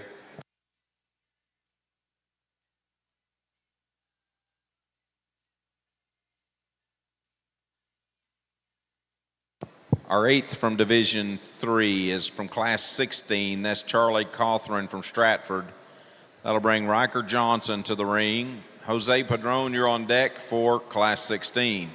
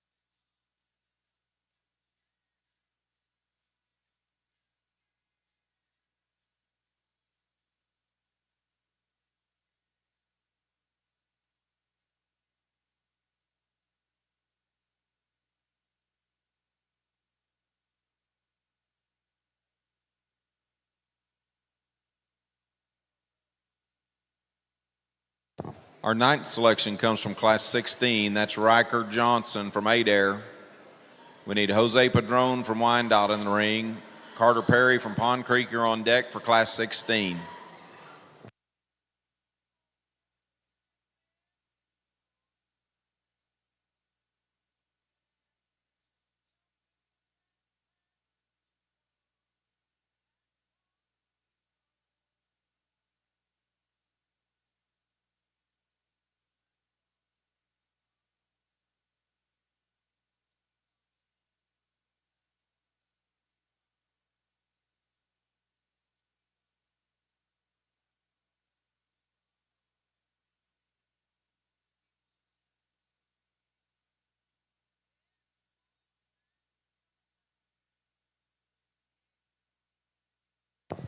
Our 10th place from Division 3 comes from Class 14. That's Carson Kettner from Central High.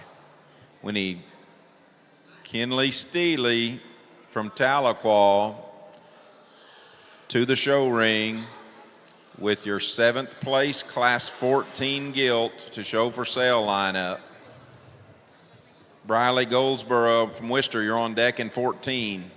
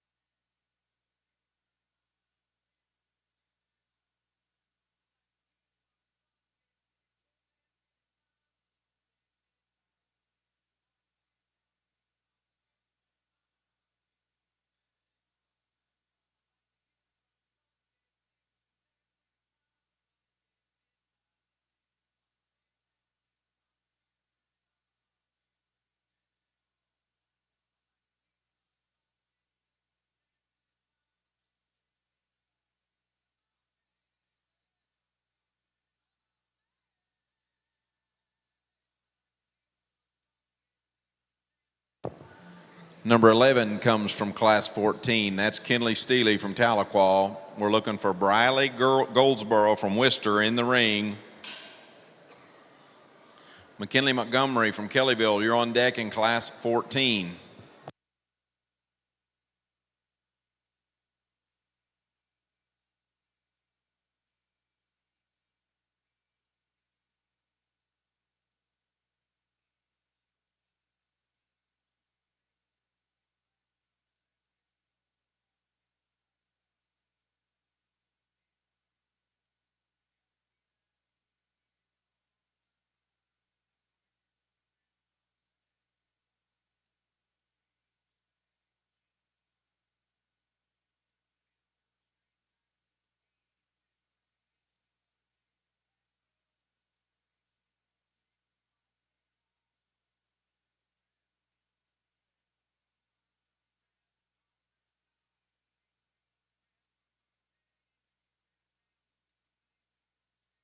Number 12 comes from Class 17. That's Ava Gilcrease from Turner. We need Heidi Smith in the ring. Kylan Camp, you are on deck in Class 17.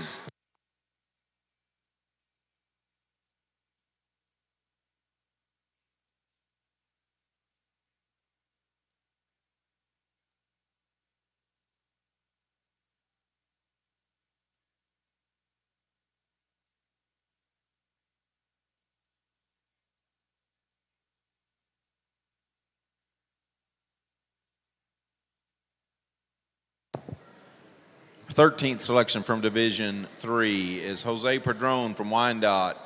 We need Carter Perry in the ring. Grace Davis, you're on deck for Class 16.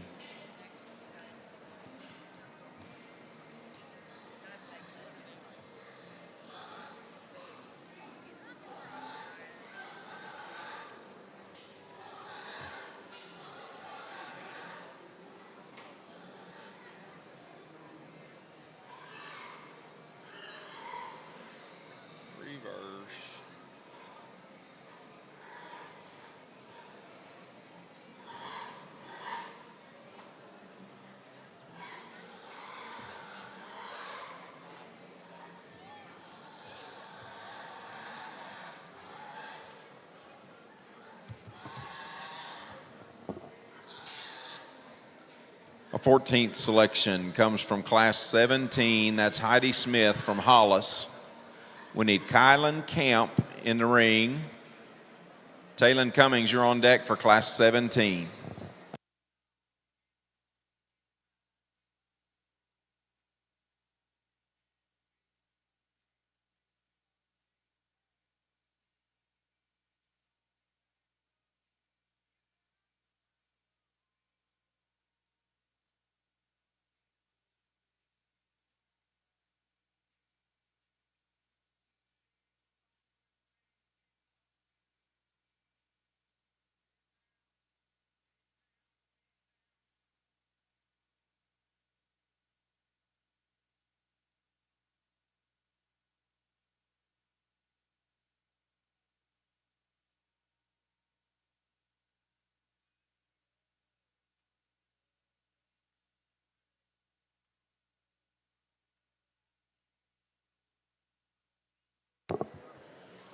Fifteenth selection comes from Class 16. That's Carter Perry from Pond Creek Hunter.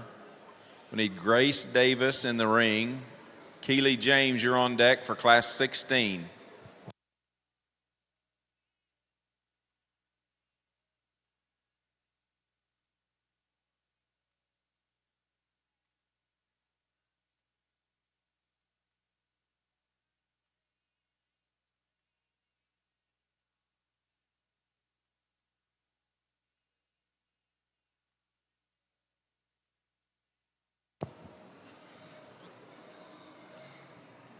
Number 16 comes from Class 17.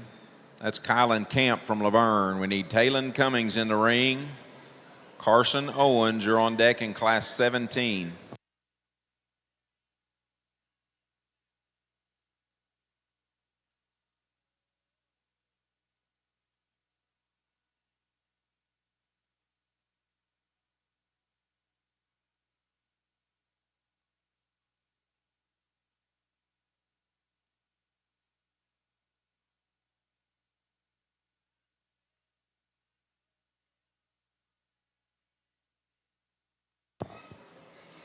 Our 17th selection from Division III is Kenzie Crosser from Chattanooga. That's Class 18. We need Connor Imhoff in the ring. Dax Johnson, you're on deck in Class 18.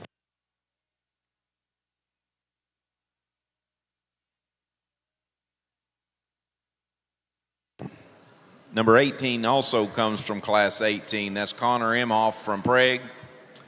We'll have Dax Johnson in the ring, and Trenton Haney, you're on deck for Class 18.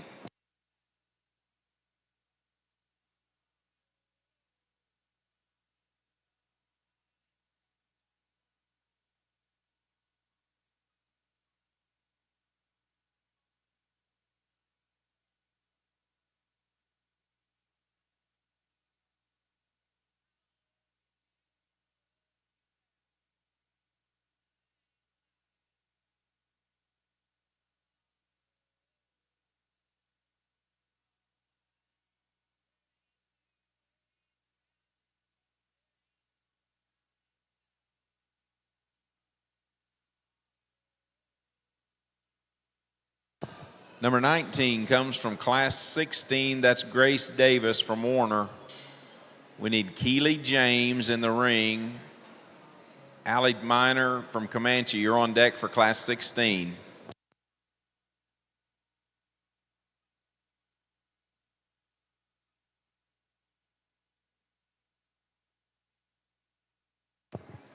Our 20th selection from Division III comes from Class 18. That's Dax Johnson. We need Trenton Haney in the ring. Bryson Bowling from Covington, you're on deck in Class 18.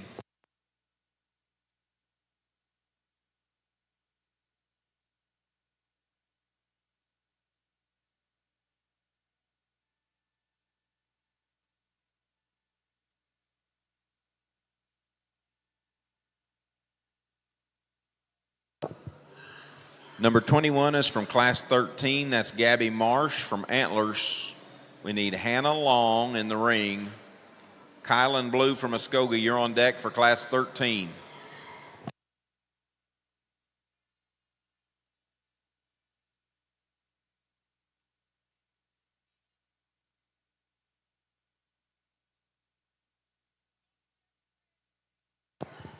Number 22 also comes from Class 13. That's Hannah Long from Dibble. We need Kylan Blue in the ring. Slayton Holloway from Woodland, you're on deck in Class 13.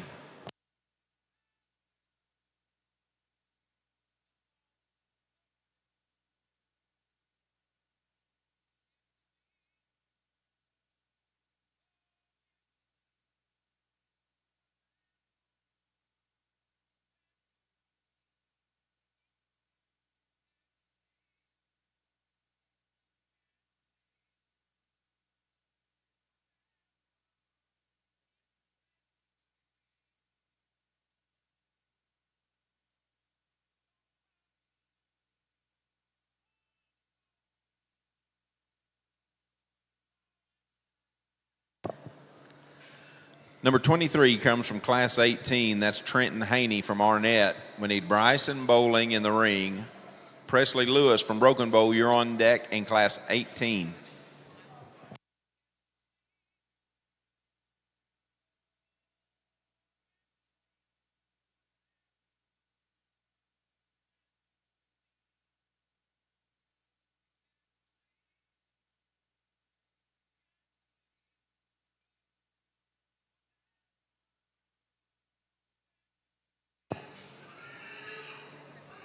Number 24 comes from Class 14.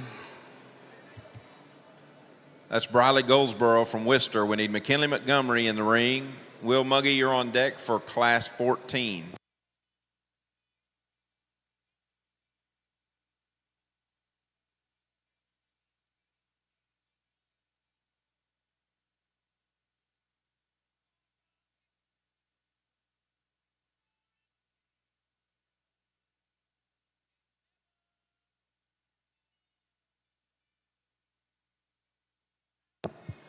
Number 25 comes from Class 15. That's Kylan Barton from Wagner. We need Brigham Bunt, In the ring, Kinsley Devours from Cash, you're on deck in Class 15.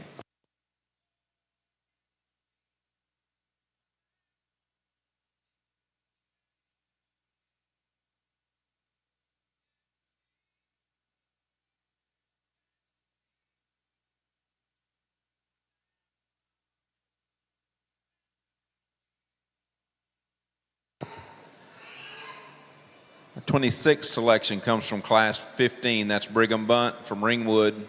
We need Kinsley Devours from Cash in the ring. Jackson Betty from Haskell, you're on deck for Class 15.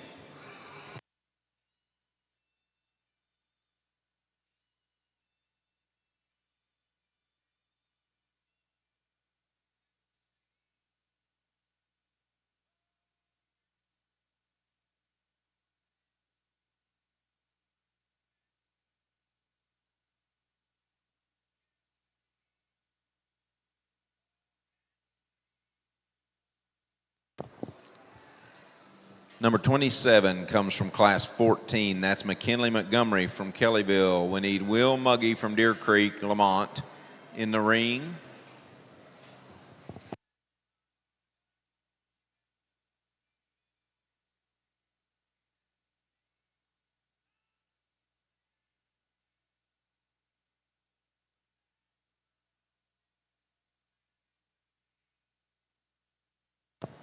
Number 28 comes from Class 15. That's Kinsley Devours from Cash. We need Jackson Betty from Haskell in the ring. Jackson Bowe, you're on deck for 15.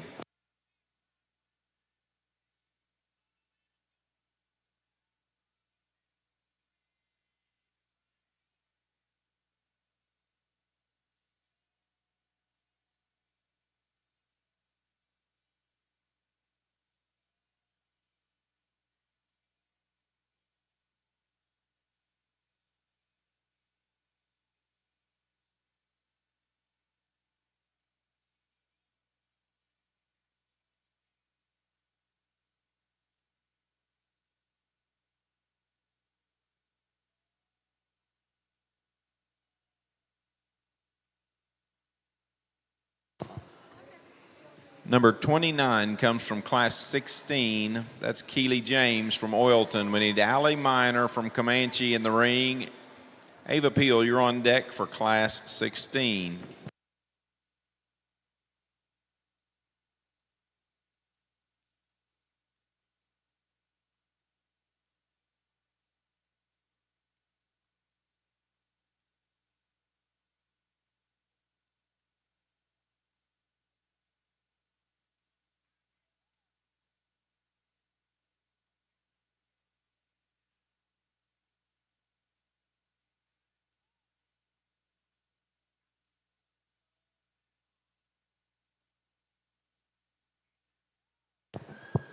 Our 30th and final selection from Division III comes from Class 18. That's Bryson Bowling from Covington Douglas. Congratulations to our Division III winners. If we can get the SIFT area cleared, we need our division. If you got a green card in one of the 3 division lineups, we need you back to the SIFT area so that we can sort out the Dark Cross overall sale lineup. We'll be going 1 through 60 in this, so we'll need everybody back.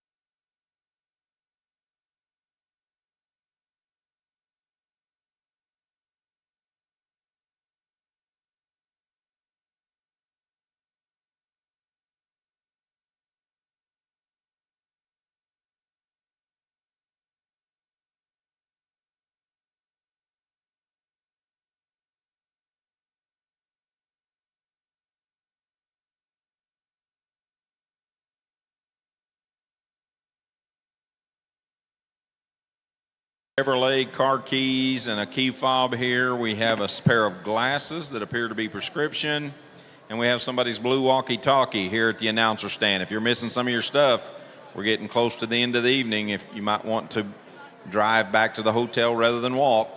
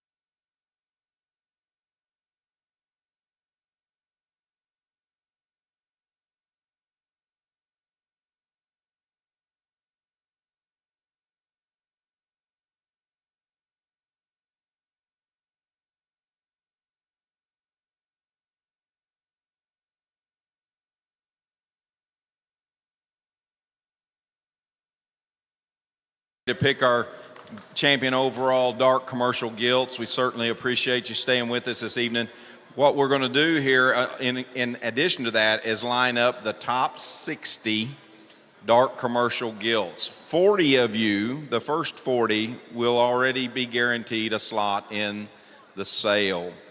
The bottom 20 will come back tomorrow at the end of the light commercial gilt show and show against the bottom 10 of the light commercial sale order for the final 20 slots in the sale order. Does that make any sense to anybody in the building? But we're going to line up 60, starting with our champion, our overall grand and reserve dark commercial gilt, and then line up 60 so that we can incorporate that into overall sale order for the Night of a Million Stars sale.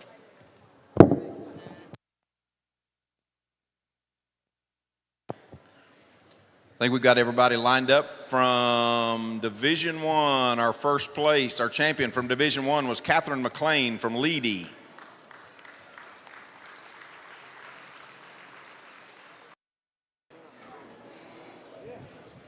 We're ready.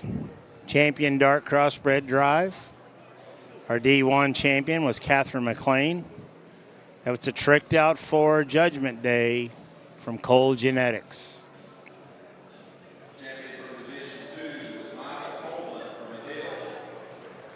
Our champion out of Division II is Mila Coleman.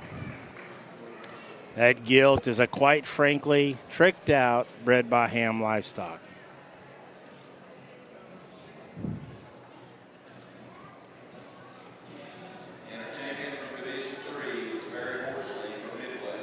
The young man that wins the Division III is Barry Horsley, a wild time backdrop bred by Golden Show Pigs. That's an impressive set of gilts. Very impressive set when you bring those three back.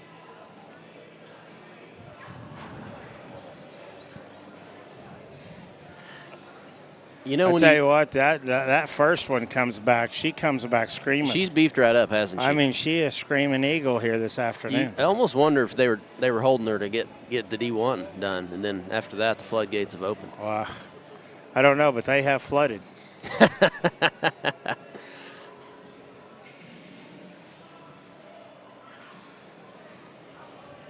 We've got three very, very nice gilts there. They represent a real similar type, and they've really stuck to that. Good looking from the side, compositionally genuine. Very correct in terms of feet and legs. These things are bold. They've got great back shape, too. Absolutely, yes.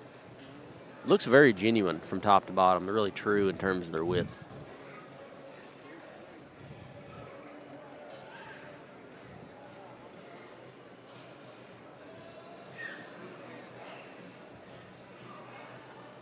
You know, you got to have a big hind leg to play in this ring. Oh, absolutely. You really have to have about everything. I Yep. mean, there's been so many gilts that have came through the ring today, so many different options. These are the ones that made it here because they're the best of the rest, and they're very, very nice. Well, Zachary has got the microphone. Well, I lied before. I guess you got to hear me on the mic again. And again, thanks to everybody for having me down to do the dark crosses again this year. It has been truly fun, and it's one thing that you can't take lightly is coming out here and judging these stock. The breeders that your pigs you're picking and putting down fourth and fifth in class. I mean, they're good hogs in their own right, and you just kind of got to evaluate them the way that you like to and you see fit. And I guess it's been very fun again working with Seth out here and getting to bounce ideas off each other. Truly a guy that is at the top of this list, or at the top of the list, that needs to keep judging these shows, and he's fun to work with out here. Before I forget, I need to thank my family at home, my wife that came with me. We left the girls at home with grandmas, so I appreciate those guys at home. Dad for always being home and doing everything. It's a family thing that we and I could get to work with him every day. My brothers, my sisters, everybody. So it's very, very fun. This is the best industry in the world, and there's nothing that I could see myself doing besides judging hog shows and raising pigs at home. I absolutely love being home and working in the barns and just going through the slats and different things to pick out gilts that you want to breed on, talking to family and friends and breeders in this industry. I say it every time I get on the mic. I think my best friends are definitely in this industry. The one that we're in right now. The way that the kids get to grow up, they work harder than I think a lot of different kids. They have responsibilities. They have to do chores at home in the morning and at night. Animals have to be fed. It's just part of it. You don't get all the lake days and things like everybody else sometimes, but I do think that it builds a lot better people, and the kids out here have been very, very good and fun to work with. Give all the exhibitors a round of applause.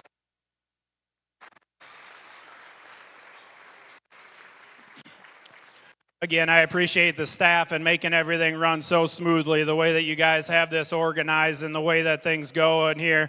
Everything is just in a timely manner. You're not waiting for anything.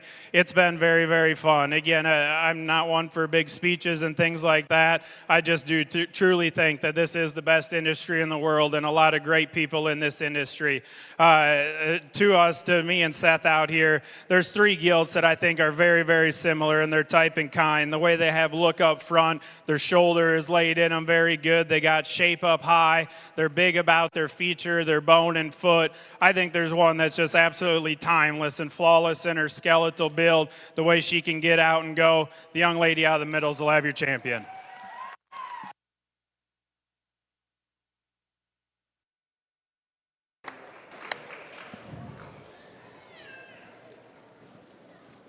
There you go. Your champion there comes out of the middle division.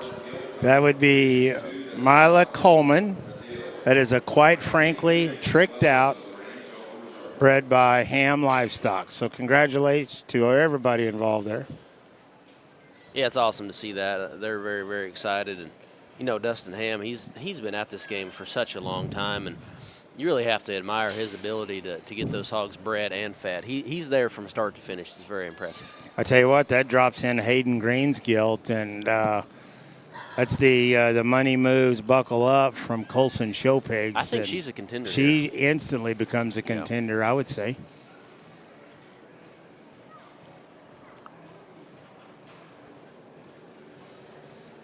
They keep peeking back at the other division winners as well, especially D1, it seems like. That D1 come back broad. Is she a tricked broad. Okay. Here's Keplinger. Well, here again, let's put our hands together for these 3 kiddos that we have out here. It's been an absolute blast today, and I had a few buddies ask me, they said, hey, you're sifting all day for Zach, and I said, yeah, absolutely. So it's been fun there in the back. As somebody that does it as a livelihood, every day, I think that's probably the most pleasures when I grab a cup of coffee after chores are done and just have the ability to analyze hogs. Hey, these set is lived up to expectations and what you expect when you come into the state of Oklahoma. And I was telling my mom and dad the other day, I said, hey, this is the Super Bowl. This is the World Series. This is the Masters of Gilt shows. So you kids should be commended for that. Quality has been absolutely second to none. For reserve, we can go different ways. We thought one was probably just a little truer as she comes right at you. We probably didn't see her being quite as motivated in terms of how she wanted to use her rear leg, but she's darn sure special. Young lady, you're reserved. Congratulations.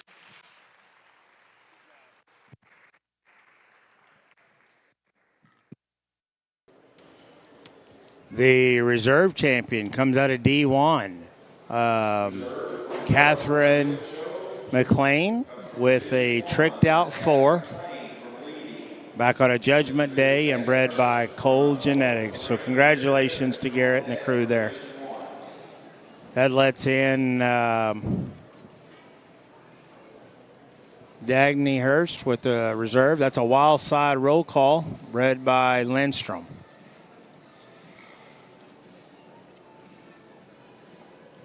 We'll pick 5 of these. Dang good hog that just fits in the type and kind that we have out here. I think there's another one, though, that just balances up from the side and is so unique the way she looks up front. She's very good and mobile. If we could maybe just smooth her out there ever so slightly in her ham-loin junction, that's being very, very critical of a very good gilt. Young man in the blue is going to be 3rd overall.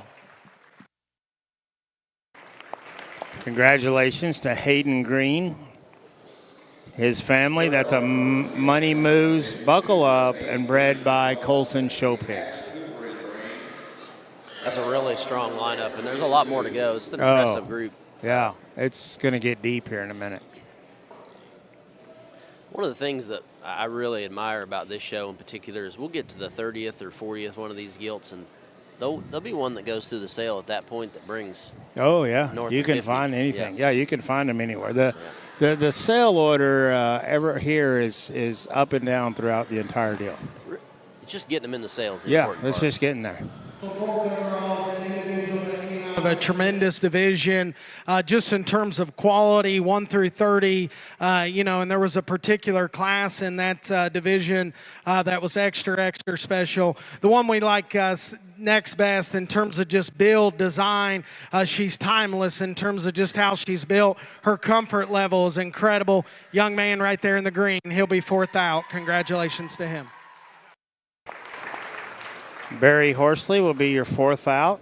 Young man that wins the Division 3. That's a Wild Time backdrop bred by Golden Show Pigs. I'd like to get to know that kid. I like his style. He tries hard out here, and it's clear he works really hard with his projects.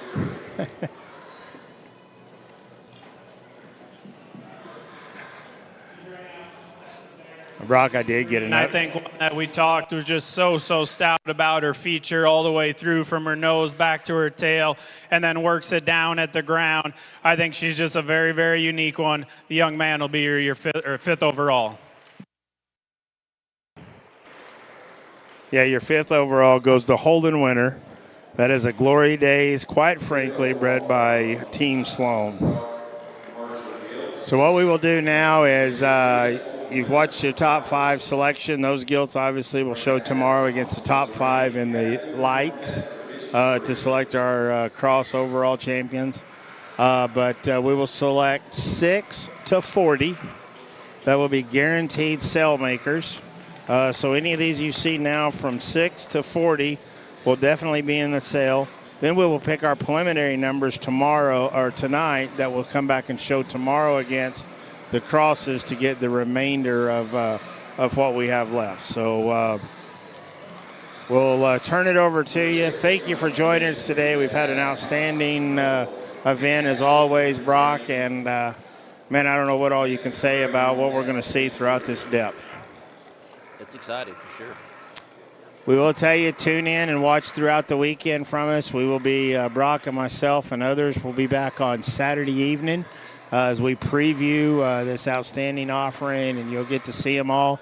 Follow along there on Kennedy Ventures to see all the videos, one-on-one of the animals that will be offered next Tuesday night there in the sale. So. Number 7 comes from Division 2. That's Hadley Cooper. We need Bradshaw Bunt in the ring. Ruger Heron, you're on deck for Division 2.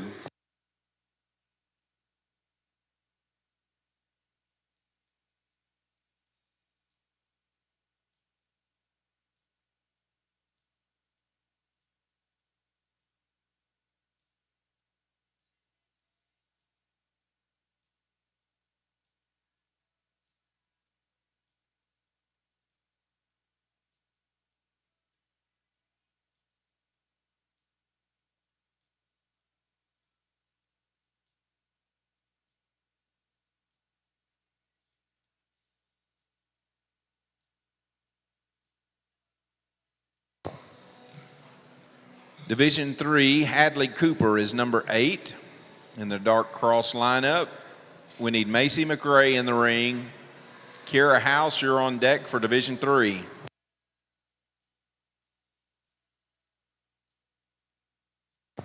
Number 9 comes from Division 3. That's Macy McRae. We need Kira House in the ring. Caleb Dorr, you're on deck for Division 3.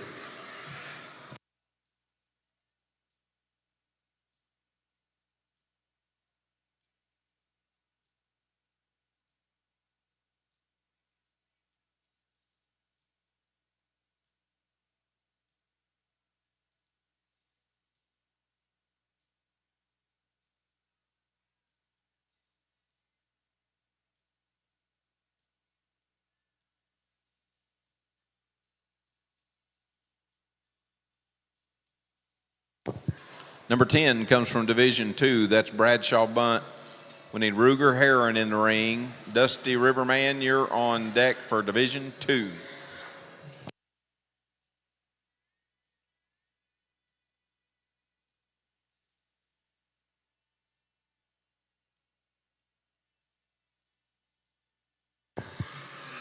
Number 11 also comes from Division 2.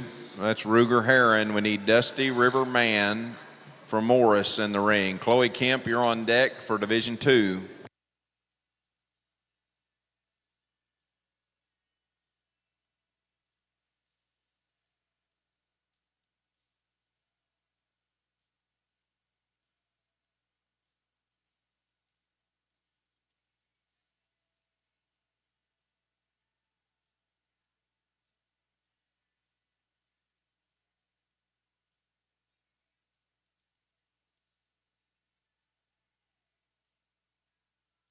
Number 12 comes from Division 1. That's Dagan Herbst from Hobart. Should have Garrett Evans into the ring. Zoe Lakasik from Kingfisher on deck in Division 1.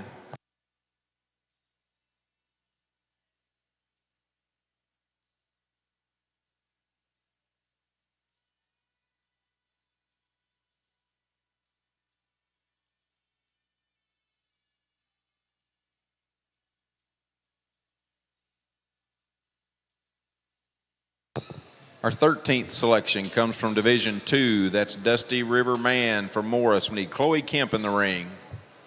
Braxy Sharp, you're on deck for Division 2.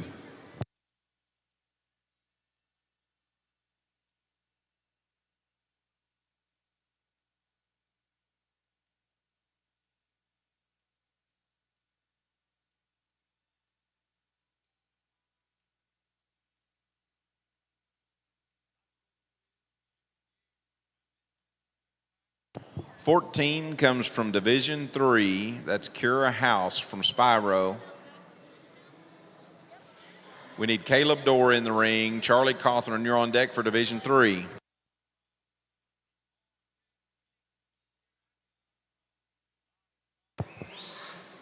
Our 15th selection comes from Division 3 as well. That's Caleb Dorr from Wagner. We need Charlie Cawthorn in the ring. Riker Johnson, you're on deck in Division 3.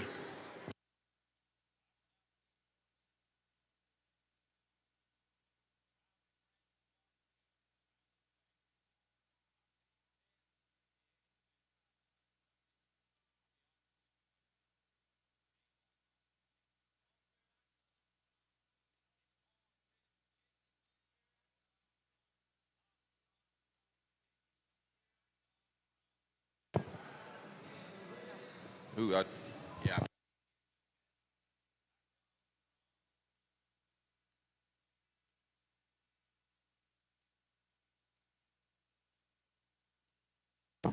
Number 16 comes from Division 2. That's Chloe Kemp from Adair. We need Braxy Sharp in the ring. David Clater, you're on deck for Division 2.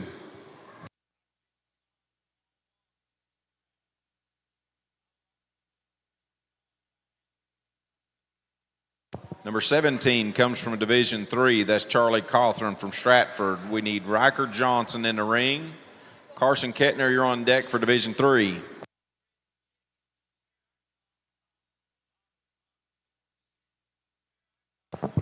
Number 18 comes from Division 3. That's Riker Johnson. We need Carson Kettner in the ring. Kenley Steele from Tahlequah, you're on deck for Division 3.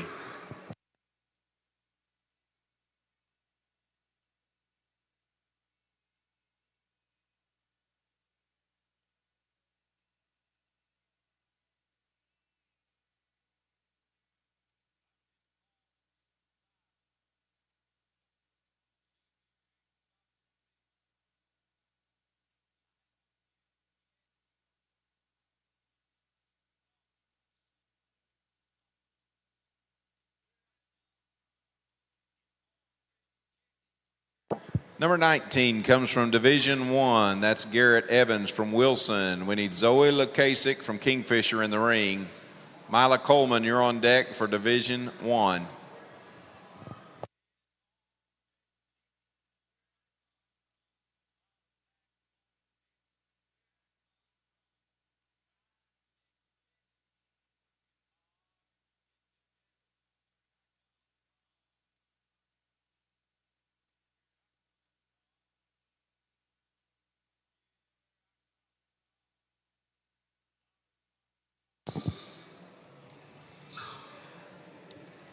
Number 20 comes from Division 2. That's Braxy Sharp from Wacomas. We need David Clater in the ring. Noah Wilson, you're on deck for Division 2.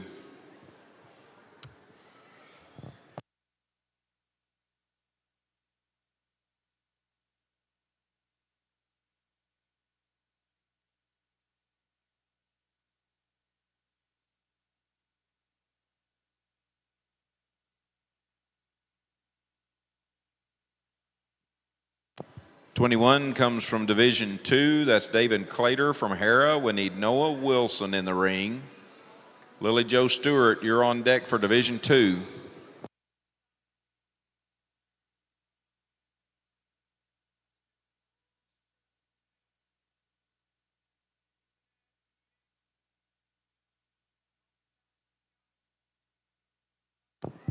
Number 22 comes from Division 3. That's Carson Kettner from Central High. We need Kenley Steely from Tahlequah in the ring. Ava Gilcrease, you're on deck for Division 3.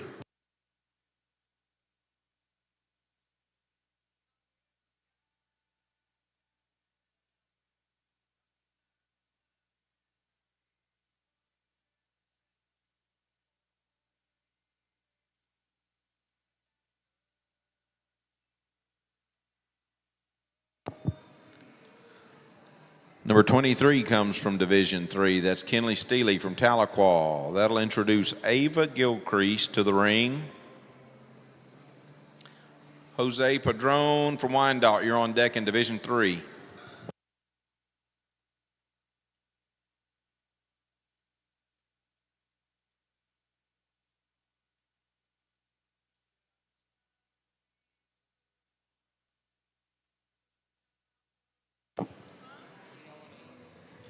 Our 24th selection comes from Division 1.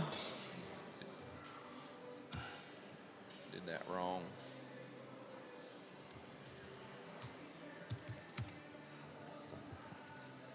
That's Zoe Lukasik from Kingfisher. We'll bring Mila Coleman to the ring. Madison Brindley, you're on deck for Division 1.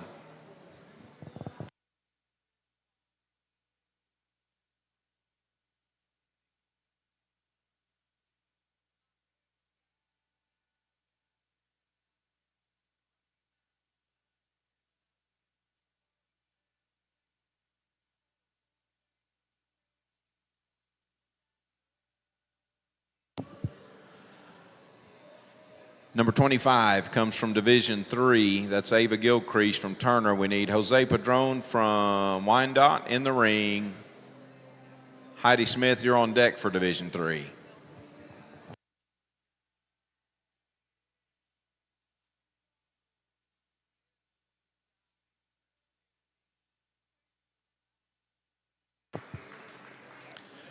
Number 26 comes from Division 3. That's Jose Padron from Wyandotte. That'll bring Heidi Smith to the ring. Carter Perry from Pond Creek, you're on deck in Division 3.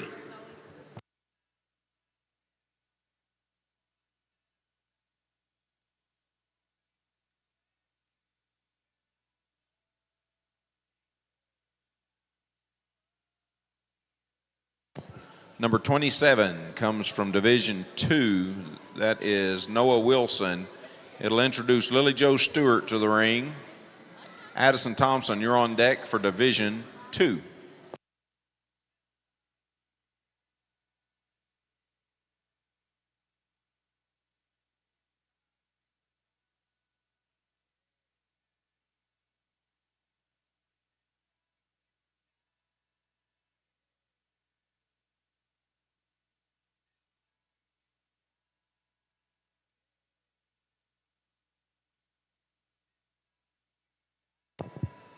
Number 28 comes from Division 3. That's Heidi Smith from Hollis. We need Carter Perry in the ring. Kylan Camp from Laverne, you're on deck for Division 3.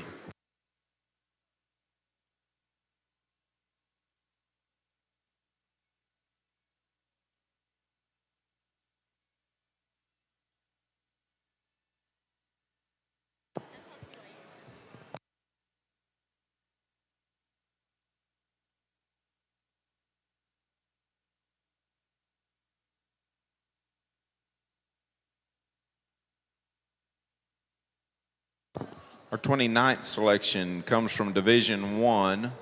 That's Mila Coleman from Medill. That'll bring Madison Brindley to the ring.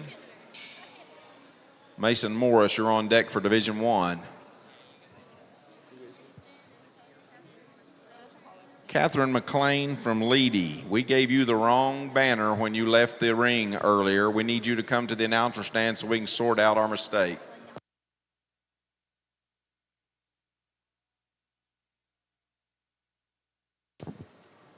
Our 30th selection comes from Division 2. That's Lily Jo Stewart from Ringwood. That brings Addison Thompson to the ring. Caitlin Waggle from Fort Gibson, you're on deck in Division 2.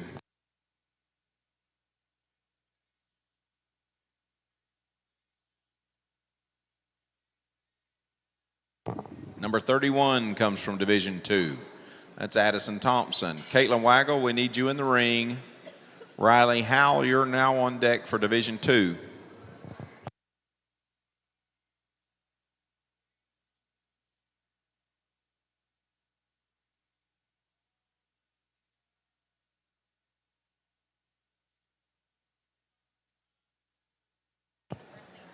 Number 32 comes from Division 1. That's Madison Brindley from Hartshorn. We need Mason Morris in the ring. Wyatt Lucas Simon, you're on deck in Division 1.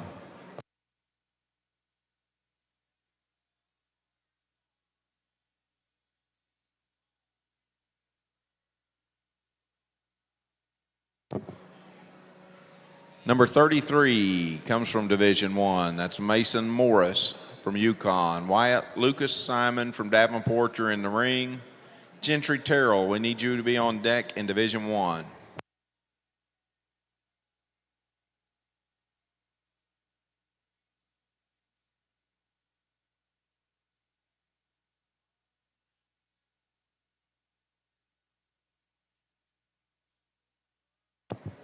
Number 34 comes from Division 3.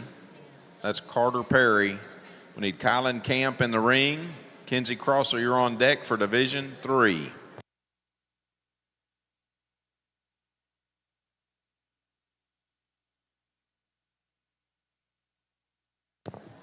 Number 35 is from Division 3. That's Kylan Camp from Laverne. That brings Kenzie Crosser from Chattanooga to the ring.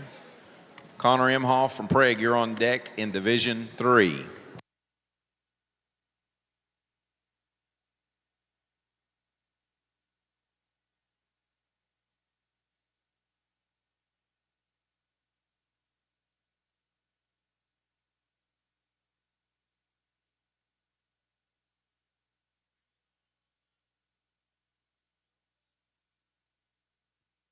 Our 36th selection comes from Division 1. That's Wyatt Lucas Simon from Davenport. We need Gentry Terrell in the ring. Haley McGuire, you're on deck for Division 1.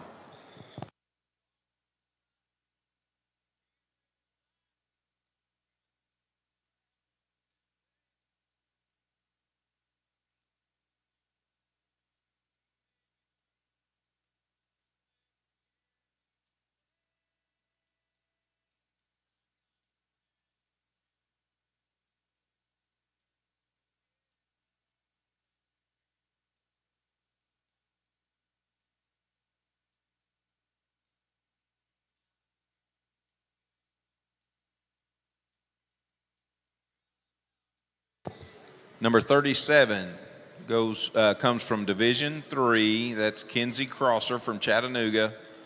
That brings Connor Imhoff to the ring. Grace Davis, you're on deck in Division 3.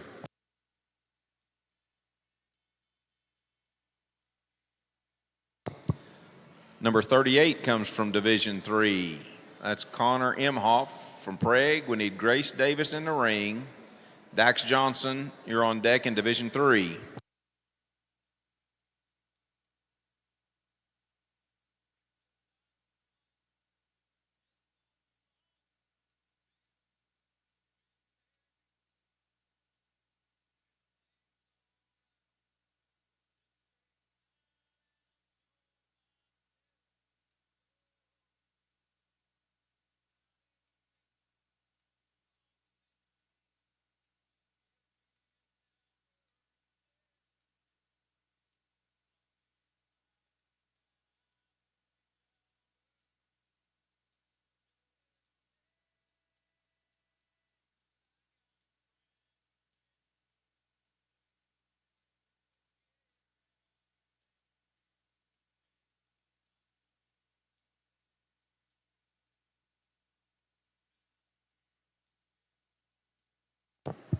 Number 39 comes from Division 1. That's Gentry Terrell.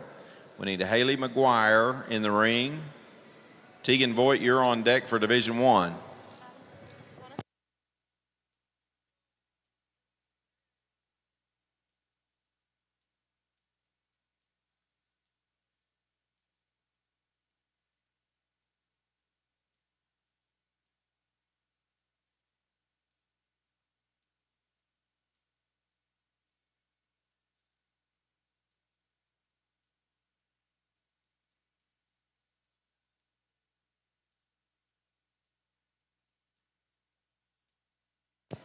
Number 40 comes from Division 3. That's Grace Davis from Warner.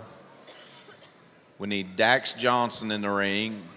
Gabby Marsh on deck for Division 3.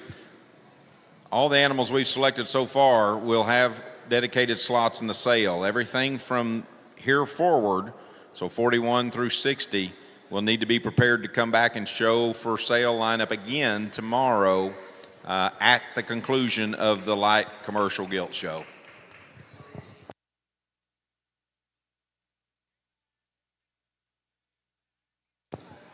Number 41 comes from Division 3. That's Dax Johnson. We need Gabby Marsh in the ring. Hannah Long, you're on deck in Division 3.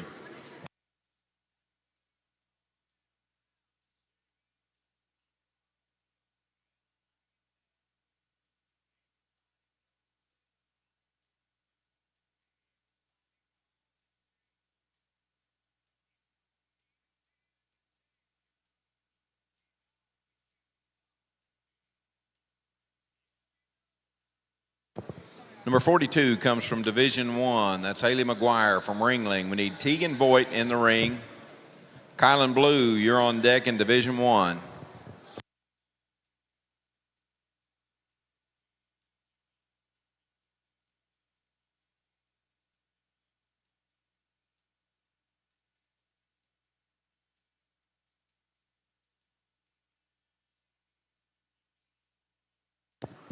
Number 43 comes from Division 2. That's Caitlin Waggle from Fort Gibson. We need Riley Howell in the ring. Gentry Terrell, you're on deck for Division 2.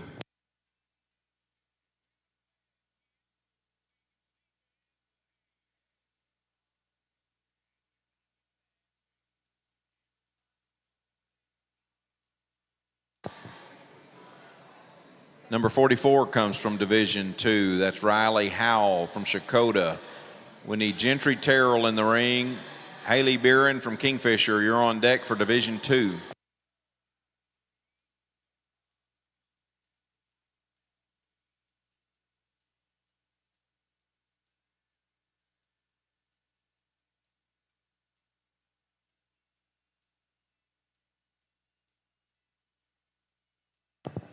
Number 45 comes from Division 1. That's Tegan Voigt from Glencoe. We need Kylan Blue from Muskogee in the ring.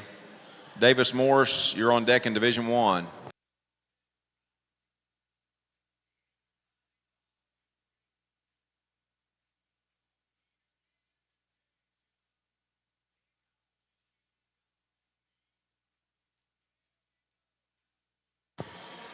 Number 46 comes from Division 2. That's Gentry Terrell from Prague. We need Haley Beerin in the ring. Oakley Cooper, you're on deck in Division 2.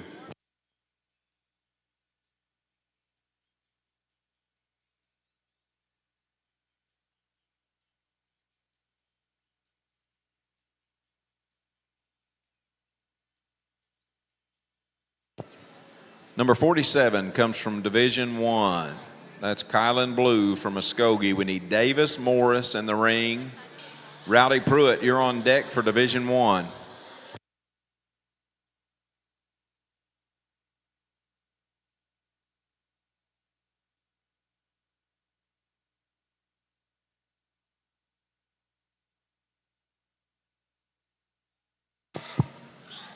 Number 48 comes from Division 2. That's Hallie Beerin from Kingfisher. We need Oakley Cooper in the ring.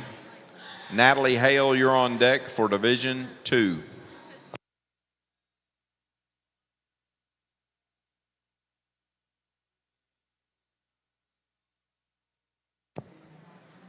Number 49 is Oakley Cooper from Amber Pocasset. That's Division 2. We need Natalie Hale in the ring. Kennedy King, you're on deck in Division 2.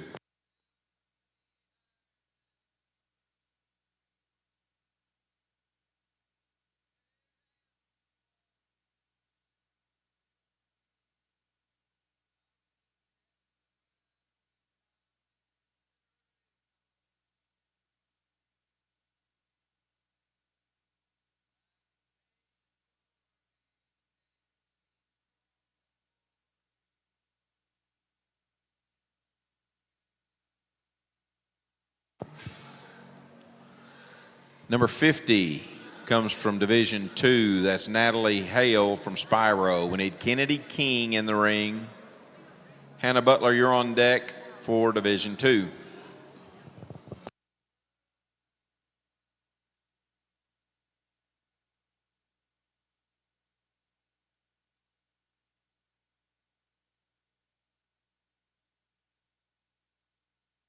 Number 51 comes from Division 3. That's Gabby Marsh. We need Hannah Long in the ring. Trenton Haney, you're on deck in Division 3.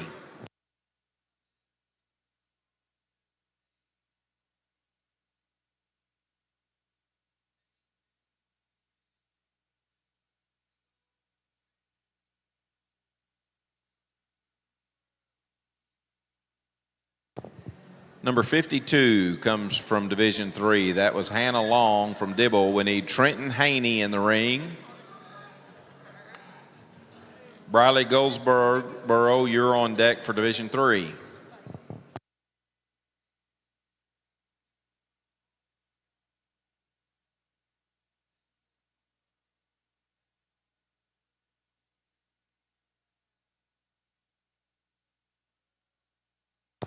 Number 54 comes from Division 3. That's Trenton Haney from Arnett. We need Briley Goldsboro in the ring.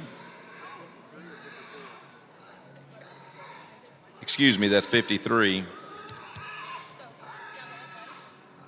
Need Briley Goldsboro in the ring. Kylan Barton, you're on deck in Division 3.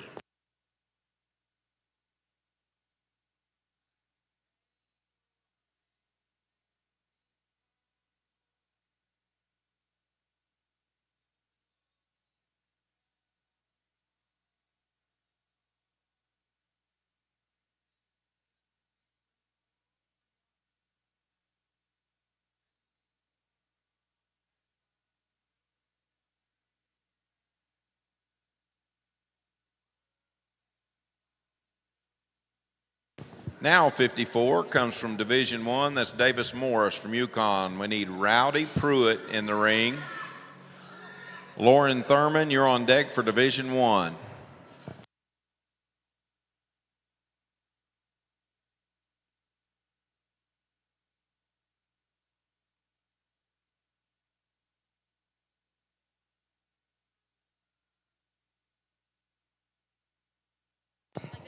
Number 55 comes from Division 3.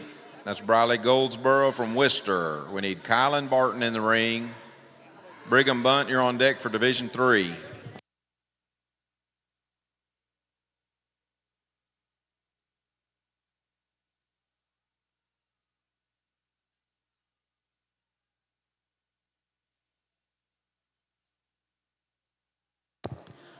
Number 56 comes from Division 3. That's Kylan Barton from Wagner. We need Brigham Bunt in the ring.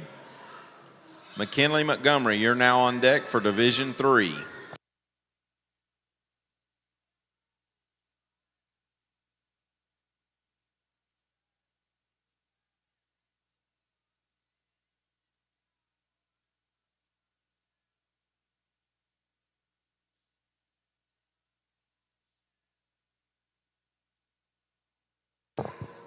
Number 57 is Brigham Bunt from Ringwood. We need McKinley Montgomery in the ring.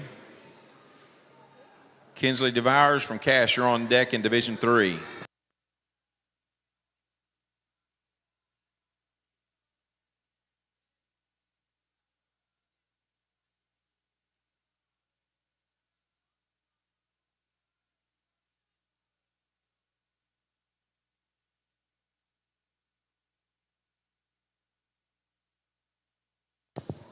Our 58th selection comes from Division 2. That's Kennedy King from Laverne. We need Hannah Butler in the ring.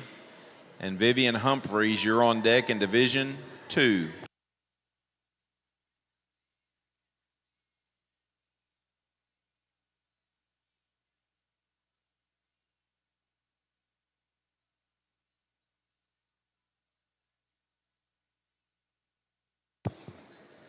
Number 59 comes from Division 2. That was Hannah Butler from Lone Grove.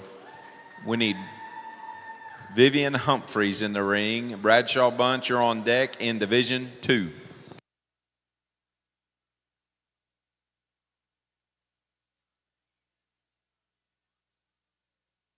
Our 60th and final selection comes from Division 2. That's Vivian Humphreys from Moreland. Congratulations to our winners today.